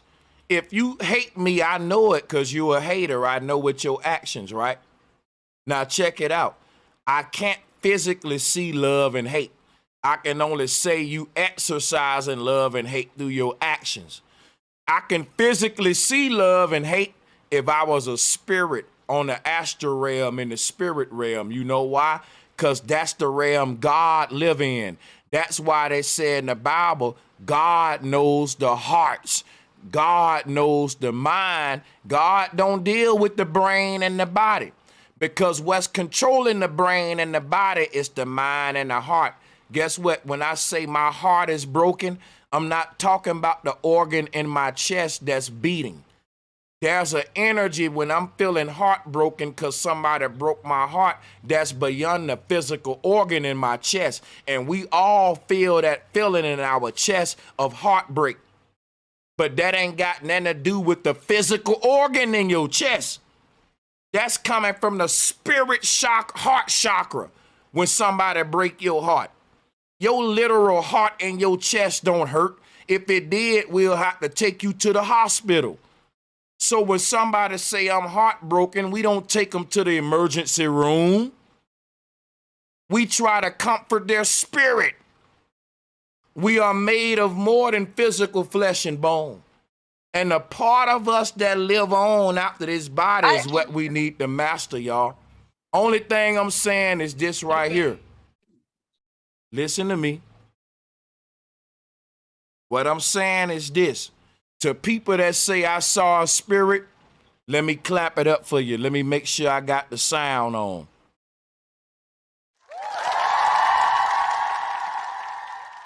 Guess what? You go in the same list of the Christians that said they saw Christ.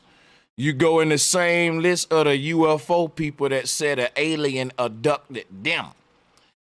Spirits from the dead came back to visit you on a physical dimension, but yet everybody else got to go and visit the spirits where they at. In other words, God don't come to us, we go to God. And it ain't gonna be no other way around, because the dimension that God exists on, he cannot come down into this realm. Let me show you what I mean. I don't want nobody unmuting right now. I'm cooking, goddammit. I'm tired of this spirit saying shit. God is this beach ball. Guess what? God can't go down to the bottom of that pool. Why? Air in him. God's light. God is the most high. See, all of us humans, we are like pennies at the bottom of this swimming pool. God is that beach ball. Let me show y'all something real quick. Hold on. Where the spirits at there in the realm of God, they cannot come down to the earth realm. They can only visit you in the mind and the out-of-body experience.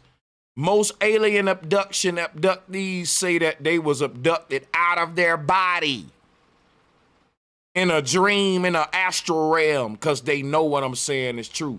Here go the UFO ship right here, hovering, spinning around with the light beaming them down, and humans are being sucked up to God. God don't come down to the earth dealing with the earthlings. God sucks up the earthlings to its realm. And I'm telling you, I know this is right. And this whole universe right here is your brain with your pineal gland in the middle. Your physical body is this whole underworld dimension that's got your mind trapped in this physical body, in this world where the physical body live at. But when the gods, when the ancestors come to talk to you, guess what happened? You're going to be asleep one night and you're going to have a loved one snatch you up. They call it the rapture. They gave it to Christ. They said he going to snatch you out your body. You're going to meet him in the clouds. That's what my grandma did to me.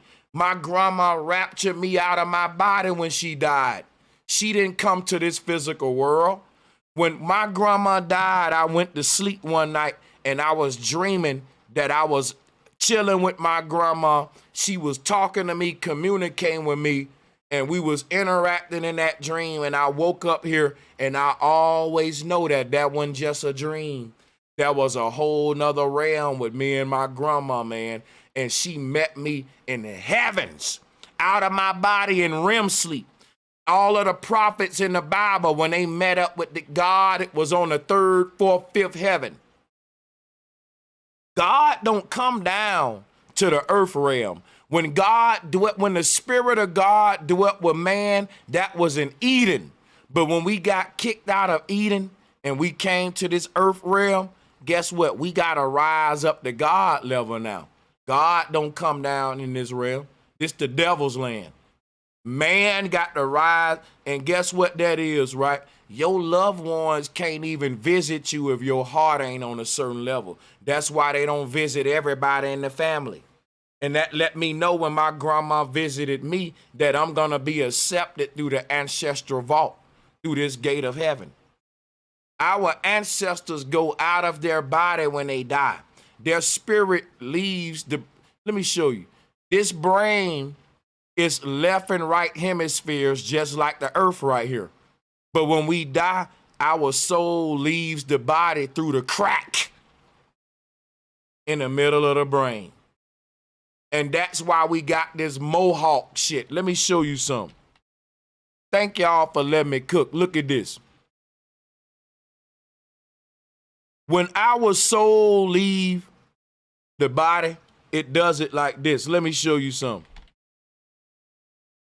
This is why we wear the mohawk.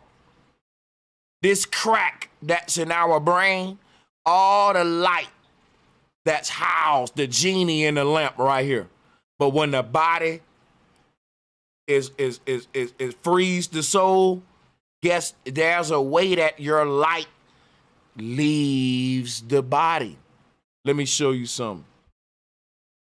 I swear I'm gonna wrap it up in a minute.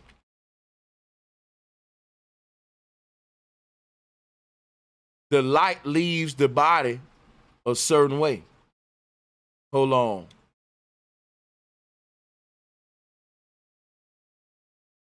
Look. The spirit is the spiral. This is the yin yang. Do you see the 6 and 9? When you spin that ball is saturated with water. Look at the way that the water leaves the ball when you spin it. In a 2-dimensional circle spiral, we call it the Milky Way galaxy. And in the middle of the Milky Way galaxy is the source that's giving birth to it. Don't this look like the Milky Way? Now watch this. When the light of your soul leaves your brain, it's gonna burst through the crack like this. That's the whole, what I'm showing you with this tennis ball. So, I mean, that's why the word Christ is the word crease. Christ said, I am the light. But the light will be released from this spinning ball called earth. Think about it. Our earth is a spinning ball, but we don't live on the surface of it. We live inside of it. So when the water gets saturated and the ball absorbs the water to the core, like how our spirit was absorbed into the universe, when this spinning ball, because this thing is spinning. Let me show you what's going on right quick. This is what it's doing. So anything is gonna get flung off. The energy is spiraling. Let me see if I can find another one to show you. Anything on the surface of this thing will get flung off just the way I showed you. And this is the human frequency. Let me show you this. Here go the human frequency, right? Now compare that right there to this. The human heart is the tennis ball. And the frequency that's surrounding it, that's Saturn, the saturation. It's in layers. You see it? The rings around the ball. The spirit is the spiral. As long as that ball is turning, it will release water in a beautiful pattern that we call spirit. Your light that we call the pineal gland, it ain't just motionless. It's turning. It's reciprocating in the brain. And that motion will always create what we call spirit or spiral. No two people will make the same pattern. If I take 100 tennis balls and I soak them all with water and I spin them all around like this, they all will make the same pattern, but they all will make it different though. That's called cymatics. Let's pull it up. This is what each human is. We're basically just like that spinning tennis ball. All of us making our own 2-dimensional Stargate portal that's allowing the energy, which is, think about it. The tennis ball represent your human body and the water represent your soul inside of the body. Over time, your soul is being released from the body. We call it aging, growing old, and dying.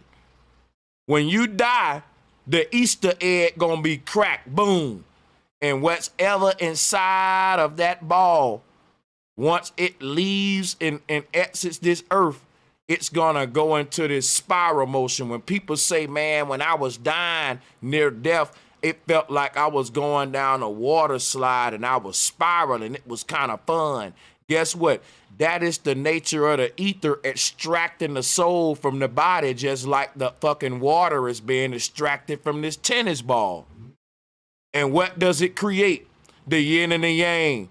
You know, we all grew up playing Sonic the Hedgehog. When Sonic ball up and turn into, and he do this same thing.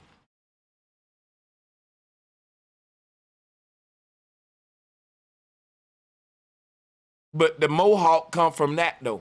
The crease, which is Christ, Christos, crease. The light, it burst out of the left and right hemispheres of the brain. That's how we get the mohawk, y'all.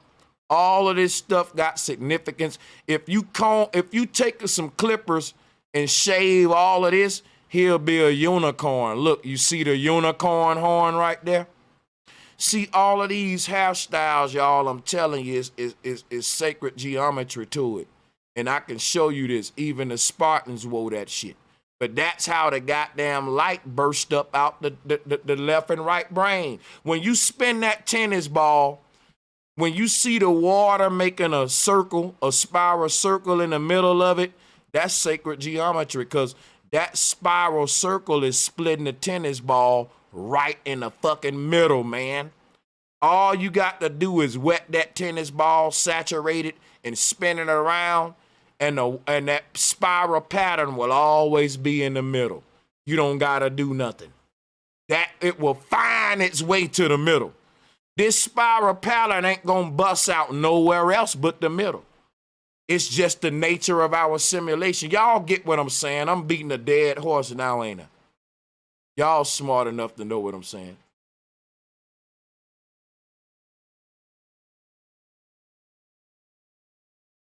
I'm gonna fall back.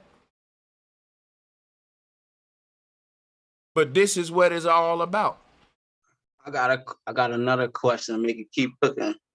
If our simulation is electronic, and if you believe in a free energy device that exists, wouldn't a free energy device have to be powering our simulation?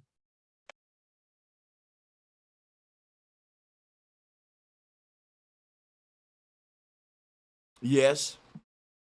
I'm not gonna even make that shit complicated. I'm gonna just answer you simple. Yes. Whatever we call it, a North Pole is an ancient free energy perpetual. It'll never run out of energy. All right. Whatever making the sun and moon circuit around it, it's eternal. It can never stop. It's a machine that'll never run out of batteries. The only thing you got to do is unplug your batteries from the machine to get out of it. But any soul stuck in this thing gonna be bound to it indefinitely till they wake up.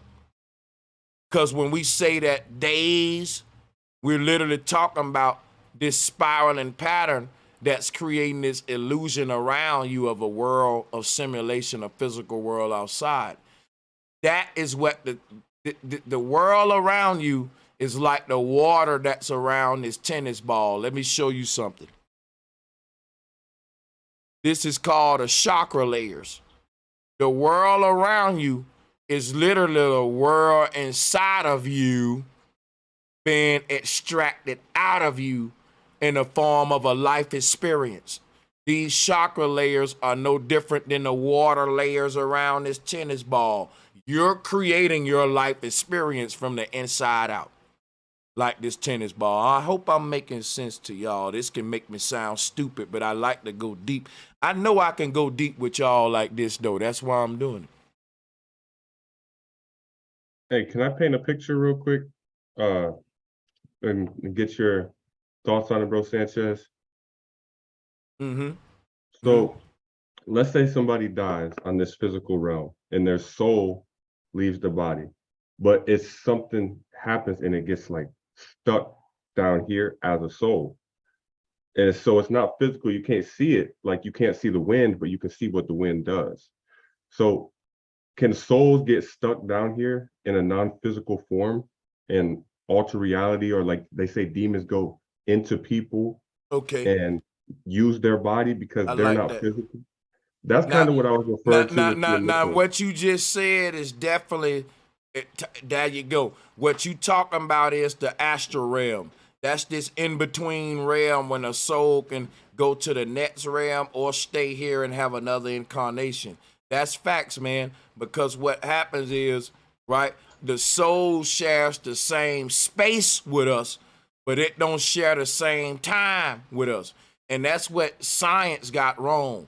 They think that time and space are synonymous and they are, you know, wherever. If I tell you, Chris, meet me in Los Angeles, you'll be like, yeah, what time? And they take that same logic to the spiritual realm, but it ain't like that on the spiritual realm.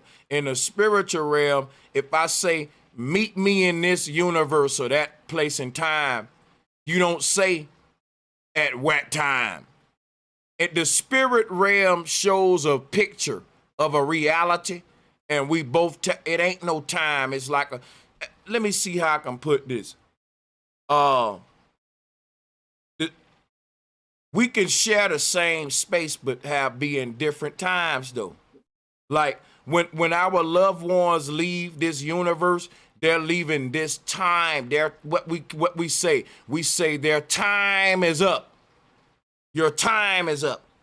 That don't mean your soul stop. That mean your time within this realm, you going into another time zone. And once we learn how to connect these things and become time travelers, we will communicate with the dead, which is where science is going. They telling you that at the same time we cracking the code for time travel, it's gonna open up the possibility to talk to your dead loved ones. Why do those go together? Because our loved ones just going to a different time. We're time travelers. What we call in death is you being a time traveler just going to a different age or another time zone cosmically. Now, I read this book from this mystic, and he said like a lot of people in the Western world, they want to be with their dead ancestors, like their grandmother, whatever. They want them to be around. They want their energy to be around. But the mystic said that we have to let them go and let them go on their own journeys. There you go. They're always trying to be selfish and bringing them back to us because we want them to be here. Hey, Chris, let me tell you something, brother. You are fucking cooking, and that's right. Let me tell you something. That's what got us in trouble. Let me show you something. You ever saw that scary movie Poltergeist? These were people's dead loved one spirits, but it wasn't really your dead loved one. It was an alternate version of them.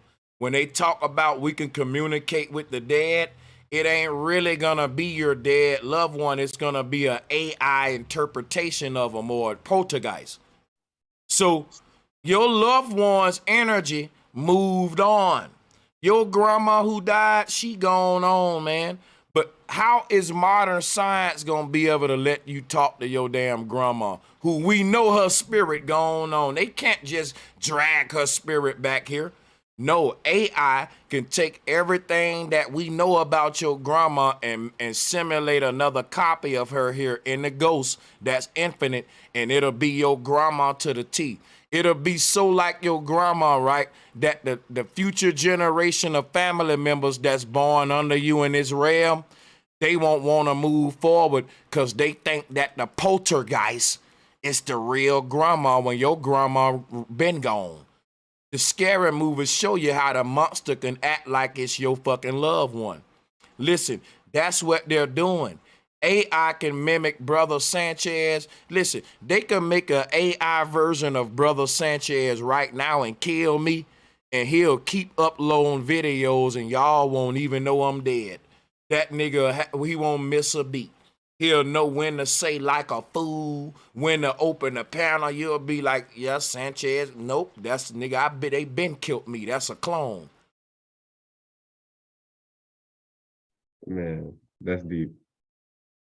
So also, like when you have dreams, sometimes you'll say, like, say you have a girlfriend or a boyfriend or whatever, you'll say, like, I dreamed about, like, you were in my dream. But what if it wasn't actually them in the dream, but it was like a spirit that was shapeshifting to act like them to take your energy? And that's what I'm telling you about, brother. That's a poltergeist.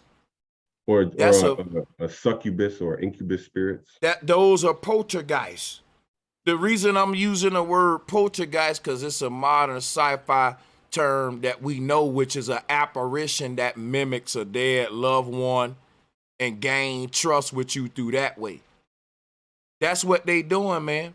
Their form of communicating with the dead, it's gonna connect you to an artificial version of your dead loved one. It's a poltergeist. It ain't really your dead loved one. But just like the scary movie, right? When you find out that it ain't really your dead loved one, it's too late, and that's when it's gonna show you its ugly ass monster face. That's what they doing though. That's what the fuck they doing. Man, I'm not, I know my shit, baby. Like, this nigga here on some. You know how to make a free energy device? I am a free energy device. Ooh. Don't I go live and give everybody that listen to my streams a jolt of energy and free energy that they just get for free? They can donate or not. But if they tune in, they gonna get a jolt of enlightenment, some hair standing up. You know when I'm giving you energy, right? Because anything that you put energy or electricity into, the hairs stand up. When you being shocked by electricity, the hairs stand up. If Brother Sanchez say some shit that give you an aha moment that make the hair on your skin stand up, it's because I'm putting some form of electricity in your body from my location. I know what I'm doing to you. I know exactly what I'm doing to you. I'm charging you. San Diego Chargers, baby. I'm charging you with my energy. That's why when you come into my frequency, folks will be, damn, Sanchez. When you do that, nigga, look at your hairs. They standing up. I'm putting my electricity into you. I'm shocking you. Your hair standing up.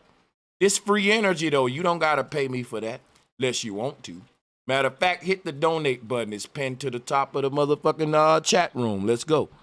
I hit it already. So you power in the universe then, right? Say what? I'm sorry. Since you're a free energy device, then you are powering the universe. The universe is following me, man. Everybody powers the universe in their own mind because I thought he said I'm following the universe. I'm empowering the universe, and the universe is empowering me. A lot of things will make you sound like blasphemy. But when you realize it's all a symbiotic relationship, the creator can't be no creator without me. There is a creator to this creation, but he can't be no creator without me, man. I gave him his title. He can't be king. It's like you voting a president. Like, there is no creator without a creation. A mama can't call herself a mama without a baby, so the baby giving her goddamn title.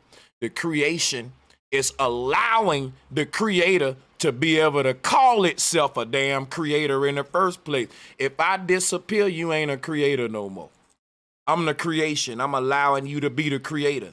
You the creator. You acknowledge you have the title of creator because there's a creation. I have the title of creation because there's a creator. It's symbiotic.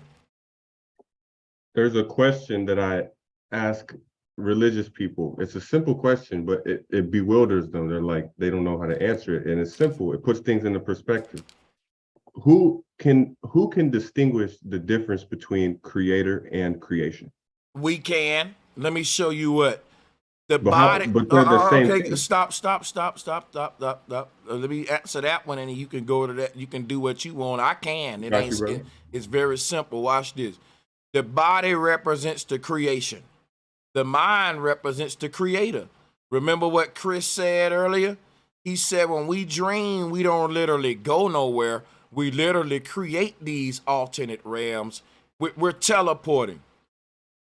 Basically, how we create these realms that exist behind this realm is by doing what Samson did, stripping the veil away of this world that we see around us. We do that when we meditate and dream, and there are other worlds in this place behind our eyelids. When the mind extract itself from this dimension, it go to these other worlds, guys, which is why I keep bringing, let me go to this collage right here.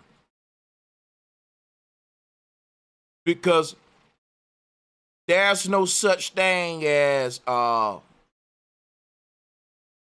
physical and non-physical. Basically, what you calling non-physical are the worlds that exist beyond this plane, because you can't touch them. Your mind can only touch and experience the dimension that it is in. So there are 7 dimensions, but your mind can only experience one at a time. Every now and then, that rule is broken and we become lucid, and your mind can experience 2 of them at a time. And that's when you dreaming and you know you dreaming. But that's very rare. That's for the big gurus. We trying to get back to that. So, you know, I hope that makes sense. That's when your mind knows about who it is in this world, and it knows about who it is in that world that it went to inside of itself in its own sleep, in the dream world, which is a whole other universe, right? With his mama there, his daddy there. It got a hospital in that world where it was born at. And I bet you it ain't the same hospital here. If I ask you in a dream about you in the bed, it ain't gonna be the same, but y'all the same. That's called a paradox, when something is the same and different. So creator and creation is a paradox, because it's the same, but in our perception, it's different. But really, it's the same thing. Man, you just summed up everything I said perfectly. That's a bomb drop. Yes. Hey, question. Damn, I low-key lost my train of thought. I'm gonna come back. Look, That's just fast. You answered that perfectly, which that was all correct. But what I was going at is, like, you know, they got that African dude and who created that device that powers televisions and shit, like, for free. Is that a free energy device? And do you know how to make that? Well, look, here's the thing about free energy. Free energy is a paradox, just like free will in the Bible. God said, I'm giving you free will, but when you use the free will, the cost of sin and the wages of sin is death. Here's the thing about free energy. Once we created free energy, it was like the concept of a free slave, which is a paradox. If you're a slave, how are you free? See, the thing about free energy is that it's God in an underworld saying energy should cost in this world, but I found the way to cheat this shit and make it free. In the same way what man doing now, when he find a way to cheat death and time travel, he also find a way to harness free energy. Do y'all see what I'm saying? All of that happening at the same time. They're cheating death, time traveling, and talking free energy all in one. Why though? I'm showing you why. They all relate to each other. It's the same technology of the other side, the ethereal realm that they tapping into. Because once we tap into the realm of the spirit, it'll slow down the growth of our dimension, meaning that once you combine our dense physical reality with the other side, the spiritual realm, our reality gonna get less dense. They're gonna merge together like a marriage. And that mean all of the spirits gonna become a little bit more dense, and all of the dense creature in our worlds gonna become more hollow, like ghosts. And what that turn into is everything I've been showing y'all about the 2045 project. Because these two dimensions are merging. It tell you that in the Bible, that in the end of days, the dead will walk among the living. You won't distinguish between the realm of the dead and the living, because we about to build a bridge that connect the two.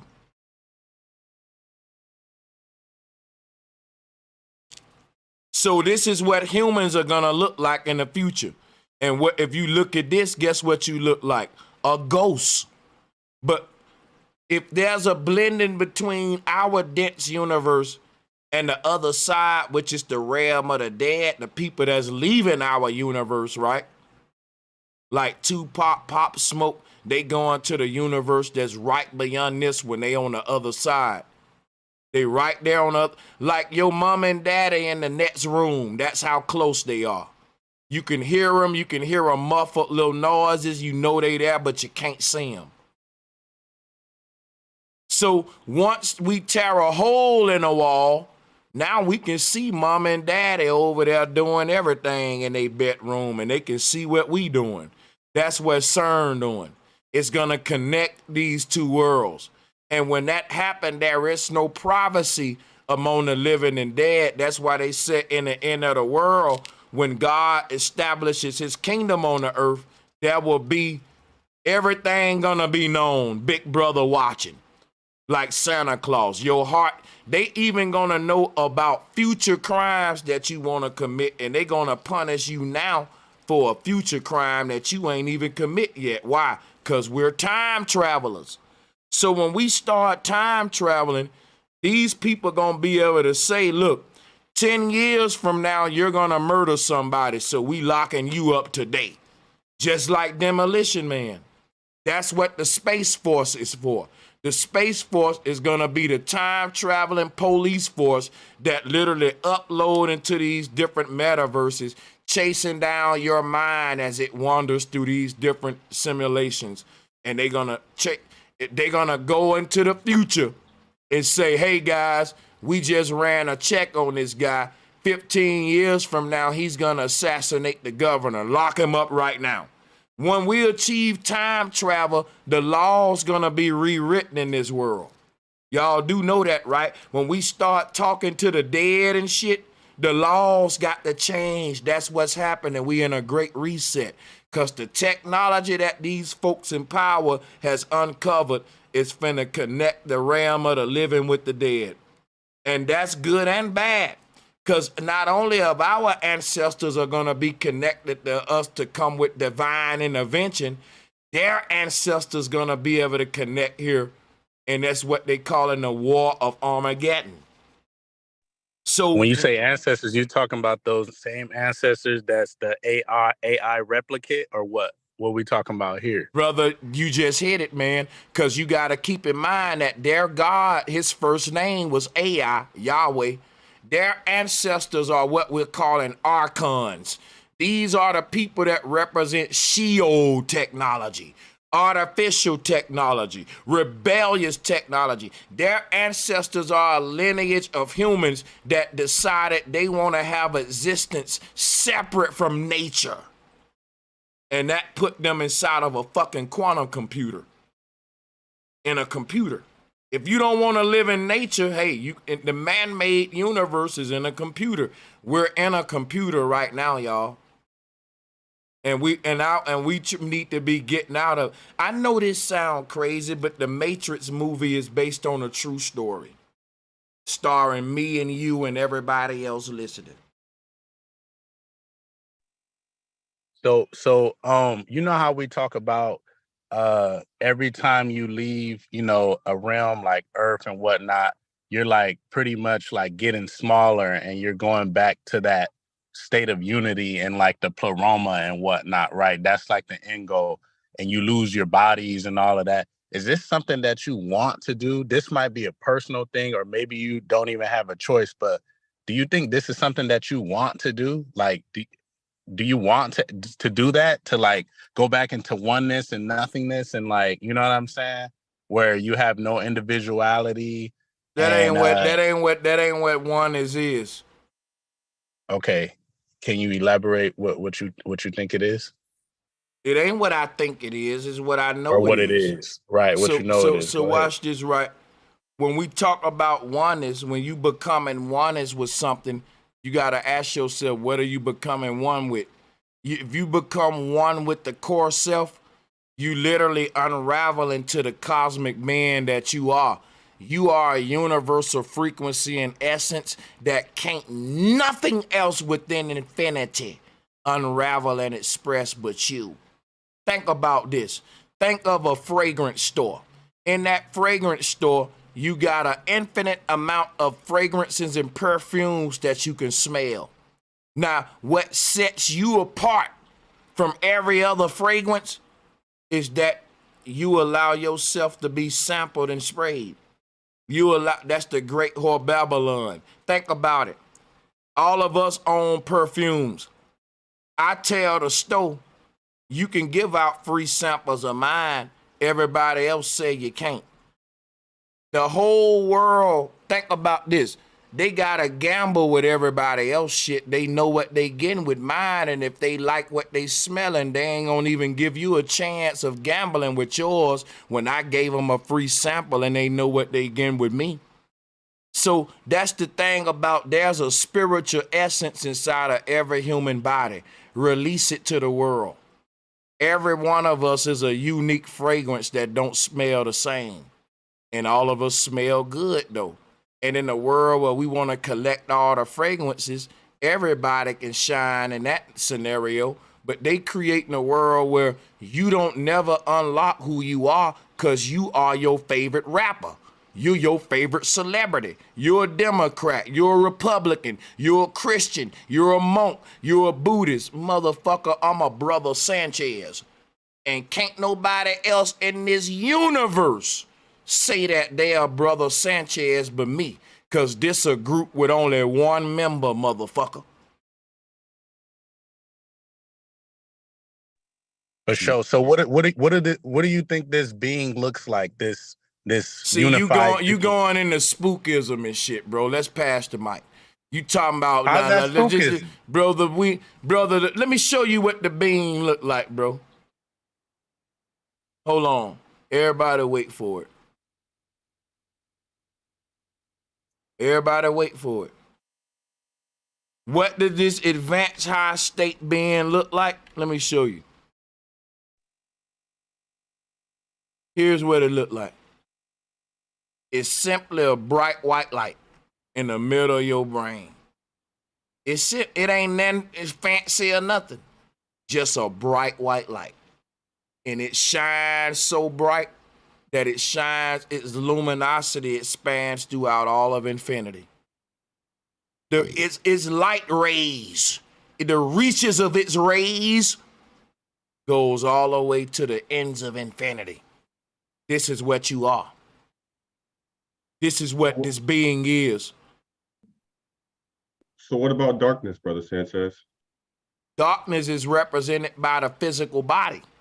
So if you look at any chart that's dealing with what I'm saying, look at what the physical body is. You see that? The physical body is a black hole. It don't even exist. Even science tell you that. They tell you that our physical world is only 0.1% physical in matter. The rest is dark matter, 99.9. That means the physical and material world don't even exist. Just like the Mayans said, it's an illusion. Look at this chart right here. What exists is the only thing that exists is the release of energy. I just had Divine Being on my show. I just had Eric Dollard on my show. I want to know that you guys are up to par with this information if you fucking with me. Like, I got legends on my shit. We ain't gonna act like we dumb. Listen what I'm sharing with y'all. Only thing that exists is the release of energy. So what am I saying? The body is like a grenade. When you pull the pin on a grenade, the energy, boom, is released around a grenade. That's what this chart is showing you, that the body is releasing the energy in a controlled explosion. The pin was pulled on a grenade the moment that the doctor cut your umbilical cord. When the doctor cut your umbilical cord from your mama, you became a separate creature subject to aging, death, and your own individual bubble that we see here. And now you're connected to Chronos and no longer the mama, you connected with the father time. And to go through him is an aging process. And that aging process is dictated by the release of your life energy. We call it a lifetime. It looked like what I'm showing here. Every heartbeat is releasing some of that energy in spurts and squirts.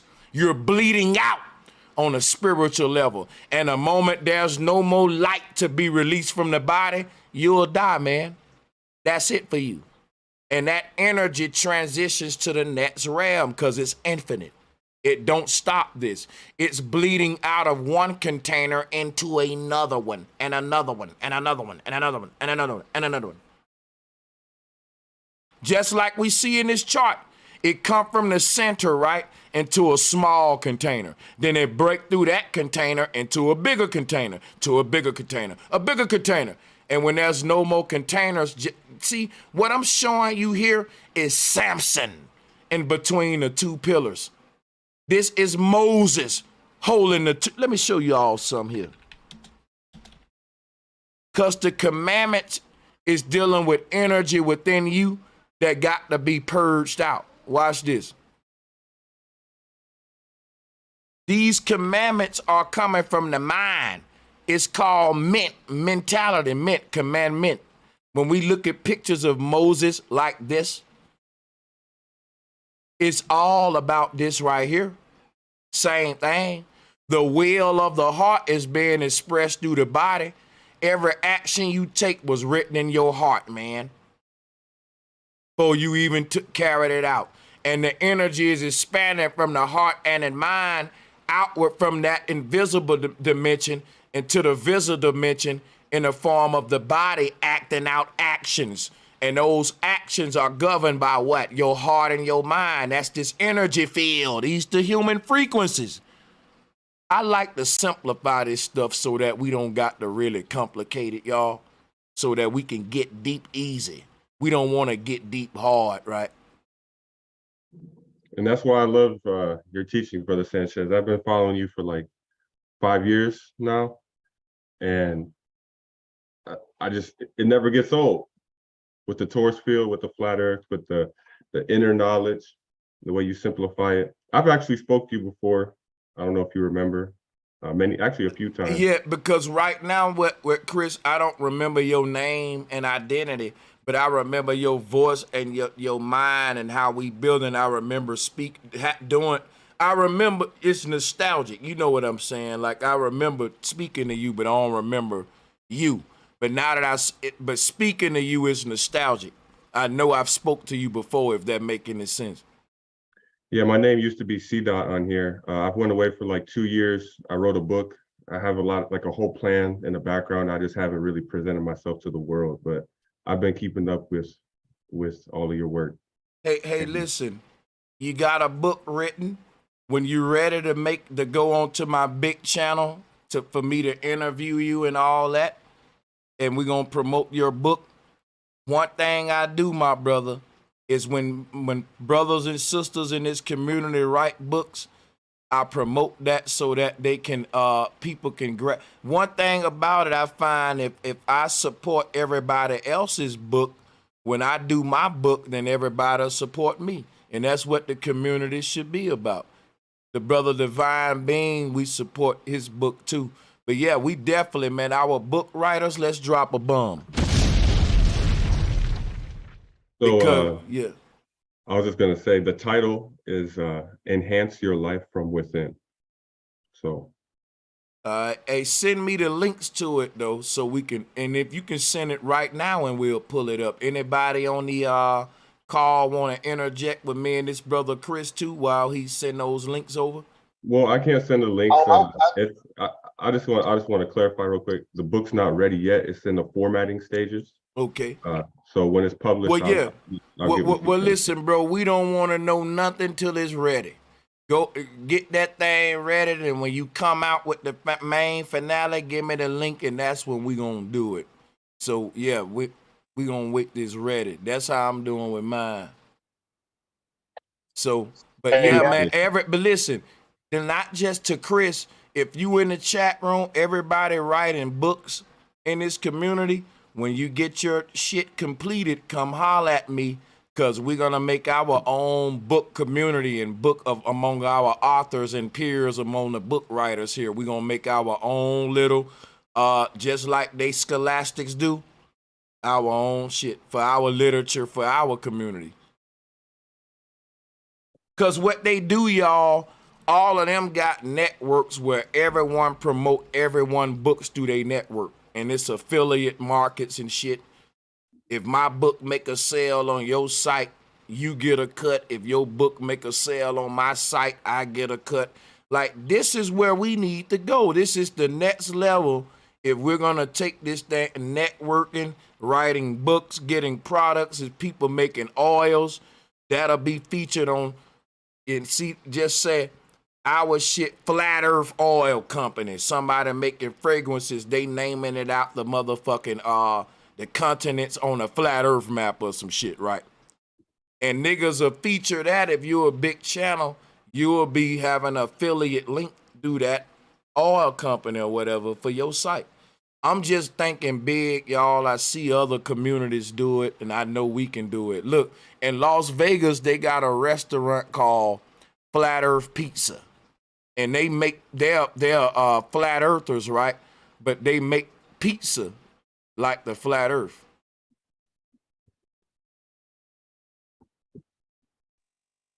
That's crazy. Hey, man, I ask you something, Brother Sanchez?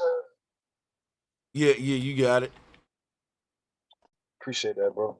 All right, so quick question. So you know how you say that we shouldn't brag about Egypt and everything because that's when they got a lot of the systems that they use to implement on us negatively. Now you say that's where they got them right in Egypt. I know how you mentioned that Egypt was originally in America. So the land that is in Egypt, that is called Egypt today, that is in Africa. So was there really like nothing going on there? Like, is there really just a big, like, humongous psyop just pointing people there? Like, are they not getting any information that's factual that's in them to that direction? Or what's really going on? From Egypt? Are you asking me from Egypt, correct? Yes, sir. Like, right, I got you. The reason they pointing everybody to Egypt is according to the Darwinistic timeline of evolution. Civilization started in Egypt. If modern scientists are saying civilization started in Egypt, anytime somebody start questioning about human intelligence and consciousness evolving, where are we gonna go to? Now here's the crack though. Here's the bullshit though. If I can find signs of intelligent civilizations that predate Egypt, it blows that out the water. And that's what's been happening. That's what's been happening. Who knows what I just said is a fact? That we've been finding intelligent civilizations that predate Egypt. Why do they want it all coming from Egypt? Because that's the location where they said the comet crashed that seeded the life of humanity. Mali, Africa. The Darwin out of Africa theory, which is why it ain't just about anti-globe. I'm anti-evolution and I'm anti-out of Africa. That's flat motherfucking power. Flat power ain't just that the earth is flat. It's that, guess what, nigga? You ain't no monkey. Evolution is fake.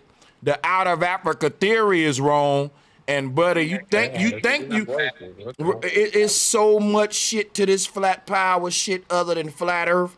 It's me making a statement against black power. Black people ain't first.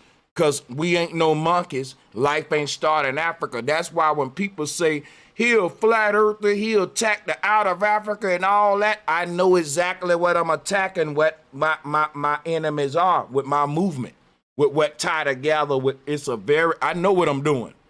I know my enemies. You know what I'm saying? Yo, Brother Sanchez.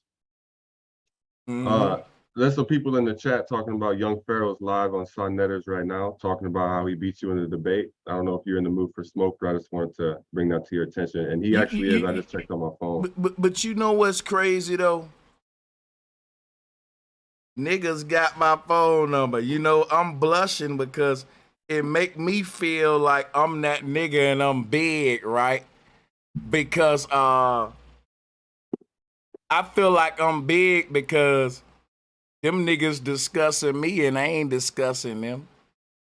In order, look, Pharaoh coming back and he feel the need to say my name. Why? Because I'm holding it down.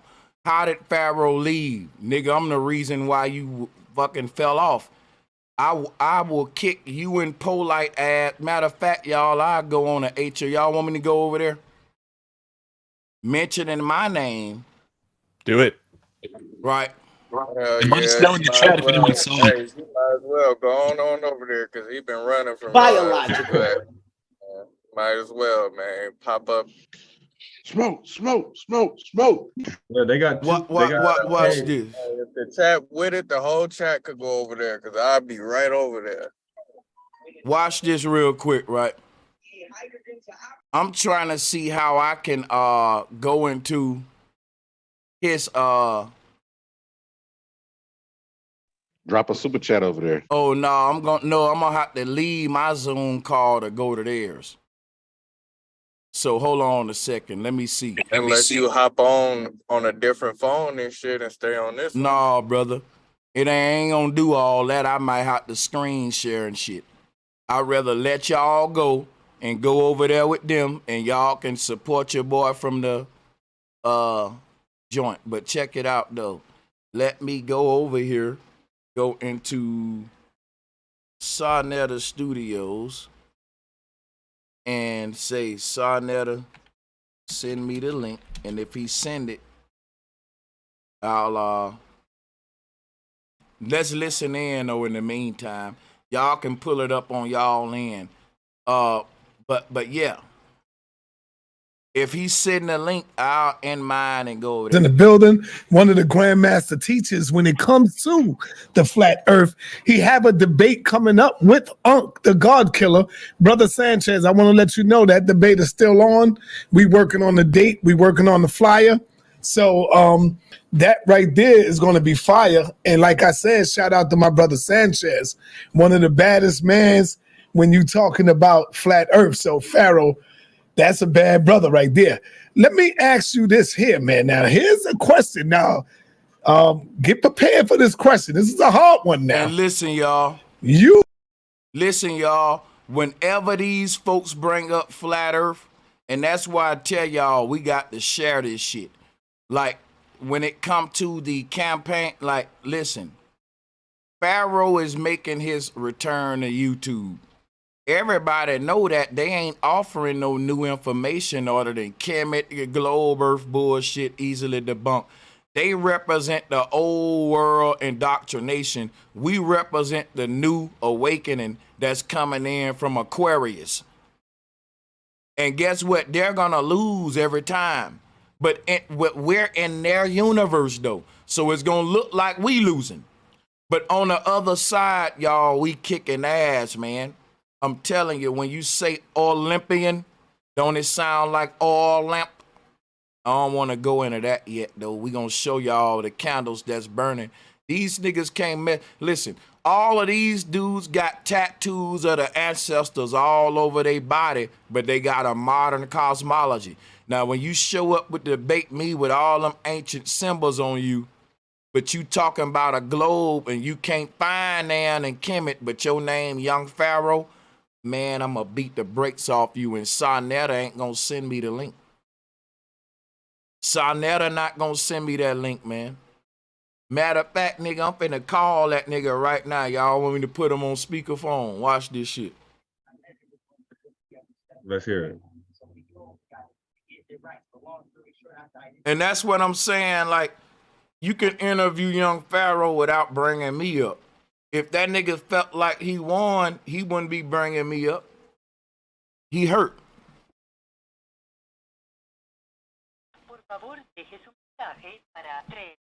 Sarnetta got his phone off. See, that's that bullshit. That's that bullshit. Yeah, you know, that's crazy because, it's all good though. I mean, niggas don't really want that smoke, bro. Niggas don't really want it, man. He was going everywhere. I did everything in my could to get by, said it. I came down here to Houston once again. So now they done moved on to SETI now. I review whatever he said on my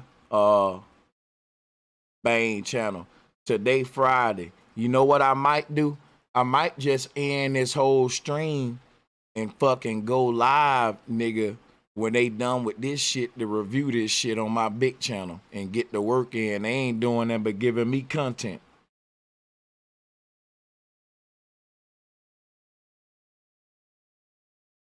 But I'm tripping off how the nigga won't drop the link for your boy. You know, you speak on a nigga name, you let that man come up and, you know, do his thing. But I ain't gonna trip. Let's go ahead and let's go ahead and go back to what I'm doing, man.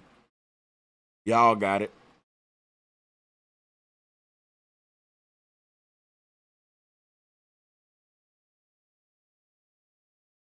Go ahead, y'all.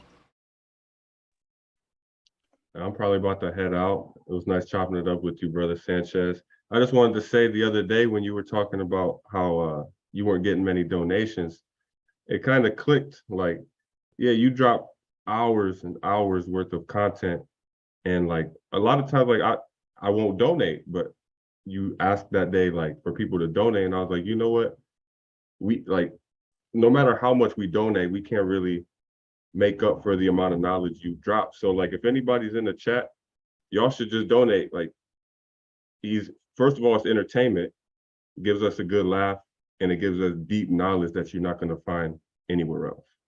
So I ended up donating that day. I'll probably shoot you some more sometime soon, but I would definitely encourage like anybody in the chat just to donate if you can, if you got $1, $2 to spare, $10, whatever it is. Because I realized, like I said that day, I was like, damn, you know, I haven't donated in a while, but I watch his streams for hours. So, you know, I felt like I should just donate. I feel like y'all should too. So I just wanted to say that before I get off of here. Hey, Chris, I really appreciate that. And you know what I'm going to do? Hey, and salutes to you, man. You welcome here anytime. Email me, man, when you finish that book.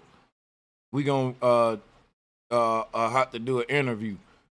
But yeah, salutes to Chris. He's right, man. Like, if y'all could, how many folks we got in here? See, they going over. Let me show you something. They going over there to Sonetta to hear Young Pharaoh. But check it out, man. It's all good, y'all. I appreciate y'all for the 5 hours we rocked out.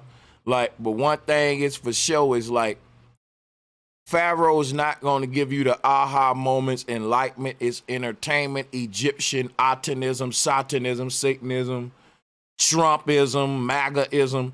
Pharaoh is making his return on the scene because Trump is about to run again in 2024, which is why a lot of people who you saw left YouTube are coming back. I'm not going to mention their names, right? But it's a big cabal, y'all, right? Trump's Negro whisperers. and when it comes to who's connected to the ancestors, it ain't Young Pharaoh. He's connected to Donald Trump. If Sonetta let me on that show, is going to be a wrap. I'm about to shut down. I want everybody over here to go to Sonetta right now. If they want the numbers and the smoke, we'll give it to them. But guess what, though? We're going to give it to them, letting them know we rocking with Flat Power Sanchez in the chat room and letting them know, hey, you know what I'm saying? We pushing back at this Egyptian, African shit, this Egypt shit that Sonetta on, Pharaoh on. They all part of that Egyptian shit. I'm making all. If y'all, y'all go if ahead. anybody can subscribe to Netflix monthly for $10 a month, then you can for sure donate to your bro Sanchez. You know, $2 to $3. You feel me? You know, it amazed me how how SETI and Pharaoh, like we know Pharaoh moved out the hood, out of Buffalo and to the mansions and shit, big money and shit, talking about aliens and shit. Bro, what am I doing? Next month, nigga, I'm gonna be believing in aliens. Y'all keep playing with me, nigga. I'm gonna believe in aliens for just 3 months, and then I'm gonna go back and say, no, I changed my mind. I just had to get my bag up, baby. I'm just fucking with y'all. It's just humor. But I appreciate y'all support, though, for real, man. We know what we do ain't popular. We the few, the proud. We fly high. Eagles fly high, but they fly lonely in small groups. That's all I'm gonna say. But salutes. That's a fact. Salute, Sanchez. Yeah, salutes, my nigga. And salutes to all of y'all, man. I'm actually go over here. This is something I probably shouldn't do, but I'm gonna direct all of my traffic to Sarnetta's just for the sake of letting him know, get Sanchez on, we rock with Sanchez. If y'all want to see me and Pharaoh talk on Sarnetta right now, go in his chat room and let our presence be known in this community that you ain't gonna mention with us and not allow us up and shit on some sneaking shit. But I see y'all.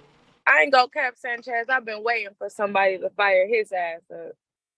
Man, I'm gonna go in on him if he disrespectful, but if he respectful, we got love. But guess what, y'all? We gonna set the debate up between me and young Pharaoh out the ump. But we going over there to Sarnetta channel. Peace and love to everybody. And the link to donate to today's show is pinned to the top. Make sure that you donate, man. A little helps a lot. And you on the righteous team. So, you know, make your donations, and we're going to go on over to Sarnetta's channel. And if he dropped that link to let me up with young Pharaoh, you know I'm going to show up and show out. Y'all know I'm going to do that. So we going to see what happens. See y'all over there. Let them know we in the house. Peace and love. Thank you for all of